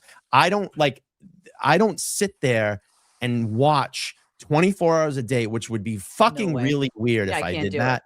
Watch you 24 hours a day so I could try to catch you up on something or go, oh, a year ago you said this and now you're saying that. Or stupid. 2 years ago I heard you say this in a clip, and pull it up, which is fucking bizarre anyway. It's so weird. I think you got mental issues, and maybe probably should take care of that. But it's weird. Like, I don't have time for that. Like, I have a job, I have a career, I have friends, I have family, I have outside activities that I do outside my home. I don't know. Like, is that normalcy? I would hope so. Of course it is. But this is my point, right? See this comment? This is my point. Right. Right here. Like, I wrote and listened and thought you were the devil incarnate out of Aiden Smells. Like, do either one of you think as a person I'm the devil incarnate? No. I mean, how ridiculous is that as like who I am as like a human? Like, that is like the opposite end of the spectrum to like who I am as a real human. Like, well, but you have these people that, like, what I call the Johnny come latelys. They literally pull up, like, there's one particular fucking weirdo that gets on a stream and pulls all my members only up in the existence of my channel and meticulously goes through it and say, see, look, see, you're a fucking weirdo. Like, that's weird fucking behavior. You're a fucking freak. You need to move on. Like, go, I don't know. Go hang out with Will or something like that. I don't know. Right? Like, dude, go do that. Tennessee also apologizes, by the way, for Will, they say. And also Florida is apologizing as well in chat. Tuna can lip. That rusty tuna can lip. I apologize for all the shitty people. I gotta run though. I gotta run. Brian, I dropped your link. I dropped your link for your 5:30 show with Mike in the chat. No I don't think it will pop up. I gotta put it. Send it to me because I block links because then they'll put weird porn links. Favor and send me the link to the motion that you read today. Oh yeah, I got it right off the docket. But yeah. Or can you? Is there any way that you could send it to me? Yeah, I can try to download it and just send it to you. Let me see. Yeah, I can save it. I can download. Because I'm not going to read the whole thing, but I'm just going to summarize it so me and Mike can go over it. Thank you, I appreciate that. Because I had it. It was clipped up on X somewhere. I went to go grab it. Put the bottom part. Right. Like, I want the whole. I want the whole thing. thing. You know? I want the whole goddamn thing, dude. Right. I'm gonna bounce out. Nan, good to see you. Lisa, good to see you. Absolutely. And thanks for letting me come up. I appreciate thanks, it. Brian. Bye, everybody. Bye. Yeah, we completely hijacked your content today. I apologize okay. for Listen, that. I love it. I love it. It goes to show, like, I know that most people don't know that we all separately talk. I talk to Brian on the phone, talk to you, talk to Mike. Like, I talk to free and anti-free care and read people all the fucking time. You know what I mean? Like, I have friends on both sides of these issues, and guess what? We're still friends. If I have an emergency, I have a friend I can call and say, I got an emergency, right? Like, a whole, you know what I mean? Like, there are real people that I would not have met if it weren't for Aiden being a shitbag. So I will thank him for being just a whole bag of shit, because if it wasn't for him, there are some wonderful people in my life that I wouldn't have in my life right now.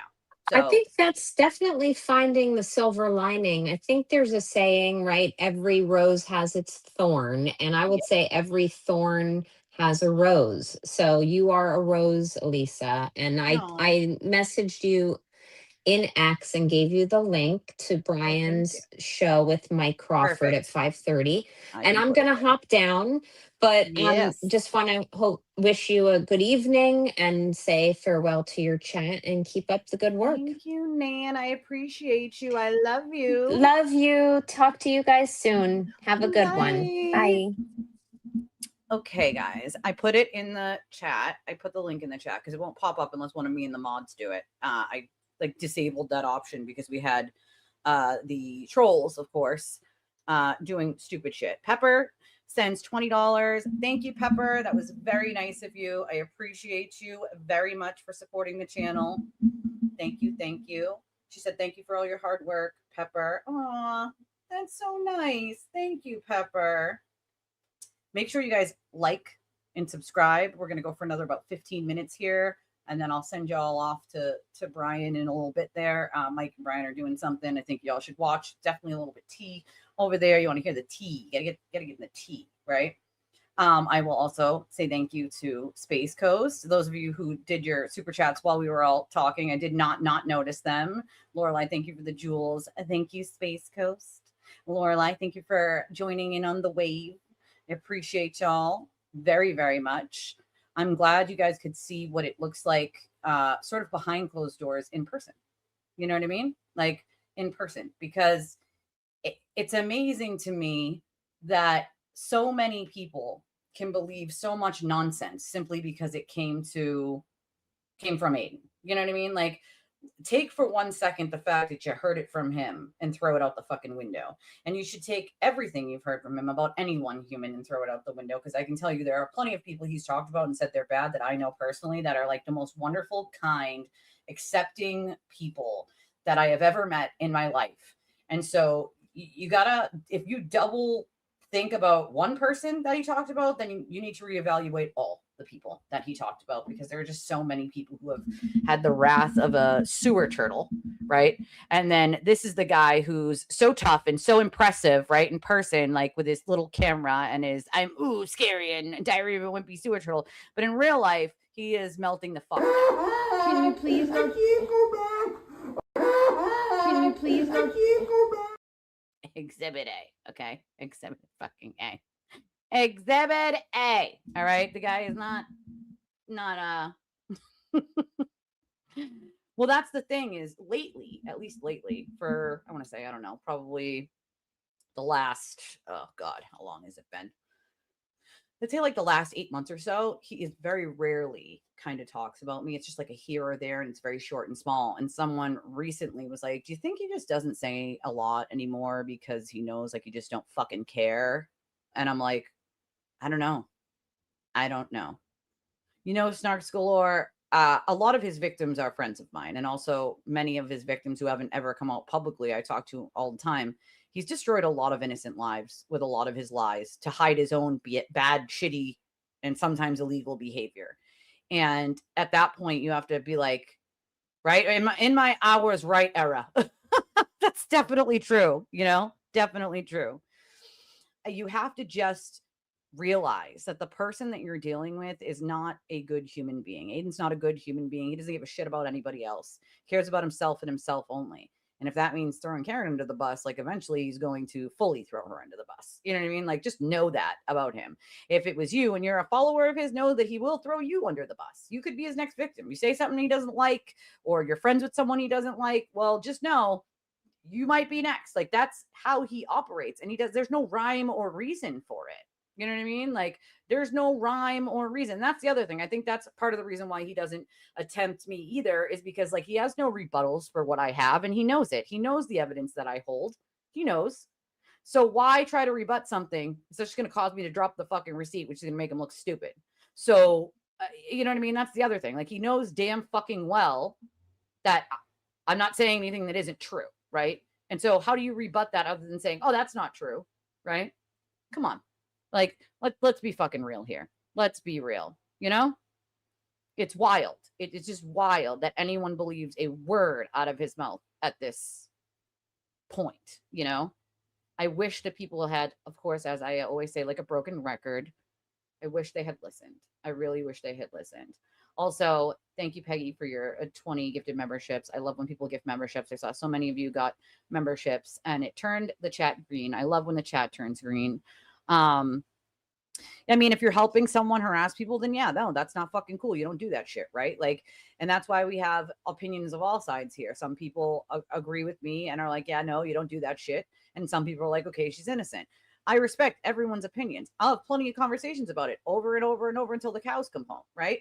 But what I'm not going to do is I'm not going to be like, okay, well, this person has a different opinion than me, so they are shitty and horrible people simply because they disagree with me. That's Aiden type behavior, right? Like, they don't have to agree with me, but you know what? At least they're not running around being fucking deplorable human beings, right? Like, just bags of shit, bags of smashed assholes, right? Like, it's wild as fuck, that anyone at this point, I hope he doesn't go past 8 p.m. I love going past 8 p.m. Oh my God, it is SmackDown time. Holy shit. Listen, that was my favorite era. That was my favorite era. Okay. The Rock, Stone Cold. Fun fact, my cousin worked, it was the WWF back then, worked for the WWF and used to travel with them. So we used to get really good backstage when they would come back here.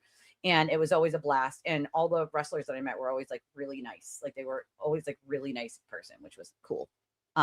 His behavior isn't normal. It's definitely not normal. You know what I mean? I'm going back. He's going back. I don't know. That's a good question.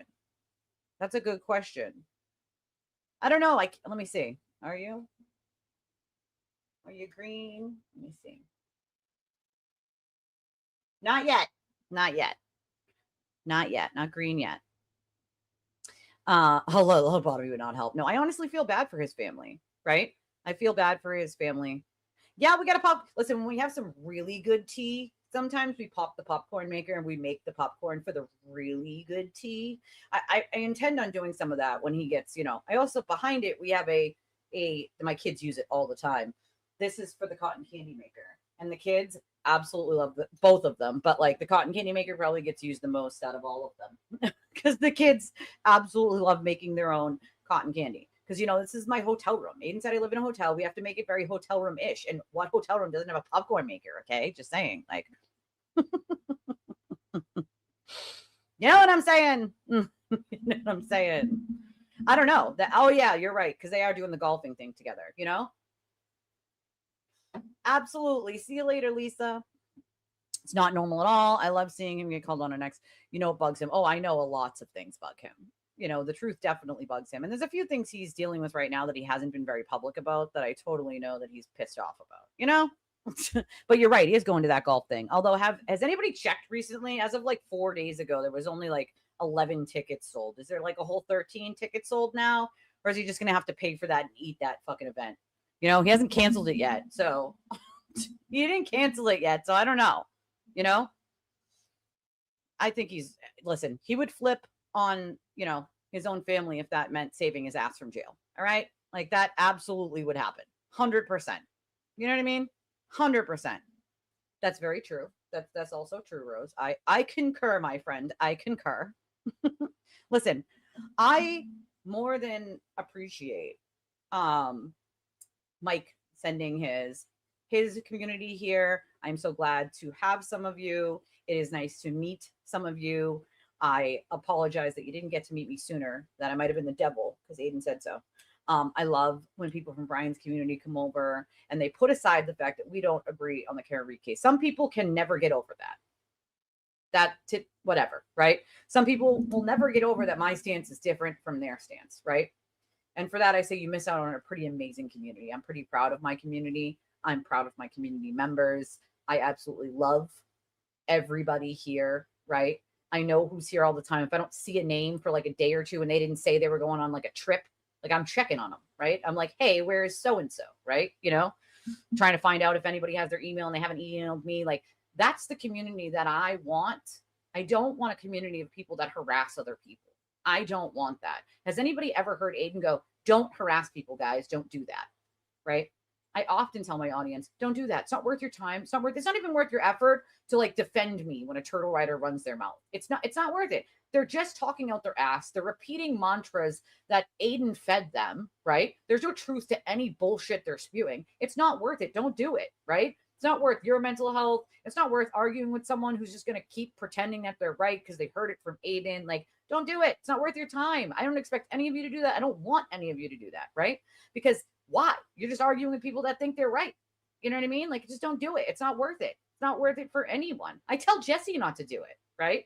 Hard to tell Jesse not to do it, but I tell Jesse not to do it. Okay. Like, don't even bother with these people. Don't do it. It's not worth your mental health. It's not worth arguing with idiots. It's really just not worth it. If they don't see the value in actually trying to figure out what kind of person I am themselves, and I'll talk, you can ask anyone. I'll talk to pretty much anyone. I can answer emails from anyone, right? Like, I will talk to anyone because I like to make my opinion on someone based on how they treat me as a person. There are plenty of people who have said some really awful things about me when they were in Aiden's cult that have later then come and talk to me that I talk to all the time now, right? I talk to all the time. We talk about all sorts of things. Our kids, the weather, you know, plans for the summer, non-plans for the summer, like all sorts of different things. All sorts of different things. We talk about all sorts of different things. Also, don't forget, you're running out of time for the raffle. Don't forget about the raffle. You can get your spots for it. Where we have a couple days left before we're gonna pull it. And girl, listen, you can totally visit. I will put the air mattress in my office, which is plenty of space for you to sleep in here. We'll pop a little TV in here for you. No hotels needed. You can come stay with me. More than happy. I'll pop 5 air mattresses in the living room. I'll have you all over. You can all stay here. Don't do a hotel. It's expensive. I'm still trying to figure out whether me and the family are even going to be able to do Ocean City, Maryland, because it's so fucking expensive. I don't know anybody out there who like has an Airbnb or anybody out there who has like hotel points I could use or anything crazy like that. So it's like, I don't know if we're going to be able to do it. My husband might have to go alone, which sucks. But we'll see, right? We'll see. It's also, that's at the end of August. And we'll see what happens. I'm hoping we can figure something out, but we'll see, you know, but I am glad for those of you that took the time to say, you know what, I'm going to go check out the channel, you know? Yeah, we're having mimosas.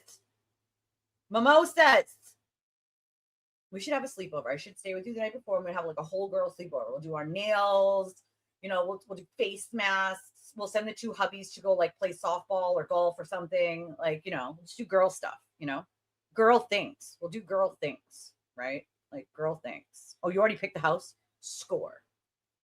Too bad it's not in the summer, right? Could have a pool. There are a couple in Rhode Island that have like indoor pools that I've seen before, and I'm like, those are kind of cool. But listen, you can come stay with me. You can come stay with me, my friend. I'm a fun mom. I am a fun mom, you know? I am a fun mom. I mean, my kids, we do a lot of like arts and crafts and stuff here at home because, you know, doing shit's fucking expensive nowadays. But, you know, if my kids really want something, like, you know, I do it, right? I do what I got to do, you know? You know, I don't think he's going to talk about much, but everyone else. You know what I mean? Like, that's what he's going to do. Yes, we are. Yes, listen, I'm a hugger, okay? I'm a big hugger, so I'm going to need to hug everyone, all right? I'm going to need to hug everyone. Usually, worlds are down in the Space Coast where Space Coast lives. Unfortunately, I wouldn't be able to afford an Airbnb and a rental down there for the World Series of softball. That usually happens in like October-ish, and we've done it once, but it's very expensive to get an Airbnb and a rental car and have money to spend, and there's no chance I'd be able to afford that. Otherwise, that would be a time for anybody in that sort of area to come together. I do know I have a lot of you that are in like New York and New Jersey, Pennsylvania. So I got to figure out something for that general vicinity. That's why I asked a while ago if any of you lived near Ocean City, Maryland, because I knew I might possibly be going to that event when my husband was picked to play in that tournament, and was like, that would be a good time to sort of meet up with people right in that area. But not a lot of you live in that area. So, so that was a dud, you know? But I would love to do like a meetup, even here in Massachusetts, you know, even in Massachusetts, something here where I live, for those of you who are from here, a night out or a day thing, like, I don't know, something fun to do, you know? I decided not to fly to Arizona with my girlfriend. She came back and told me she sat next to the Road Warriors in the airport bar. See, that's what I mean. Like, you miss out on the fun stuff when you don't get to go. And also, he's gone to every tournament this year himself. Me and the kids haven't really been able to go. Well, you stumbled upon me. It's a good thing now. You stumbled, and now you're here, right? Now we pick you up. You stumble and we pick you up. You know? It might be unintentionally hilarious. Like, you know? I don't even want to know, to be honest. I mean, I do know, and that's the sad part, you know? That's the sad part. But, oh, you have a video of the clusterfuck? Oh, Jesus. Oh, Jesus. Yes, please smash the like button and subscribe yourself if you haven't already. Replace its teeth with chiclets. We're just going to hand out boxes of chiclets, okay? Like, you know. Will Hayden be in Will's sidecar for the motorcycle event? Oh, my God, imagine. Right? Aiden trying to drive. He's got to drive a trike because he doesn't know how to drive a motorcycle. Like, Aiden, I'll drive it for you. I will smack your masculinity real quick and I'll ride the motorcycle for you. My motorcycle helmet is, I think it's in the closet. You guys have all seen it. It's pink. And I have my pink riding gloves that have butterflies on them that match my helmet. But I learned how to ride when I was like 17. I learned how to ride a motorcycle. I've been riding ever since. Like, I'll ride it for you, Aiden, and you can ride on the back like the bitch boy. And then Will, he can get in a little sidecar, right? We'll give him a whole ass helmet, and he can get in a little side. We'll even let him press the little button. You know, imagine. Can you guys imagine? Oh my God. Oh, I mean, I think he actually did run into Ben Affleck down the Cape, but so did 52 other people. A friend of mine also ran into Ben Affleck down the Cape. So that was a real picture, but like, it wasn't for the reason that Aiden was trying to claim the picture was, of course, you know? Right? Me too, because plenty of people will say a movie sucks, and then I'm like, I don't know what you're talking about. I liked that one, right? Like, I liked that movie, right? I need to see it myself. Like, a lot of people need to heal and come together. There's a lot of healing that needs to be done, you know? A lot. No, it was real. It was real. My friend ran into him that very same day in the very same area, but the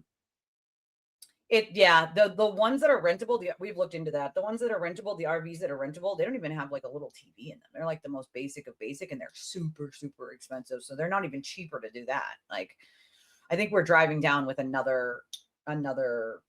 other people like on his team. But we'd still have to find our own like hotel or whatever. And they're very fucking expensive in Ocean City, Maryland. You know, love you. Have a good weekend. But yes, no, that was a real picture. I think it would be easier for everybody to look for similarities versus differences. But I think you always have to look at things objectively and sort of just look for yourself, you know? Look for yourself. You got to look at everything, you know? I think a lot of people fell for it, though. That's why I don't hold it against everyone. You know, when they do figure it out, like, I welcome them with open arms, because I was duped a little bit too. You know what I mean? Like, a lot of people were, and I can't hold it against them. Like, I'm walking, talking proof that, like, it happens. You know what I mean? Like, it happens. I think a lot of those people, the other content creators, like, that are still around him, just stay there for the money. You know what I mean? Money. We could make a group chat. We can make group chats on X. We can make group chats. We also have a Discord. We have a Discord. It's not very super active, but we do have a Discord. No, yeah, he really did. I kid you not, it's not a fake picture. He really did run into Ben Affleck down the Cape. My friend ran into him literally like one street over the same day, like 10 minutes before that. He is scared. He's definitely scared. He's just not going to tell anybody publicly that. You know what I'm saying? He did a live an hour ago about his New Jersey charges. I might have missed if you said anything. Oh shit, I forgot about that. Hold on a second. Yeah, he's too short. Too short to ride this ride. Too short. You buy a raffle ticket through any of our regular donation options, like the direct ones. So Cash App, Venmo, PayPal, and you just say it's for spots on the raffle so that I know. I had there one ticket for 20, well, spot because it's a wheel. 3 spots for 50, 5 for 80, and 10 for 150. See, we got lots of people from Jersey, New York, Connecticut. You know, I'm closest to Rhode Island here in Massachusetts, but it's only about a half hour from where I live. You know, I love motorcycles. I just do. I love them. My dad loved them. I love them. Yeah, hotel points. You can use hotel points for a room.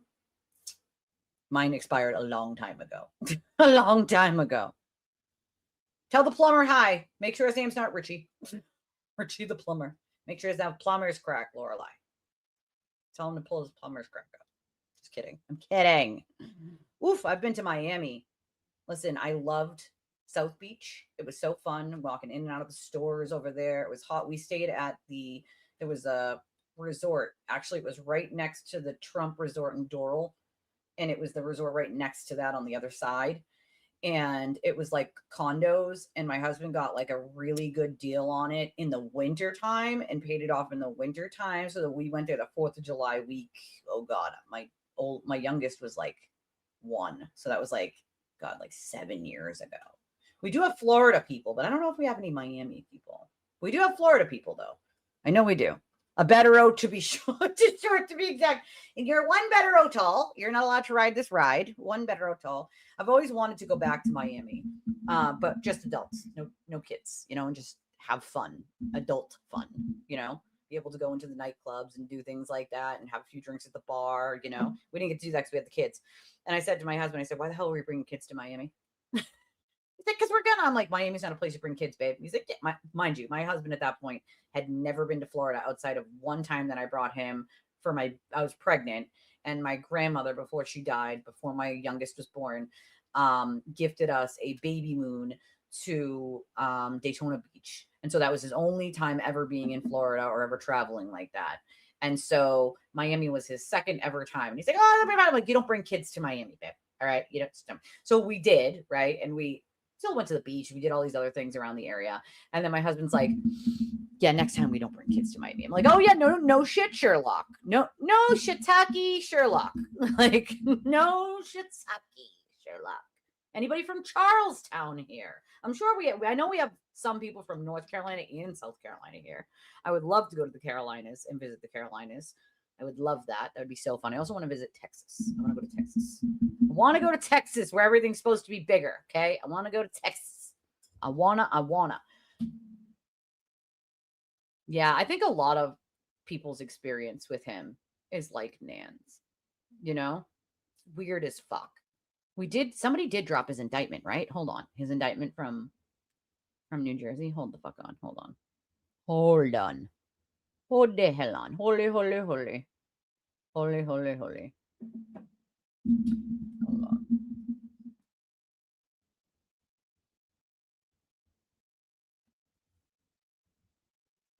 Let me see. I want to see the indictment because I know someone said it was dropped. So hold on.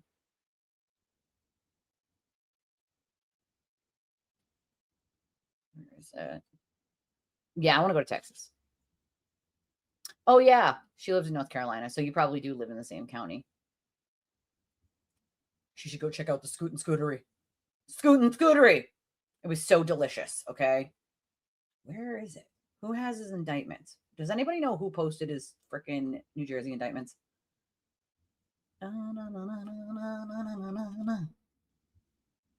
Trying to see.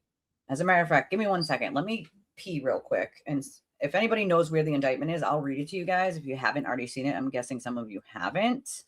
But I'd like to see it before I end. And Brian goes live at like 5:30, so I still got like 20-ish minutes. So give me 1 second so I can pee. I got a conspiracy pee. Okay. I have a conspiracy bladder right now. Because I'm drinking lots of water and coffee. So give me like 2 minutes to go pee, and I'll be right back.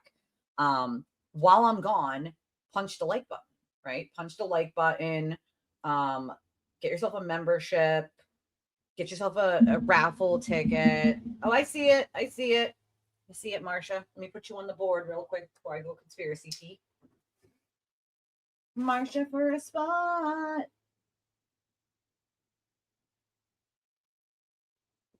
In the raffle. Awesome. Okay. Perfect. All right. I'll be right back.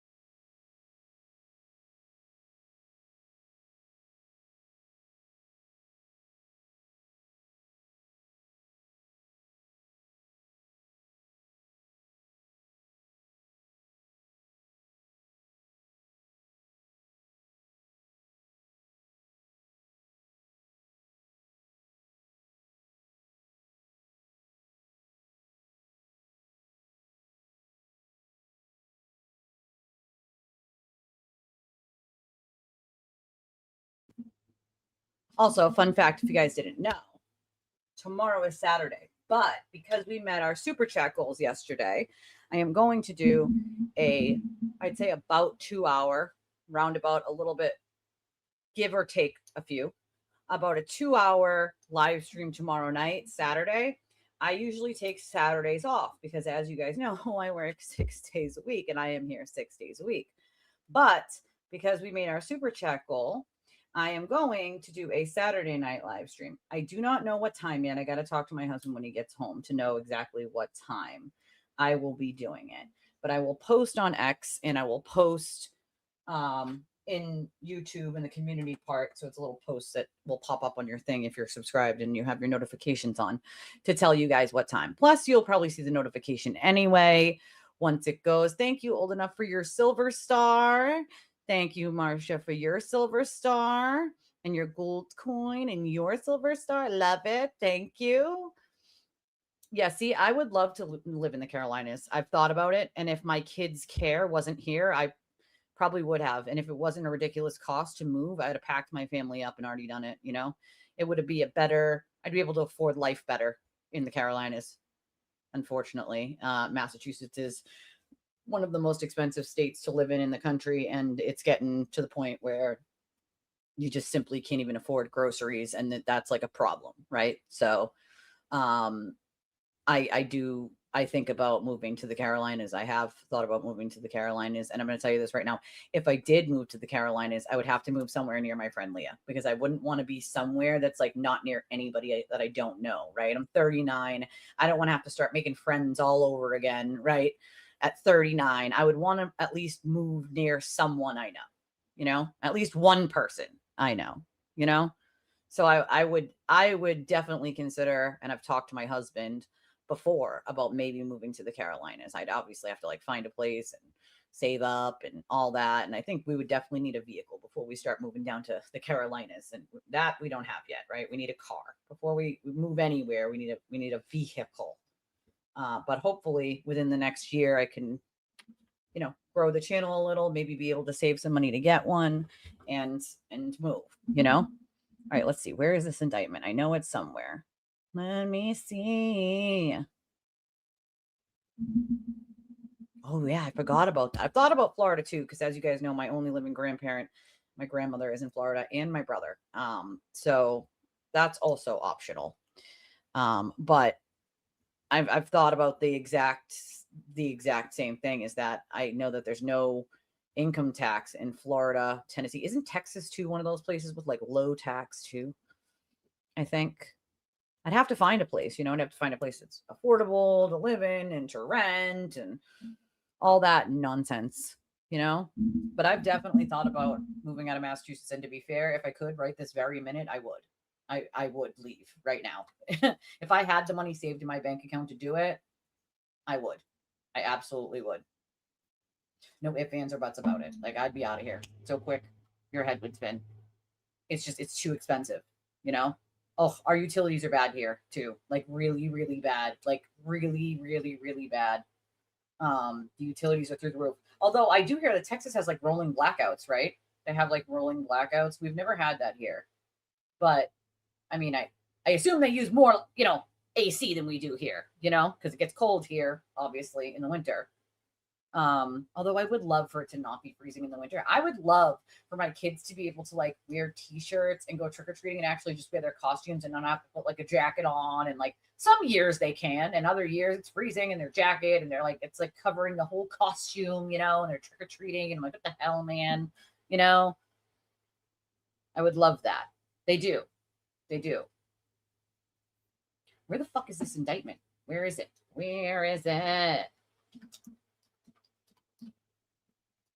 Hold on.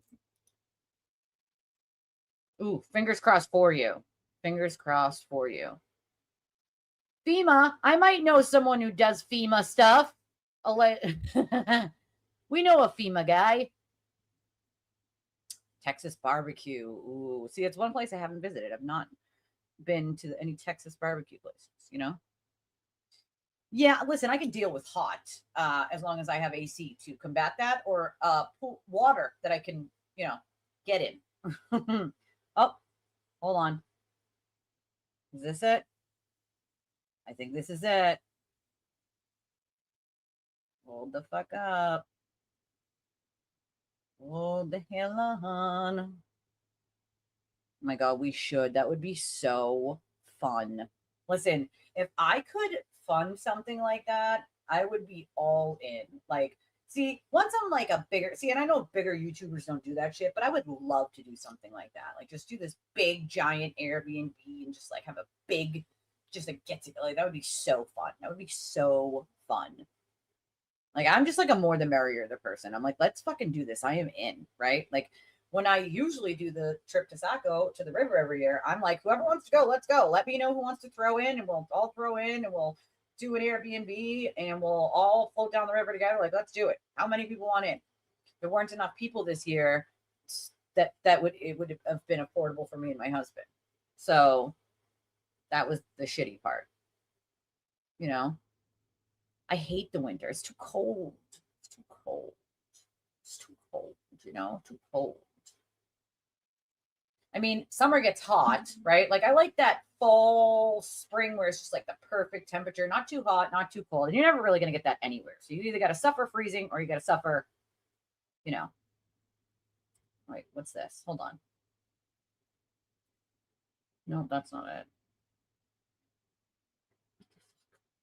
Is this it? Wait a second. No. It's indictment. Casing. Wait. No, that's what's this? Just nope, it's not it. Where the fuck is it? Where is it? I do have Mediterranean blood. See, this is what I'm saying. We got a FEMA person right here. We got a guy who can help with some FEMA stuff. It's what he does. It's what he does. He helps with that stuff. Okay, is this it? Hold on. Indictable offense, cyber harassment. Okay, hold on. Okay, but it's not the indictment itself. It just shows that he was, it had an indictable offense, which I already know. So I can't seem to find like, the regular indictment, but I'm sure someone else will get it if they find it. All right. I've never had Memphis barbecue either because I've never been down that way, Listen, if I could just buy one of those Class A RVs and just like travel the world and like I would just stream on the go, right? Like I would get, the satellite interwebs and I would just like, that's like a dream one day, just travel everywhere, just see everywhere. I would love that. All the people, all the places, I would love it. I'm like a little jealous that the guys from the Tartan Army in Scotland just got to just travel the United States and just check out all the different places. I would love to do that. I would love to do that. I'd love it. Restaurants are a big risk. A lot of restaurants just fail. And they're very risky, I think, they're confusing with just like the screenshot of like what's on the docket, that it's an indictable offense and that like it's there for the cyber stalking with the act. Like I want to read like the actual indictment if it ever drops. I don't see it anywhere. It could be somewhere that I'm just not seeing. I'll look for it after the stream and see if I can find it. But it is 5:20, so I'm gonna let y'all childrens go. You guys can go check out Brian and Mike in about T-minus 10 minutes. I love your stinking faces, and I'll see those of you who pop in at nighttime tomorrow night for a short live stream tomorrow night. For those of you that don't do nighttime, I will see you for our Sunday morning show, which is one of my favorite shows of the week. I get kind of silly on our Sunday show, so I'll see y'all very soon. Love your stinking faces. Punch the like button in its face on your way out. Make sure that you subscribe and you change your little bell notifications to all so that you get the notifications when I am live. If you do want to donate to the channel, there's a bunch of different ways to do it. Cash App, Venmo, PayPal, Revolut, Chime. We have our Justice Chats pinned to the top. Works for Apple Pay, credit cards, debit cards, Google Pay, all those options. We have an Amazon wish list. That is in the description of the video. There's always things on there for the kids.